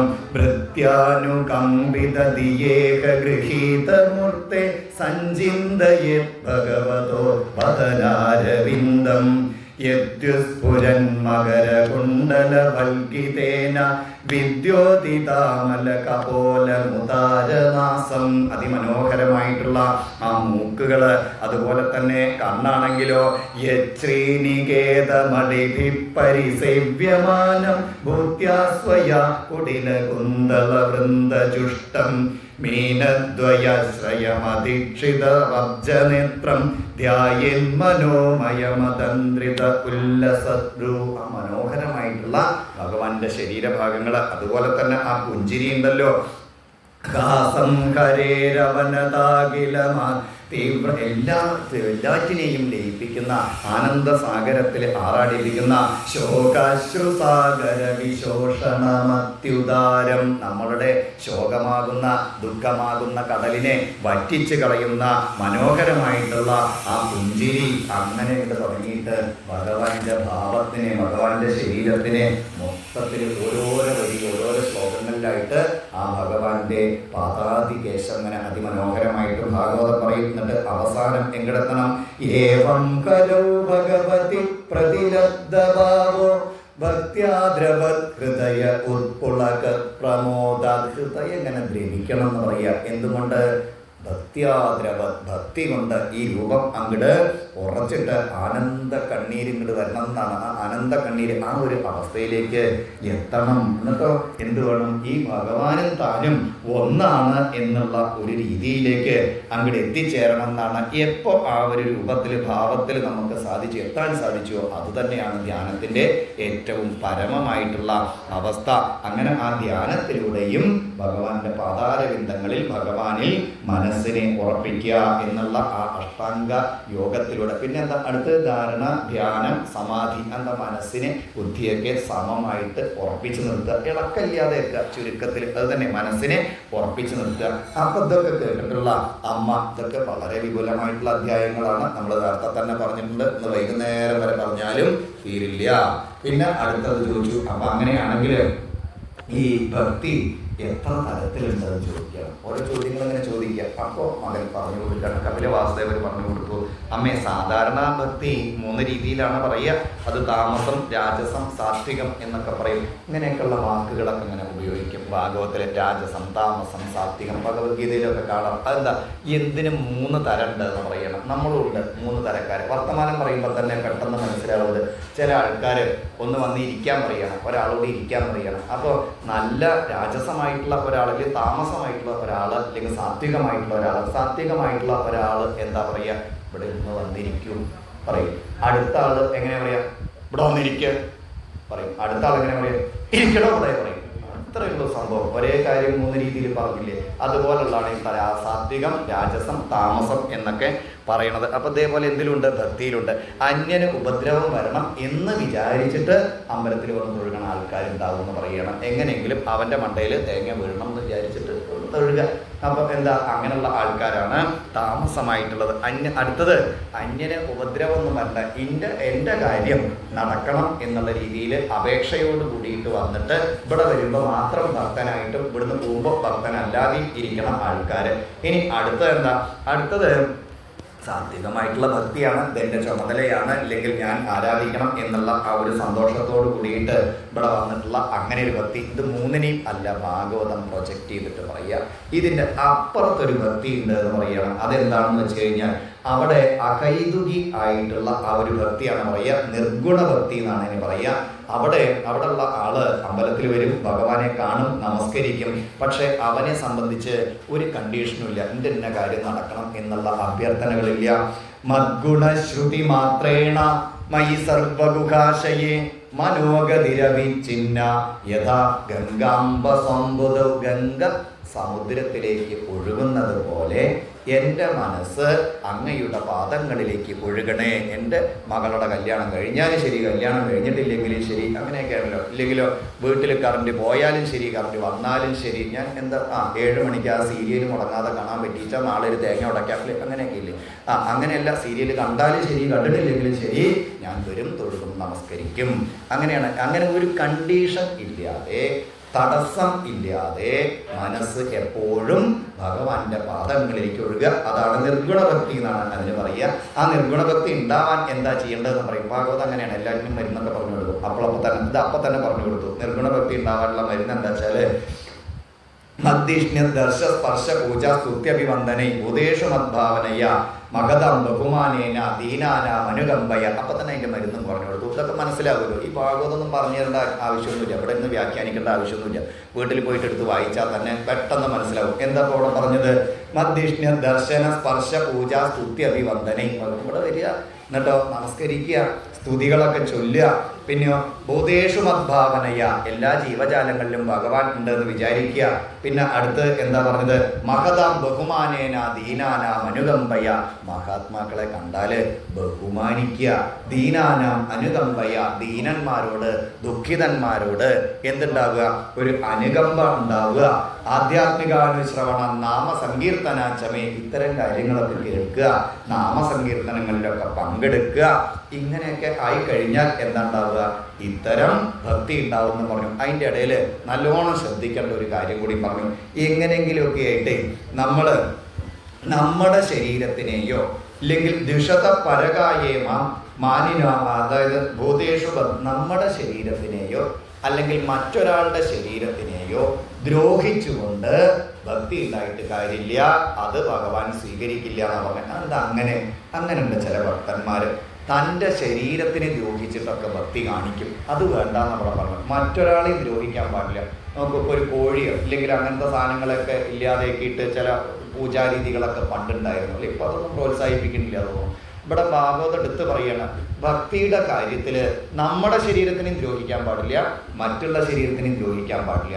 അതെന്താ അതിൻ്റെ അർത്ഥം? ഒരു ജീവിയെയും ദ്രോഹിച്ചിട്ടുള്ള പൂജ ഭഗവാൻ സ്വീകരിക്കില്ല. ഭസ്മന്യേവ ജുഹോതി, ഭസ്മത്തിൽ ഹോമിച്ചിട്ട് എന്താ കാര്യം? അതുപോലെ ഒന്നാണ്. പിന്നെ നമ്മുടെ ശരീരത്തിനെ ദ്രോഹിക്കാൻ പാടില്ല. കൈ വെട്ടിയിട്ടോ അല്ലെങ്കിൽ കാല് വെട്ടിയിട്ടോ ഇല്ലെങ്കിൽ എന്തെങ്കിലുമൊക്കെ ശൂലം തറച്ചിട്ടോ അങ്ങനെയൊന്നും വേണ്ടെന്നാണ് പറയുന്ന ഭാഗവതം. നമ്മുടെ ശരീരത്തിനെയും ദ്രോഹിക്കാൻ പാടില്ല, മറ്റുള്ളവരുടെ ശരീരത്തിനെയും ദ്വിഷത പരകായേമാം മാനിനോ, എന്നിട്ട് വേർതിരിച്ച് കാണാത്ത രീതിയിൽ ആരെയും ദ്രോഹിക്കാതെ ശ്രീനാരായണ ഗുരു പറഞ്ഞിട്ടുണ്ടല്ലോ, അവനവൻ ആത്മസുഖത്തിനാചരിക്കുന്നവ മറ്റുള്ളവരെ ദ്രോഹിക്കാൻ പാടില്ല, അവരെന്നെ സുഖത്തിനായി വരേണം. ഒരിക്കലും ഭക്തിയുടെ കാര്യത്തിൽ പ്രത്യേകം ശ്രദ്ധിക്കണം. ഒരാൾക്ക് ശല്യം ഉണ്ടാക്കത്തക്ക രീതിയിൽ നമ്മുടെ ആരാധന മാറാൻ പാടില്ല, അത് ഭഗവാൻ സ്വീകരിക്കില്ല. നമ്മളെ ദ്രോഹിക്കാൻ പാടില്ല എന്നാണ് പറഞ്ഞത്. പിന്നെ കുറേ കാര്യങ്ങൾ അവിടെ പറഞ്ഞു. ഭേദഭാവന ഇല്ലാതെയാവണം എന്നൊക്കെ, അങ്ങനെ കുറേ കാര്യങ്ങൾ, ഭക്തി എങ്ങനെയാവണം എന്നുള്ളതൊക്കെ പറഞ്ഞു. അപ്പോൾ അമ്മ ചോദിച്ചു, അല്ല പുത്രനെ, കപിലവാസുദേവരെ, ഞാൻ ഈ ഇതില്ലാത്ത ആൾക്കാർ, ഭക്തി ഇല്ലാത്ത ആൾക്കാർ ധാരാളം കണ്ടിട്ടുണ്ടല്ലോ, അവരുടെ ഗതി എന്താണെന്ന് ചോദിച്ചു. അതാണ് അടുത്ത അധ്യായത്തിൽ പറയുന്നത്. അഭക്തനായിട്ടുള്ള ഒരാളുടെ ഗതി. അയാളുടെ ഗതി എന്ന് പറഞ്ഞു കഴിഞ്ഞാൽ അയാൾക്ക് നല്ല ഭക്തി ഉണ്ടാവും. പറയും എന്തിനാ ഭക്തി എന്നറിയോ? ഭഗവാനിലല്ല, ATM കാർഡിലും പാസ്ബുക്കിലും ഭാര്യയുടെ അടുത്തും മകൻ്റെ അടുത്തൊക്കെ നല്ല അവരെ അധികം ഒരുപാട് സ്നേഹിക്കുന്ന പറയണം. അങ്ങനെ ഈ ചങ്ങാതി എന്തറിയില്ല, കാലം പോയത് അറിയില്ല. കാല്യമാനോപിബലിനോ വായോരിവ ഘനാവലി എന്നാണ്. കാലം പോയത് അങ്ങട് അറിയില്ല. അപ്പൊ ഈ കാലത്തിനൊരു പ്രത്യേകതയുണ്ട്. എന്താ അത്? ആയുർനശ്യതി പശ്യതാം പ്രതിദിനം യാതിക്ഷയം യൗവനം. ഓരോ ദിവസവും ആയുസ് കുറഞ്ഞുകൊണ്ടിരിക്കുകയാണ്. നമ്മളാണെങ്കിൽ മുമ്പാക്ക എണ്ണ. ഇപ്പോൾ നോക്കും, ഇവിടെ ഒരു 100 വയസ്സ് വരെയാണ് ഒരാളുടെ ആയുസ് എന്ന് വിചാരിക്കുക. അയാൾക്ക് 45 വയസ്സായി പറഞ്ഞാൽ എന്താ? 55. കുറച്ച് ഉള്ള കാലം ഇങ്ങനെ കുറഞ്ഞിങ്ങനെ വരികയാണ്. നമ്മളാണെങ്കിലോ മുമ്പാക്ക എണ്ണ. ഇത് ഈ കാലം പോയത് അറിയേയില്ല. ഇനി ഉള്ള സമയം എന്താ ഈ ചങ്ങാതിയുടെ പണി എന്ന് വെച്ച് കഴിഞ്ഞാൽ, യദ്ധ്രുവസ്യ ദേഹസ്യ സാനുബന്ധസ്യ ദുർമതി ദുർവാണി മന്യതേ ദേഹ ഗൃഹക്ഷേത്ര വസൂനിച്ച. ക്ഷേത്രം എന്ന് പറഞ്ഞാൽ സമ്പത്തെന്നും കൃഷിസ്ഥലെന്നും ഭൂമിന്നും ഒക്കെ അർത്ഥമുണ്ട്. പക്ഷെ ഇവിടെ നമുക്ക് ക്ഷേത്രം എന്ന് പറഞ്ഞാൽ നമ്മളെ രക്ഷിക്കുന്നതെന്നും അർത്ഥമുണ്ട്. പരിക്ക് പറ്റാതെ അല്ലെങ്കിൽ ക്ഷീണം പറ്റാതെ ഈശ്വരൻ്റെ അടുത്തേക്ക് എത്തിക്കുന്നതെന്നും അർത്ഥമുണ്ട്. അപ്പോൾ ഇവിടെ എന്താ പറയുന്നത്? ഇങ്ങനെ ഈശ്വര വിചാരം ഇല്ലാതെ ജീവിക്കുന്ന ഒരാളുടെ ഗതിയെ കുറിച്ചിട്ടാണ് ഈ ഭാഗവതം പറയുന്നത്. അപ്പോൾ അവിടെ പറയുന്നത് ഇങ്ങനെയുള്ള ഈ ആള് ഈശ്വരനല്ലാത്ത വസ്തുക്കളിൽ നിരൂഢ മൂലഹൃദയം എന്നൊക്കെയാണ് പറയുന്നത്. നിരൂഢ മൂലഹൃദയ ആത്മാനം ബഹുമന്യത. അതിലിങ്ങോട്ട് വേരങ്ങോട്ട് വന്നിട്ടാണ് വേര് പിടിച്ചിരിക്കുകയാണ്, എന്നിട്ട് എടുക്കാൻ പറ്റില്ല. അപ്പൊ അതിൻ്റെ ഇടയിൽ എന്താ മനസ്സിലാക്കുക? ധ്രുവാണി മന്യതയുമോ ഏത് അധ്രുവസ്യ ദേഹസ്യ. ഈ ദേഹം എന്ന് പറഞ്ഞാൽ തന്നെ എന്താ? ഇത് ദഹിക്കാനുള്ളതാണ്, നാശമുള്ളതാണ്. അപ്പൊ ഇങ്ങനെയുള്ള മനുഷ്യൻ എന്താ വിചാരിക്കുക അറിയോ? ഇതിന് ഒരു നാശവും ഇല്ല, എനിക്ക് മരണമില്ല, നാട്ടുകാരൊക്കെ അതുള്ളൂ. എനിക്ക് എന്നും യൗവനാണ്, നാട്ടുകാരൊക്കെ വയസ്സാവുള്ളൂ, എനിക്ക് വയസ്സാവില്ല എന്ന് വിചാരിച്ചും കൊണ്ട് ഈ നാശം എനിക്കില്ല ബാക്കിയുള്ളവർക്കൊക്കെ ഉണ്ട് എന്ന് അങ്ങോട്ട് തെറ്റിദ്ധരിച്ചിട്ട് ഇവിടെയുള്ള സാധനങ്ങളിലൊക്കെ എങ്ങനെ വേരിങ്ങോട്ട് വരുന്ന പറയുക, അങ്ങനെ വേര് വന്നിട്ട് അങ്ങനെ ജീവിക്കുന്നതാണ്. അതിൻ്റെ ഇടയിൽ എന്തറിയില്ല, കാലം പോയത് അറിയില്ല. അവൻ കുട്ടിക്കാലമൊക്കെ ഉണ്ടായി. കുട്ടിക്കാലം എന്താ ഉണ്ടായത്? വിൺമൂത്രാമേധ്യമധ്യേ കൊതയതി നിതരാം. അപ്പ ചുരുക്കത്തിൽ ഭഗവാന് 4 നാമം ജപിക്കാൻ സാധിച്ചില്ല. പിന്നെ യൗവനായി. യൗവനത്തിൽ എന്താ ഉണ്ടായത്? പ്രൗഢോകം യൗവനസ്തോ വിഗത. എന്താ? അപ്പോൾ പ്രൗഢനായി, ആരെന്നോട് ചോദിക്കാൻ എന്നുള്ള രീതിയിൽ. അപ്പോഴും എന്ത് ചെയ്യുന്നില്ല, ഈ ഭഗവാനെ വിചാരിക്കുന്നില്ല. ഇനി വാർദ്ധക്യത്തിൽ എത്തിയാൽ എന്താ ഉണ്ടാവുക? ജരാനരകൾ ബാധിച്ചു. അപ്പം എന്താ ഉണ്ടാവുക? വിഗത ഗതി മതി എന്നാ പറഞ്ഞ ഗതി വല്ലപ്പോഴും ആ ശക്തി, ഇന്ദ്രിയങ്ങളുടെ ശക്തിയൊക്കെ പോയിട്ട് അങ്ങനെയാവും എന്ന് പറയണം. അപ്പോഴാണ് മനസ്സിലാക്കുക ഇത്രയും കാലം പ്രവർത്തിച്ചൊക്കെ. എന്തിനത്രയും കാലം പ്രവർത്തിച്ചത്? കുടുംബ ഭരണാകൽപ്പോ മന്ദഭാഗ്യോ മൃദോദ്യമ ശ്രിയാ വിഹീന കൃപണോ ധ്യായൻ ശ്വസതി മൂഢതി എന്ന് പറഞ്ഞ വാർദ്ധക്യം വന്നു. വാർദ്ധക്യം വന്നപ്പോൾ എന്താ അവസ്ഥ എന്നറിയോ? ഇത്രയും കാലം വിചാരിച്ച എന്താ, ഈ ബാക്കിയുള്ള എല്ലാവരെയും ഒരുപാട് അങ്ങോട്ട് സ്നേഹിക്കുകയാണ്. പിന്നെ കുറച്ച് കഴിഞ്ഞപ്പോഴാണ് മനസ്സിലായത് നമ്മുടേന്ന് വിചാരിച്ച് സ്നേഹിച്ചിട്ടുള്ള ആൾക്കാരുണ്ടല്ലോ, അവർക്ക് നമ്മളോട് സ്നേഹമൊന്നുമില്ല. അതെപ്പോഴാണ് മനസ്സിലാവുക? കുറേ കഴിയുമ്പോൾ അത്രേ അത് മനസ്സിലാവുക. നമ്മൾ എന്ത് വന്നാലും ശരി അവരെ നോക്കണം, അവർക്കൊരു പോറലേൽക്കരുത് എന്ന് വിചാരിച്ചിട്ട് നമ്മൾ നോക്കിയ ആൾക്കാരൊക്കെ ഒക്കെയും അവർക്ക് തിരിച്ചതിൻ്റെ 100-1 അംശം കൂടി ഇല്ല എന്നുള്ളത് മനസ്സിലാവും. അപ്പം എന്താ തോന്നിയത്? മൃദോദ്യമ മന്ദഭാഗ്യോ, ഇത്രയും കാലത്തെ എൻ്റെ പണി വേസ്റ്റ് ആയില്ലേ എന്ന് മനസ്സിലായി. ഇപ്പോഴത്തെ അവസ്ഥ എന്താ? ശ്രീയാവിഹീന, ഐശ്വര്യമൊക്കെ പോയി, കൃപണോ, അവസാനം ഏറ്റവും ഉപേക്ഷിക്കപ്പെട്ടിട്ടുള്ള ഈ പശുക്കളൊക്കെ ഉണ്ടല്ലോ, കറവ പറ്റിയ പശു ഉണ്ടല്ലോ, അതിനാരെങ്കിലും പിണ്ണാക്ക് കൊടുക്കുമോ? പിണ്ണാക്ക് ആരൊക്കെ കൊടുക്കുക? നല്ലോണം പാല് കിട്ടണമെന്ന് ആ പറ്റിട്ടുള്ള പാല് തരുന്ന പശുവിനെ കൊടുക്കുക. അതേപോലത്തെ ഒരു അവസ്ഥയിൽ എത്തുകയാണ്. വേണ്ടതൊന്നും തരില്ല എന്ന് പറയണം. എന്നിട്ടോ ഇപ്പോൾ ജരയോ പാത്തവൈരൂപ്യോ മരണാഭിമുഖോ ഗൃഹ എന്നായി പറഞ്ഞ ജരയൊക്കെ വന്നിട്ട് ജരാനരകൾ വന്നാൽ എന്താ ഉണ്ടാവുക? ചുക്കിച്ചുളി എന്നാ പറയാം. മുഖമൊക്കെ ഇങ്ങനെ ചുക്കിച്ചുളി. ഇത്ര അതിപ്പോൾ ഈ പ്രായം ചില ആൾക്കാരെയൊക്കെ കണ്ടാൽ അറിയാം. എത്രയൊക്കെ മേക്കപ്പ് ചെയ്താലും ശരി എങ്ങനെ ഉണ്ടാവും? ഈ കോട്ടൺ ഷർട്ട് കല്ലിൽ കുത്തി തിരുമ്പിയ പോലെ ഉണ്ടാവും മുഖമൊക്കെ. ഒരു 250 ചുളിവും 350 ഇവിടുത്തെ പഞ്ചായത്ത് റോഡ് പോലെ ഒരു 350 കുഴി ഉണ്ടാവും. എത്ര ഇസ്തിരി ഇട്ടിട്ട് കാര്യമില്ല. അതെന്താ? കണ്ടാൽ അങ്ങോട്ട് അറിയാം ഈ മനുഷ്യന് 26 ആവാനെ ശ്രമിച്ചിരുന്ന, പക്ഷെ ശരിക്ക് 62 തിരിച്ചിട്ടതാണെന്നുള്ളത് ഒറ്റ നോട്ടത്തിൽ തന്നെ നമുക്ക് മനസ്സിലാവില്ലേ. പക്ഷെ അവരുടെ വിചാരം അവർക്ക് ഇപ്പോഴും ചെറുപ്പാണെന്നാണ്. ഇത് തന്നെയാണ് പറയുന്നത്. അപ്പൊ ചുരുക്കത്തിൽ ജരയോ പാത്ത വൈരൂപ്യം. എങ്ങനെ വൈരൂപ്യം ഉണ്ടാവുക? അത് തന്നെയാണ് ആ മനോഹരമായിട്ടുള്ള ആ ശരീരഭാഗങ്ങളൊക്കെ ചുക്കി ചുളിഞ്ഞിട്ടൊക്കെ അങ്ങോട്ട് എത്തുന്നതാണ്. അങ്ങനെ മരണാഭിമുഖനായിട്ട് ഇരിക്കണം. ഇപ്പൊ ഏകദേശം കൂട്ടിൽ കിടക്കണ ആളെ പോലെയാണ്. എന്താണ് ആരെ കൂട്ടിൽ കിടക്കണത്? ഗൃഹപാല വിവാഹരൻ. ആരെ കൂട്ടിൽ കിടക്കണ? നായയെ കൂട്ടിൽ കിടക്കണ പോലെയാണ് അത്ര ഈ ചങ്ങാതി ഇപ്പോൾ കിടക്കണത്. അതെങ്ങനെ? നായ അവിടെ പുറത്തൊരു കൂട്ടിൽ കിടക്കണു. ഇയാളെ നല്ല മുറിയൊന്നും ഇയാൾക്ക് കൊടുക്കില്ല. എവിടെ? പുറത്ത് ഏതെങ്കിലും അത്യാവശ്യം ചോർച്ചയൊക്കെയുള്ള, അപ്പം പിന്നെ ചോർച്ച അധികം ഉണ്ടാവില്ല. എന്തായാലും അങ്ങനത്തെ ഒരു മുറി കൊടുക്കുന്നതാണ്. അവിടെ ഇയാളും അവിടെ കുരയ്ക്കുന്നുണ്ട്, മറ്റേ ആളും കുരയ്ക്കുന്നുണ്ട്. ആരെ? പുറത്ത് കിടക്കണ നായയെ. അവസാനം പേർക്ക് രണ്ടാൾക്കും മനസ്സിലാവും. ഇത്രേ നായും പറയും ഇത്രേ എന്താണ് ചന്ദ്രേട്ട നമ്മളുടെ ഒരുപോലെ ഈ പറഞ്ഞാൽ നായ കുരയ്ക്കണത് എന്താ? അവിടെ എന്തോ ഒരു പഴയ പാത്രത്തിൽ അവിടെ കൊണ്ടേ കൊടുക്കുന്നു, ഇയാളൊക്കെ എന്തോ ഒരു പഴയ പാത്രത്തിൽ അവിടെ കൊണ്ടേ കൊടുക്കണമെന്നാണ്. തമ്മിൽ വലിയ വ്യത്യാസം. പിന്നെ ഇവർ തമ്മിൽ അത്രേ ഭയങ്കര സംഭാഷണം. എന്താ? രണ്ടാളുടെയും ഭാഷ 2 കൂട്ടർക്കും. അങ്ങനെയാണ്. ഈ പൂച്ചയ്ക്ക് വരെ എന്താണ് ഭാഷയൊക്കെ മനസ്സിലാവും ഇല്ലേ? നമ്മളെന്താ പറഞ്ഞു വെച്ചാൽ മനസ്സിലാവുന്നതാണ്. അങ്ങനെ ഇപ്പം അതുപോലെയായി എന്ന് പറയണം. ഗൃഹപാല വിവാഹരൻ, കിട്ടിയത് കഴിച്ചിട്ട് ഗൃഹപാലനെ പോലെ അങ്ങനെ ജീവിക്കും എന്ന് പറയണം. ഇതിൻ്റെ ഇടയിൽ എപ്പോഴെങ്കിലും നല്ല വല്ല കാര്യവും ചെയ്തു? ഒരു കാര്യവും ചെയ്തിട്ടില്ല എന്നാണ്. എന്നിട്ടോ കയ്യിലിരിപ്പിന് അനുസരിച്ചിട്ട് ഇനി കുറേ കാര്യങ്ങൾ ഭാഗവതം പറയുക. ഒരു മനുഷ്യൻ്റെ അവസ്ഥയെക്കുറിച്ചിട്ടൊക്കെ വളരെ ദുഃഖിതമായിട്ടുള്ള കാര്യം. ഇങ്ങനെ നമ്മുടെ നമ്മൾ കാണുന്ന എല്ലാ അവസ്ഥയും ഇവിടെ കൃത്യമായിട്ട് പറയും. ആ ജരാനരകളൊക്കെ വന്നിട്ടുള്ള അവസ്ഥയൊക്കെ എന്തിനപ്പം അതൊക്കെ ഒരുപാട് പറഞ്ഞിട്ട് നമ്മൾ അതൊക്കെ ഇനി കേൾക്കണമെന്നുണ്ടാവില്ല ആർക്കും. എന്തായാലും അങ്ങനെ കുറേ പറഞ്ഞിട്ട് വാർദ്ധക്യത്തിലെത്തിയിട്ട് അവസാനം കയ്യിലിരിപ്പിനനുസരിച്ച് മരണം വരികയാണ്. മരണം വന്നതിന് ശേഷം ഇവിടെ ചെയ്തിട്ടുള്ള ചീത്ത കാര്യങ്ങൾക്ക് അനുസരിച്ചിട്ടുള്ള അനുഭവങ്ങളാണ് മരിച്ചു കഴിഞ്ഞാൽ കിട്ടുക. നല്ല കാര്യങ്ങൾ ചെയ്താൽ നല്ല അനുഭവങ്ങൾ ഉണ്ടാവും. അല്ല ചീത്ത കാര്യങ്ങളാണ് ചെയ്തു വെച്ചാലോ യമദൂതന്മാരാണ് വരിക. യമദൂതവും അവരിങ്ങോട്ട് വരുമെന്ന് പറയും. അപ്പോൾ യമദൂതന്മാർ എങ്ങനെ സാധാരണ വരിക? നമുക്കൊരു ധാരണയൊക്കെ ഉണ്ടല്ലോ. എങ്ങനെയാണ്? ആ എന്താ നല്ല കൊമ്പം മീശയും അതുപോലെ തന്നെ പോത്തിൻ്റെ പുറത്ത് കയറും ഒക്കെ ആയിട്ട് ഭീകരമായിട്ടുള്ള രൂപത്തിലാണ് അത്ര അവർ വരി. അതിങ്ങോട്ട് കാണുമ്പോൾ തന്നെ ഇവിടെ ഉള്ള ആള് എങ്ങനെയാണ് പേടിച്ചും വിറയ്ക്കെന്ന് പറയുക. മലമൂത്രാദികളൊക്കെ പോകുന്നതാണ് ഇവിടെ പറയുക. പേടിച്ചിങ്ങോട്ട് വരും, പേടിച്ച് വിറച്ചിട്ട് ത്രസ്തകഥ ശകൻ മൂത്രം വിമഞ്ചതി എന്നാണ്. എന്താ പേടിച്ചിട്ട് ഇവരിങ്ങോട്ട് കണ്ടു കഴിഞ്ഞാൽ നോക്ക് അവർ പേടിപ്പിക്കുക തന്നെ വേണേ. അല്ല അവർ ഈ മോഹൻലാലോ മമ്മൂട്ടിയൊക്കെ വരണ പോലെ സുന്ദരന്മാരായിട്ട് വന്നിട്ട് പുവ്വല്ലേ കല്യാണിയമ്മയെ ചോദിച്ചാൽ നമ്മളാരെങ്കിലും പുവ്വോ പോയി പണി നോക്കാൻ പറയും. അപ്പം അവരിങ്ങനെ ഇതിപ്പോൾ അവരുടെ രൂപം കാണുമ്പോഴൊക്കെ തന്നെ ഏകദേശം റെഡി ആയിട്ടുണ്ടാവുന്നതാണ്, പേടിച്ചിട്ട് തന്നെ പോയിട്ടുണ്ടാവുന്നതാണ്. അപ്പം അങ്ങനെ ഇങ്ങോട്ട് വന്നിട്ട് കയറോ എന്താ വെച്ചാൽ എടുത്ത് കെട്ടിയിട്ട് ബാക്കിയൊക്കെ അനുഭവിക്കുന്നതാണ്. അപ്പോൾ നമ്മൾ മിടുക്ക് വിചാരിക്കണ്ട, ശരീരം ഇവിടെ കൊടുത്തിട്ടല്ലേ പോണത് ഇവിടെ ഉള്ള ആളൊക്കെ എന്ന് വിചാരിക്കണ്ട. യാതനാദേഹം എന്ന് പറഞ്ഞാൽ ഒന്നിലേക്ക് നമ്മുടെ ഈ ജീവാത്മാവിനെ അവരിങ്ങോട്ട് മാറ്റും. എന്നിട്ട് എന്ത് ചെയ്യും? പിന്നെ നരകത്തിലാണ് ഓരോരോ പ്രവൃത്തിക്കനുസരിച്ചിട്ട് ഉള്ള നരകങ്ങൾ.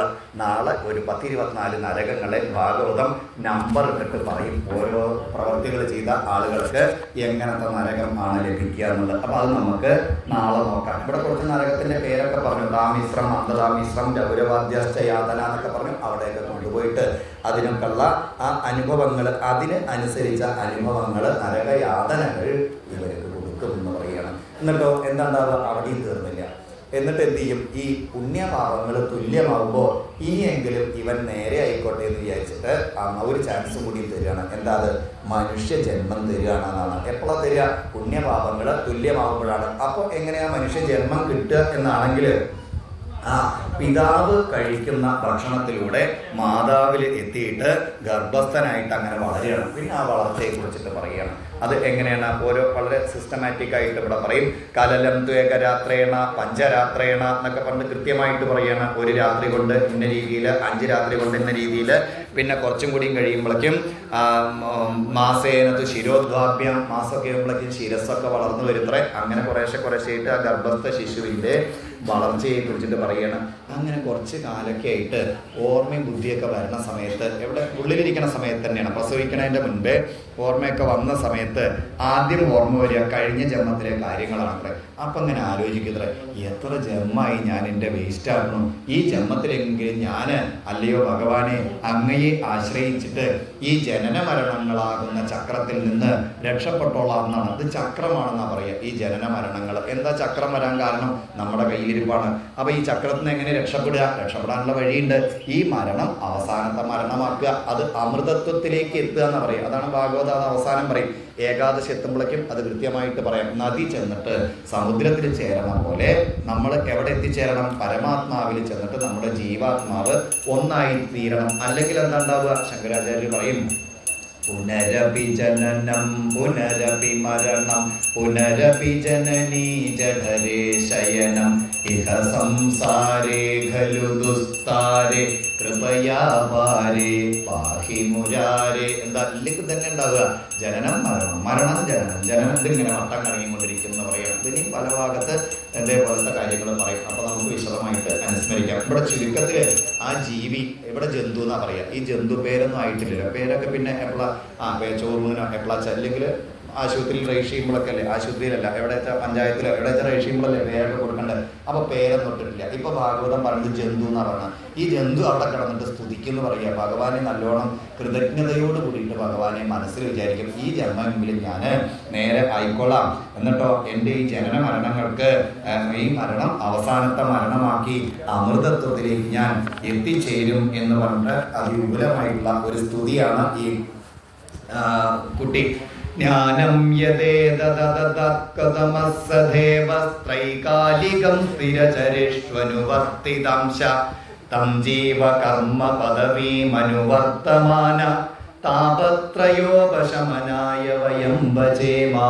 സകല ദുഃഖങ്ങളും, 3 രീതിയിലെ ദുഃഖമുള്ളൂ, സകലമാന ദുഃഖങ്ങളും ഇല്ലാതാക്കാൻ വേണ്ടിയിട്ട് ഞാനിതാ അങ്ങയെ നമസ്കരിക്കുന്നു എന്നൊക്കെ പറഞ്ഞിട്ട്. പക്ഷെ കുറച്ച് കഴിയുമ്പോഴേക്ക് എന്താവും അറിയോ? ഈ കുട്ടി പ്രസവിക്കപ്പെടുകയാണ്. ആ സമയം ആവണ സമയത്ത് അപ്പോൾ പഴയ ജന്മത്തിലെ ഓർമ്മയൊക്കെ പോകുമെന്ന് പറയുക. പിന്നെ ആദ്യം എന്താ ഉണ്ടാവുക? ഇവിടെ കടന്നിട്ട് ആദ്യം കുട്ടിക്കാലായി, പിന്നെ അങ്ങനെ വാർദ്ധക്യായി, പിന്നെന്താ ഇങ്ങനെ വട്ടം കറങ്ങുന്ന പറയുക. എന്താ ഈ വട്ടം കറങ്ങുന്ന പറഞ്ഞു? ഇപ്പം എത്ര പ്രാവശ്യം പറഞ്ഞു? കുട്ടിക്കാലം പറഞ്ഞു. ഇപ്പം ആദ്യം പറയുകയാണേ, പിന്നെ ആദ്യം എന്തായി? രുദന്തം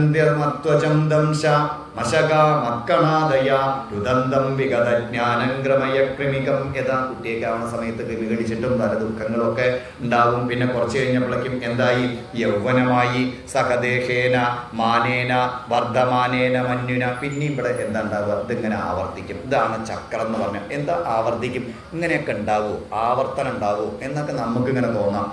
നമ്മുടെ ജീവിതത്തിലേക്ക് ഒന്ന് നോക്കി നോക്കൂ. ഇപ്പോൾ ഒരാൾ കുട്ടിയായിരിക്കുകയാണെന്ന് വിചാരിക്കുക. ഒരു 5 വയസ്സായൊരു കുട്ടിയാണ്. അയാളെ കൊണ്ടുപോയിട്ട് ഒരു സ്കൂളിൽ ചേർത്തിയപ്പോൾ കുട്ടി വിചാരിക്കുകയാണ്, എങ്ങനെയെങ്കിലും ഇപ്പോൾ 1-ാം ക്ലാസ്സിലാണ് ചേർത്തിയാണ്, ആ LP സ്കൂളാണെങ്കിൽ 4-ലൊന്ന് എത്തിയാൽ രക്ഷപ്പെട്ടു എന്നാണ്. ഇവിടുന്ന് അങ്ങോട്ട് രക്ഷപ്പെട്ടുല്ലോ ഈ സ്കൂളിൽ നിന്ന്. പിന്നെയാണ് ഹൈസ്കൂളിലാണ് കൊണ്ടേ ചേർത്തി. അപ്പോൾ വിചാരിച്ചു 10-ാം ക്ലാസ് അങ്ങോട്ട് കഴിഞ്ഞാൽ രക്ഷപ്പെട്ടു എന്നാണ് വിചാരിച്ച്, ഒരു സമാധാനമാണെന്ന് വിചാരിച്ചു. പിന്നെ മനസ്സിലായത് ഇത് എവിടെ എത്തിയിട്ടില്ല എന്നാണ്. അപ്പോഴാണ് +2 കഴിഞ്ഞാൽ രക്ഷപ്പെട്ടു വിചാരിക്കും. പിന്നെന്താ? പിന്നെ എങ്ങനെയെങ്കിലും ഒരു ഡിഗ്രിയോ അല്ലെങ്കിൽ ഡിപ്ലോമയോ എന്നാൽ ഏകദേശം രക്ഷപ്പെടും കഴിയുന്നതാണ്.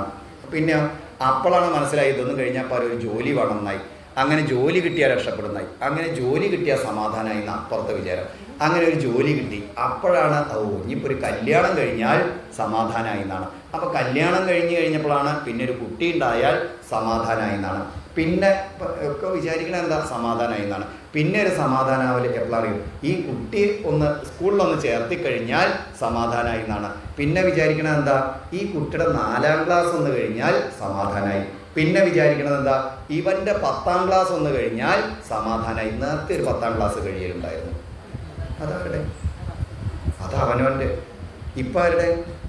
കുട്ടിയുടെ. പിന്നെ ആലോചിക്കണം, ഇവൻ്റെ ഒരു +2. അപ്പോൾ ഈ ചെറിയൊരു വാക്ക് വ്യത്യാസം വന്നു. ഇപ്പം എൻ്റെ പ്രീ ഡിഗ്രി ആയിരുന്നു. അപ്പോൾ +2 ഒന്ന് കഴിഞ്ഞാൽ സമാധാനമായി. ഇപ്പം ഒരു ഡിഗ്രി ഒന്ന് കഴിഞ്ഞാൽ, ഒരു ജോലി ഒന്ന് കിട്ടിക്കഴിഞ്ഞാൽ, നേരത്തെ ഒരു ജോലി കിട്ടലുണ്ടായില്ലേ? പിന്നെ ഇവനൊരു കല്യാണം കഴിഞ്ഞ് കഴിഞ്ഞാൽ നേരത്തെ ഉണ്ടായില്ല. അപ്പോൾ ഇതിങ്ങനെ ആവർത്തിച്ച് വരികയാണ്. അവസാനം അവിടെയും തീർന്നില്ല. അവസാനം എന്താ? ഇവൻ്റെ കുട്ടിക്ക് ഒരു 4-ാം ക്ലാസ് കഴിഞ്ഞാൽ, ഇപ്പോഴേക്ക് 3-ാമത്തെ 4-ാം ക്ലാസ്സായി. ഇവൻ്റെ കുട്ടിക്കൊരു കല്യാണം കഴിഞ്ഞാൽ, ഇപ്പോൾ എത്രാമത്തെ കല്യാണമായി? അവനവൻ്റെ ആയി, മകൻ്റെ ആയി. ഇതന്നെ പൂന്താനം പറഞ്ഞതേ, ഉണ്ണിയുണ്ടായി വേൾപ്പിച്ചതിലൊരു ഉണ്ണിയുണ്ടായി കണ്ടാവു ഞാനെന്നും. ഇതന്നെ പറഞ്ഞ ഇപ്പോൾ കല്യാണമേ കഴിഞ്ഞിട്ടില്ല. ഉണ്ണിയുണ്ടായി, അതിൽ അത് ഉണ്ണിയുണ്ടായിട്ട് ഉണ്ണിയുണ്ടായി വേൾപ്പിച്ചതിലൊരു ഉണ്ണിയുണ്ടായി കണ്ടാവൂ ഞാനെന്നും. അടുത്ത എന്താ പറഞ്ഞറിയോ? ഇത്തമോരൊന്നു ചിന്തിച്ചിരിക്കവേ തിരുവില്ലാമലയ്ക്കു പോകുന്നു പാവം. അങ്ങനെയല്ല പറഞ്ഞല്ലേ? എന്താ?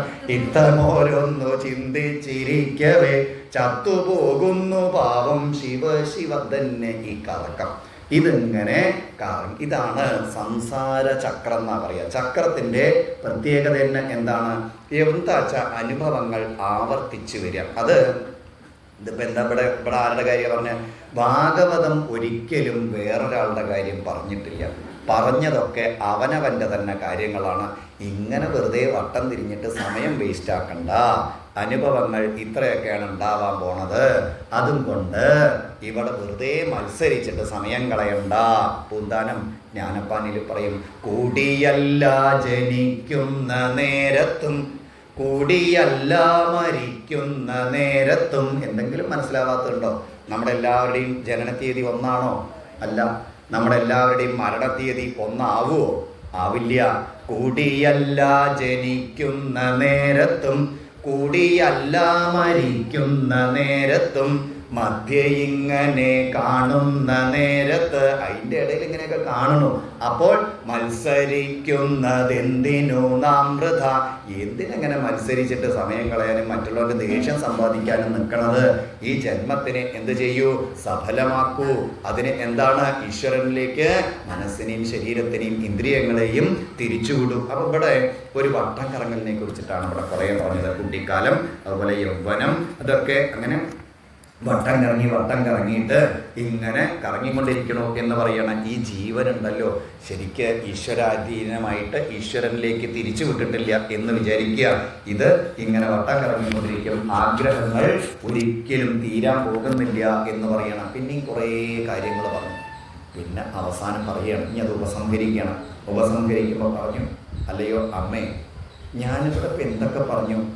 യോഗങ്ങൾ എന്തൊക്കെ? ഭക്തിയോഗം, ജ്ഞാനയോഗം, അതിൻ്റെ തന്നെ ഭാഗമാണ് സാഖ്യയോഗം, പിന്നെ അഷ്ടാംഗയോഗം, കർമ്മയോഗം തുടങ്ങിയിട്ട് ഇവിടെ പറയാത്തതില്ല. അത്രയും യോഗങ്ങളെക്കുറിച്ച്, പിന്നെ വിഭൂതിയെക്കുറിച്ചിട്ടും പറഞ്ഞു. എന്താ വിഭൂതി? ആ പേരിലല്ല പറഞ്ഞതെന്നുള്ളൂ. എല്ലാം ഭഗവാനാണ്, എല്ലാറ്റിലും ഭഗവതി അഖിലാത്മനിയില്ലേ, അങ്ങനെ സകലമാന കാര്യങ്ങളും ഈ ഉപദേശങ്ങളിൽ പല രീതിയിൽ പറഞ്ഞു കഴിഞ്ഞു.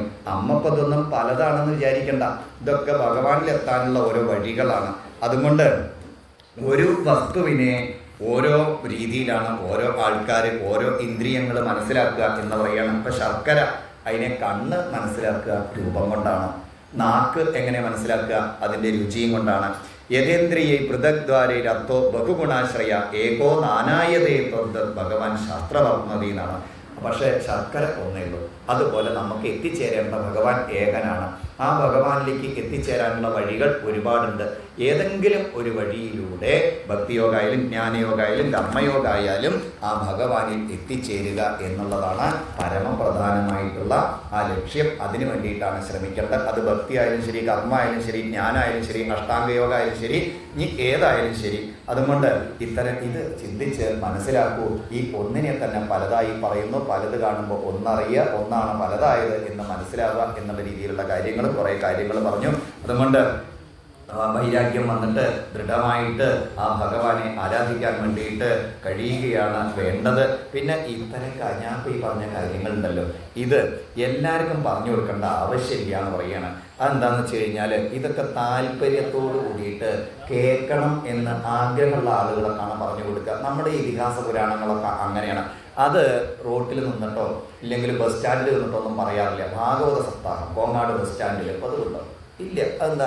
അത് ഏതെങ്കിലും അമ്പലങ്ങളുടെ അവിടെ ചിലപ്പോൾ കേൾക്കാൻ ആൾക്കാരൊന്നും ഉണ്ടാവില്ല, ആളുകളൊക്കെ കുറവാകും. പക്ഷെ അവർ ശ്രദ്ധയോടുകൂടി ഇരിക്കുന്നുണ്ടെങ്കിൽ അവർക്ക് പറഞ്ഞു കൊടുത്താൽ മതി എന്നാണ് പറയേണ്ടത്. അല്ലെങ്കിൽ എന്താ വെച്ചാൽ ഇത് പാറപ്പുറത്ത് വിത്തിട്ട പോലെ ഒന്നാ.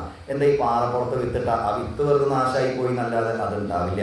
ഇവിടെ പറയണം, ഇത് അഭക്തായ ഭക്തിയില്ലാത്ത ആളുകൾക്ക്, വിനയം ഇല്ലാത്ത ആളുകൾക്ക്, അങ്ങനെയൊക്കെയുള്ള ആളുകൾക്ക് ഇത് പറഞ്ഞു കൊടുക്കണ്ട എന്ന് പറയാണ്. പിന്നെയോ മത്സരബുദ്ധി ഇല്ലാത്തവർക്ക്, ഭക്തിയുള്ളവർക്ക്, വിനയം ഉള്ള ആളുകൾക്ക്, അവർക്കാണ് ഇതൊക്കെ ഉപദേശിക്കേണ്ടത് എന്നൊക്കെ പറഞ്ഞു. പിന്നീട് പറഞ്ഞു അങ്ങനെ അമ്മയും ആ ഉപദേശങ്ങളിലേക്ക് സാരം അറിഞ്ഞുകൊണ്ട് തത്വം അറിഞ്ഞിട്ട് അത് കർമ്മത്തിലേക്ക് മാറ്റിയിട്ട് ഈ കേട്ട കാര്യങ്ങൾ എങ്ങനെ വേണം? ആചരണത്തിൽ കൊണ്ടുവരണം. കേൾക്കുമ്പോഴല്ല കാര്യം. അതെന്താ? കേട്ടത് പ്രവൃത്തിയിൽ കൊണ്ടുവരണം. ഉദ്ധവോപദേശത്തിന്റെ അവസാന ഭാഗത്ത് ഉദ്ധവനോട് ഭഗവാൻ പറയും, അല്ലയോ ഉദ്ധവ, ശ്രദ്ധയ ആചരൻ മർത്യോ എന്ന് പറഞ്ഞു. ഇത് ശ്രദ്ധയോട് കൂടിയിട്ട് ആരാണോ ആചരിക്കുന്നത്, അല്ലാതെ പറയണോനും കേൾക്കണമെന്നല്ല, ഇത് നമ്മുടെ കയ്യിലിരിപ്പായിട്ട് മാറ്റപ്പെടുമ്പോൾ അവര് അമൃതത്വത്തിലേക്ക്, ജനന മരണങ്ങൾക്ക് അപ്പുറത്തുള്ള അമൃതത്വത്തിലേക്ക് എത്തിച്ചേരും എന്ന് പറയണം. അതാണ് അതിൻ്റെ വഴി. അതെങ്ങനെയായിട്ട് മാറണം? ആചരണമായിട്ട് മാറണം എന്ന് പറഞ്ഞിട്ട് ഇത് ഈ രീതിയിൽ ഇനി ജീവിക്കൂ എന്നൊക്കെ പറഞ്ഞു. പിന്നീട് ആ അമ്മ വനത്തിലെത്തിയിട്ട് ദേവഭൂതി മാതാവ് വനത്തിലെത്തിയിട്ട് പിന്നെ ഈ പുത്രൻ പറഞ്ഞത് അനുസരിച്ചിട്ട് ഒരു ജീവിതം ഉണ്ടായി അവിടെ. ധ്യായതീ ഭഗവദ്രൂപം യഥാഹധ്യാനഗോചരം സുതപ്രസന്നവദനം സമസ്തവ്യസ്തചിന്തയാ ഭക്തിപ്രവാഹയോഗേന വൈരാഗ്യേണ ബലീയസ. ഭക്തിപ്രവാഹത്തിലൂടെ ആ വൈരാഗ്യം വന്നിട്ട് തൻ്റെ പുത്രനായിട്ട് വന്നിട്ടുള്ളത് ആരാണ്? ഭഗവാൻ തന്നെയാണ് എന്ന് ആ അമ്മയ്ക്ക് അറിയാം. അങ്ങനെ ഈ രൂപത്തിലൂടെ ഈ ഒരു രീതിയിൽ ഈ പറഞ്ഞതിനനുസരിച്ചിട്ട് ജീവിച്ചിട്ട് തൻ്റെ ശരീരത്തിനെ ഉപേക്ഷിച്ചു എന്നാണ്. അങ്ങനെ ഏറ്റവും ശ്രേഷ്ഠമായിട്ടുള്ള തദ്വിരാസീ പുണ്യതമം ക്ഷേത്രം ത്രൈലോക്യ വിശ്രുതം, ആ സ്ഥലം കൂടി പിന്നീട് പ്രസിദ്ധമായി. ഏതാണ് ദേഹത്യാഗം? ദേവഭൂതി മാതാവ് ദേഹത്യാഗം ചെയ്ത സ്ഥലം. നാംന സിദ്ധപദം എത്ര, ആ സിദ്ധപദം എന്ന് പറയുന്ന സിദ്ധവാടി എന്നൊക്കെയാണെന്ന് പറയാന്നാണ് പറയുക ആ സ്ഥലത്തിന്. എന്തായാലും ആ സ്ഥലം കൂടി പ്രശസ്തം. ഈ ഭാഗവത്തിൽ പറയുന്ന സ്ഥലങ്ങളൊക്കെ ഇതേ പേരിൽ തന്നെ ഇന്നും നമുക്ക് ഉത്തരേന്ത്യയിലൊക്കെ പോയി കഴിഞ്ഞാൽ കാണാൻ പറ്റുന്ന പറയാം. നൈമിഷാരണ്യുണ്ട്, ഈ സിദ്ധവാടിയുണ്ട്, അങ്ങനെയുള്ള കുറേ സ്ഥലങ്ങളിലൊക്കെ നരസിംഹാവതാരം ഉണ്ട്. ഉണ്ടായിട്ടുള്ള ആ സ്ഥലവും ആ തൂണ് വരുന്നുണ്ടെന്ന് ചിലരൊക്കെ പറഞ്ഞു കേട്ടിട്ടുണ്ട് അവിടെ പോയിട്ട്. അപ്പോൾ ചുരുക്കത്തിൽ എല്ലാം ഈ അമ്മയുമായി ബന്ധപ്പെട്ട എല്ലാം വളരെ മാഹാത്മ്യമായിട്ടുള്ള സ്ഥലങ്ങളായിട്ട് വന്നു. ദേഹത്യാഗം ചെയ്തു. ദേവഗന്ധർവന്മാരും സിദ്ധന്മാരും ഒക്കെ അപ്പം എന്ത് ചെയ്തു? സ്തുതികളും പുഷ്പവർഷമൊക്കെ നടത്തി എന്ന് പറഞ്ഞു. പിന്നീട് ഈ അധ്യായത്തിനെയും ഈ ഉപദേശത്തിനെയും ഈ സ്കന്ധത്തിനെയും അവിടെ സമർപ്പിക്കണം, അവിടെ സംഹരിക്കണം. അപ്പോൾ പറഞ്ഞു യയിതമനുശൃണോതിയോഭിദത്തെ കപിലമുനിർമദമാത്മയോഗുഹ്യം ഭഗവതി കൃതതി സുപർണകേതാവുപലപദേ ഭഗവത് പദാരവിന്ദം. ആരാണോ ഇതൊക്കെ കേൾക്കുന്നത്, അറിയുന്നത്, അങ്ങനെയുള്ള ആൾക്കാർക്കൊക്കെ എന്തുണ്ടാവട്ടെ? ഒരു ആശംസ പോലെയാണ്. ഭഗവതി കൃതതി സുപർണകേതാവുപലപദേ ഭഗവത് പദാരവിന്ദം. ഗരുഡവാഹനനായിട്ടുള്ള ഭഗവാന്റെ പാതാരവിന്ദങ്ങളിൽ അവർക്ക് ഭക്തി ഉണ്ടാവട്ടെ, അവർ നേരെയാവട്ടെ എന്നൊക്കെയാണ് പറയുന്നത്. എന്താ? അവരുടെ മനസ്സിനെ അവിടെ ഉറപ്പിക്കാൻ സാധിക്കും എന്നാണ്. എന്താ? അങ്ങനെയൊക്കെയാണ് വളരെ കൃത്യമായിട്ടാണ് പറഞ്ഞു ഭാഗവതം. ഭഗവതി സുപർണകേത എന്ന് പറഞ്ഞു. എന്താ സുപർണകേതൻ? ഗരുഡനെയാണ് പറയുന്നത്. ഗരുഡന്റെ പര്യായങ്ങളാണ്, ഒരുപാട് പേരുകളുണ്ട് ഗരുഡന്. അപ്പൊ ഗരുഡന്റെ പുറത്ത് വരുന്ന ഭഗവാൻ രക്ഷിക്കട്ടെ, എന്താ അവിടെ വല്ല കൃഷ്ണൻ രക്ഷിക്കട്ടെ, രാമൻ രക്ഷിക്കട്ടെ എന്നൊക്കെ പറഞ്ഞൂടെ? കാരണം ഈ ഗരുഡൻ എന്ന് പറഞ്ഞാൽ ഗരുഡൻ ഉപനിഷത്ത് പ്രതിപാദ്യമായിട്ടുള്ള അറിവിനെയാണ് ഗരുഡൻ എന്ന് പറയുക. അപ്പൊ ഇവിടെ പറഞ്ഞിട്ടുള്ളത് എന്താ? ഇവിടെ പറഞ്ഞിട്ടുള്ളത് ജ്ഞാനമാണ്, അറിവാണ് പറഞ്ഞിട്ടുള്ളത്. അറിവിന്റെ പുറത്താണ് ഭഗവാൻ സഞ്ചരിക്കുന്നത്. അപ്പൊ ഭഗവാൻ ഗരുഡവാഹനൻ ആയി എന്ന് പറഞ്ഞാൽ നമ്മൾ എന്ത് മനസ്സിലാക്കണം? ഈ അറിവിന്റെ പുറത്താണ് സഞ്ചരിക്കുന്നത്. അറിവിലൂടെ ജ്ഞാനഗമ്യനായിട്ടുള്ള ആ ഭഗവാൻ നമ്മളിലൊക്കെ പ്രസാദിക്കുമാറാകട്ടെ. ഇവിടെ പറഞ്ഞിട്ടുള്ളത് എന്താ? കപിലമുനിർമദം ആത്മയോഗുഹ്യം. കപിലോപദേശമാകുന്ന ഈ ആത്മയോഗം, ഇതെന്താ? ഭഗവാനിൽ എത്തിച്ചേരാനുള്ള ആ വഴി ഇങ്ങനെ പല രീതിയിൽ ഇവിടെ ഉപദേശിക്കപ്പെട്ടിട്ടുണ്ട്. അത് കേൾക്കുന്നവർക്കും ഒക്കെ നല്ല രീതിയിൽ ആ ഭക്തിയും ഒക്കെ ഉണ്ടാവട്ടെ എന്ന് പറഞ്ഞിട്ടാണ് അതവിടെ സമർപ്പിച്ചത്. അതോടുകൂടിയിട്ട് ഇതിപ്പോൾ എവിടുന്ന അതൊക്കെ തുടങ്ങിയത്? ഒരു ചോദ്യം ചോദിച്ചു വിതുരൻ മൈത്രേയൻ്റെ അടുത്ത്. എന്താ വിതുര മൈത്രേയ സംവാദത്തിൽ ആദ്യത്തെ ചോദ്യം? സുഖായ കർമാണി കരോതി ലോകേ നതൈ സുഖം വന്യതു പാരമം വാ. ലോകത്തിലെല്ലാവരും സുഖം കിട്ടാൻ വേണ്ടിയിട്ട് പണിയെടുത്തുകൊണ്ടിരിക്കുന്നു. സുഖം കിട്ടുന്നില്ല എന്ന് മാത്രമല്ല, ദുഃഖം കിട്ടിക്കൊണ്ടിരിക്കുന്നു. ഇതിന്ന് രക്ഷപ്പെടാനുള്ള യുക്തിസഹമായ ഒരു മറുപടി പറഞ്ഞു തരൂ എന്ന് ചോദിച്ചപ്പോൾ മൈത്രേയൻ വിതുരന് പറഞ്ഞു കൊടുത്തുകൊണ്ടിരിക്കുകയാണ്. ഇത് വിതുര മൈത്രേയ സംവാദമാണ് അടുത്ത സ്കന്ധത്തിലും കൂടി. അതാണ് ഇപ്പോൾ നമ്മൾ അനുസ്മരിച്ചുകൊണ്ടിരിക്കുന്നത്. അതിന് മറുപടി ആദ്യം പറഞ്ഞു കൊടുത്തത് വരാഹാവതാരം. വരാഹാവതാരം എന്ന് പറഞ്ഞാൽ എന്താ? യജ്ഞവരാഹം, കയ്യിലിരിപ്പ് നേരെയാവണം. നമ്മുടെ കയ്യിലിരിപ്പ് നേരെയാവും എന്നുള്ള രീതിയിൽ. ഇനി അടുത്ത എന്താ? കയ്യിലിരിപ്പ് നേരെയായാൽ മാത്രം പോരാ, ജ്ഞാനം വരണം. അപ്പോൾ രണ്ടാമത്തെ കാര്യം പറഞ്ഞു കൊടുത്തു, അതാണ് കപിലോപദേശം. ഇനി കയ്യിലിരിപ്പ് നേരെയാവുകയും ജ്ഞാനം വരികയും ചെയ്താൽ വേറൊരു അബദ്ധത്തിൽ ചെന്ന് ചാടും നമ്മൾ. മറ്റുള്ളവർ ചെയ്യണതൊക്കെയും തെറ്റാണ് അല്ലേ? ഞാനിപ്പോൾ കുറച്ച് വായിച്ചിട്ടേ ഇങ്ങനെയാണോ ആരാധിക്കുക, എങ്ങനെയാണോ? നമ്മുടെ ഇപ്പോഴത്തെ പ്രധാന പ്രശ്നം എന്താ വെച്ചാൽ വിളക്കിൽ എത്ര തിരി വേണം, അത് കിഴക്കോട്ടിടണം പടിഞ്ഞാട്ടിടണം, ഇൻ്റർനാഷണൽ പ്രശ്നമാണത്. 5 തിരി വേണം, 4 തിരി വേണം, 3 തിരി വേണം, 30 തിരി വേണം, 300 തിരി വേണം, പിന്നെ കിഴക്ക് വടക്ക്, ഇങ്ങനെയുള്ള കാര്യങ്ങളിലൊക്കെ എടുത്ത് തർക്കിച്ചിട്ട് കാലം കളയും. ഇത് എങ്ങനെയെങ്കിലുമൊക്കെ കത്തിക്കാന്നറിയാം. എന്ത് കിഴക്കും പടിഞ്ഞാറും വെച്ചാൽ ഒരുത്തൻ്റെ കിഴക്കാണ് മറ്റേ ആളുടെ പടിഞ്ഞാറ്. നമ്മുടെ കിഴക്ക് വശം അടുത്ത ആളുടെ എന്താണ്? പടിഞ്ഞാറാണ്. ഇതിലേക്ക് ചെറിയ നിയമങ്ങളൊക്കെ വേണം. പക്ഷെ അതിൽ പിടിച്ചിട്ട് എന്ത് ചെയ്യരുത്? വട്ടം തിരിഞ്ഞിട്ട് പോകരുത്. അപ്പോൾ അങ്ങനെ വരുമ്പോൾ കുറച്ച് അറിവുണ്ടായ ഇങ്ങനെയുള്ള ഓരോരോ അപകടത്തിലൊക്കെ ചെന്നപ്പെടും. നിങ്ങൾ ചെയ്യണമൊക്കെ തെറ്റാണ്, ഞാനാണ് ശരി, ബാക്കിയുള്ള ചെയ്യണമൊക്കെ തെറ്റാണ്. അങ്ങനെ അപകടത്തിൽപ്പെട്ട ഒരാളുടെ കാര്യമാണ് ഇനി പറയാൻ പോണത്. അത് നമുക്കൊരു 2 അധ്യായം പാരായണം ചെയ്തിട്ട് അനുസ്മരിക്കാം. സർവത്ര ഗോവിന്ദ നാമ സങ്കീർത്തനം. ഗോവിന്ദ ഗോവിന്ദ. ഓം നമോ ഭഗവതേ വാസുദേവായ. അധ ഷഷ്ടോധ്യായഃ. ശ്രീകൃഷ്ണായ നമോ നമഃ. മൈത്രേയ ഉവാച.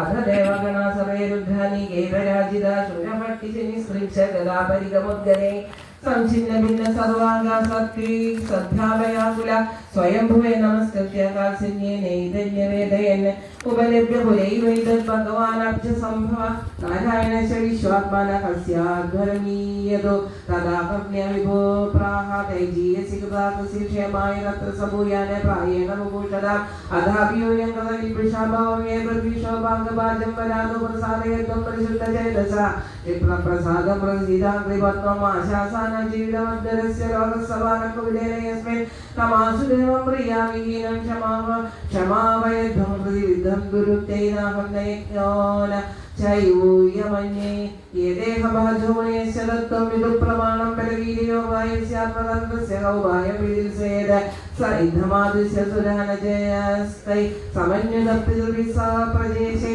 യയൗ സുധിഷ്ണ്യാനിലയം പുരദ്വിഷ കൈലാസമദ്രി പ്രവരം പ്രിയം പ്രഭോ ജന്മ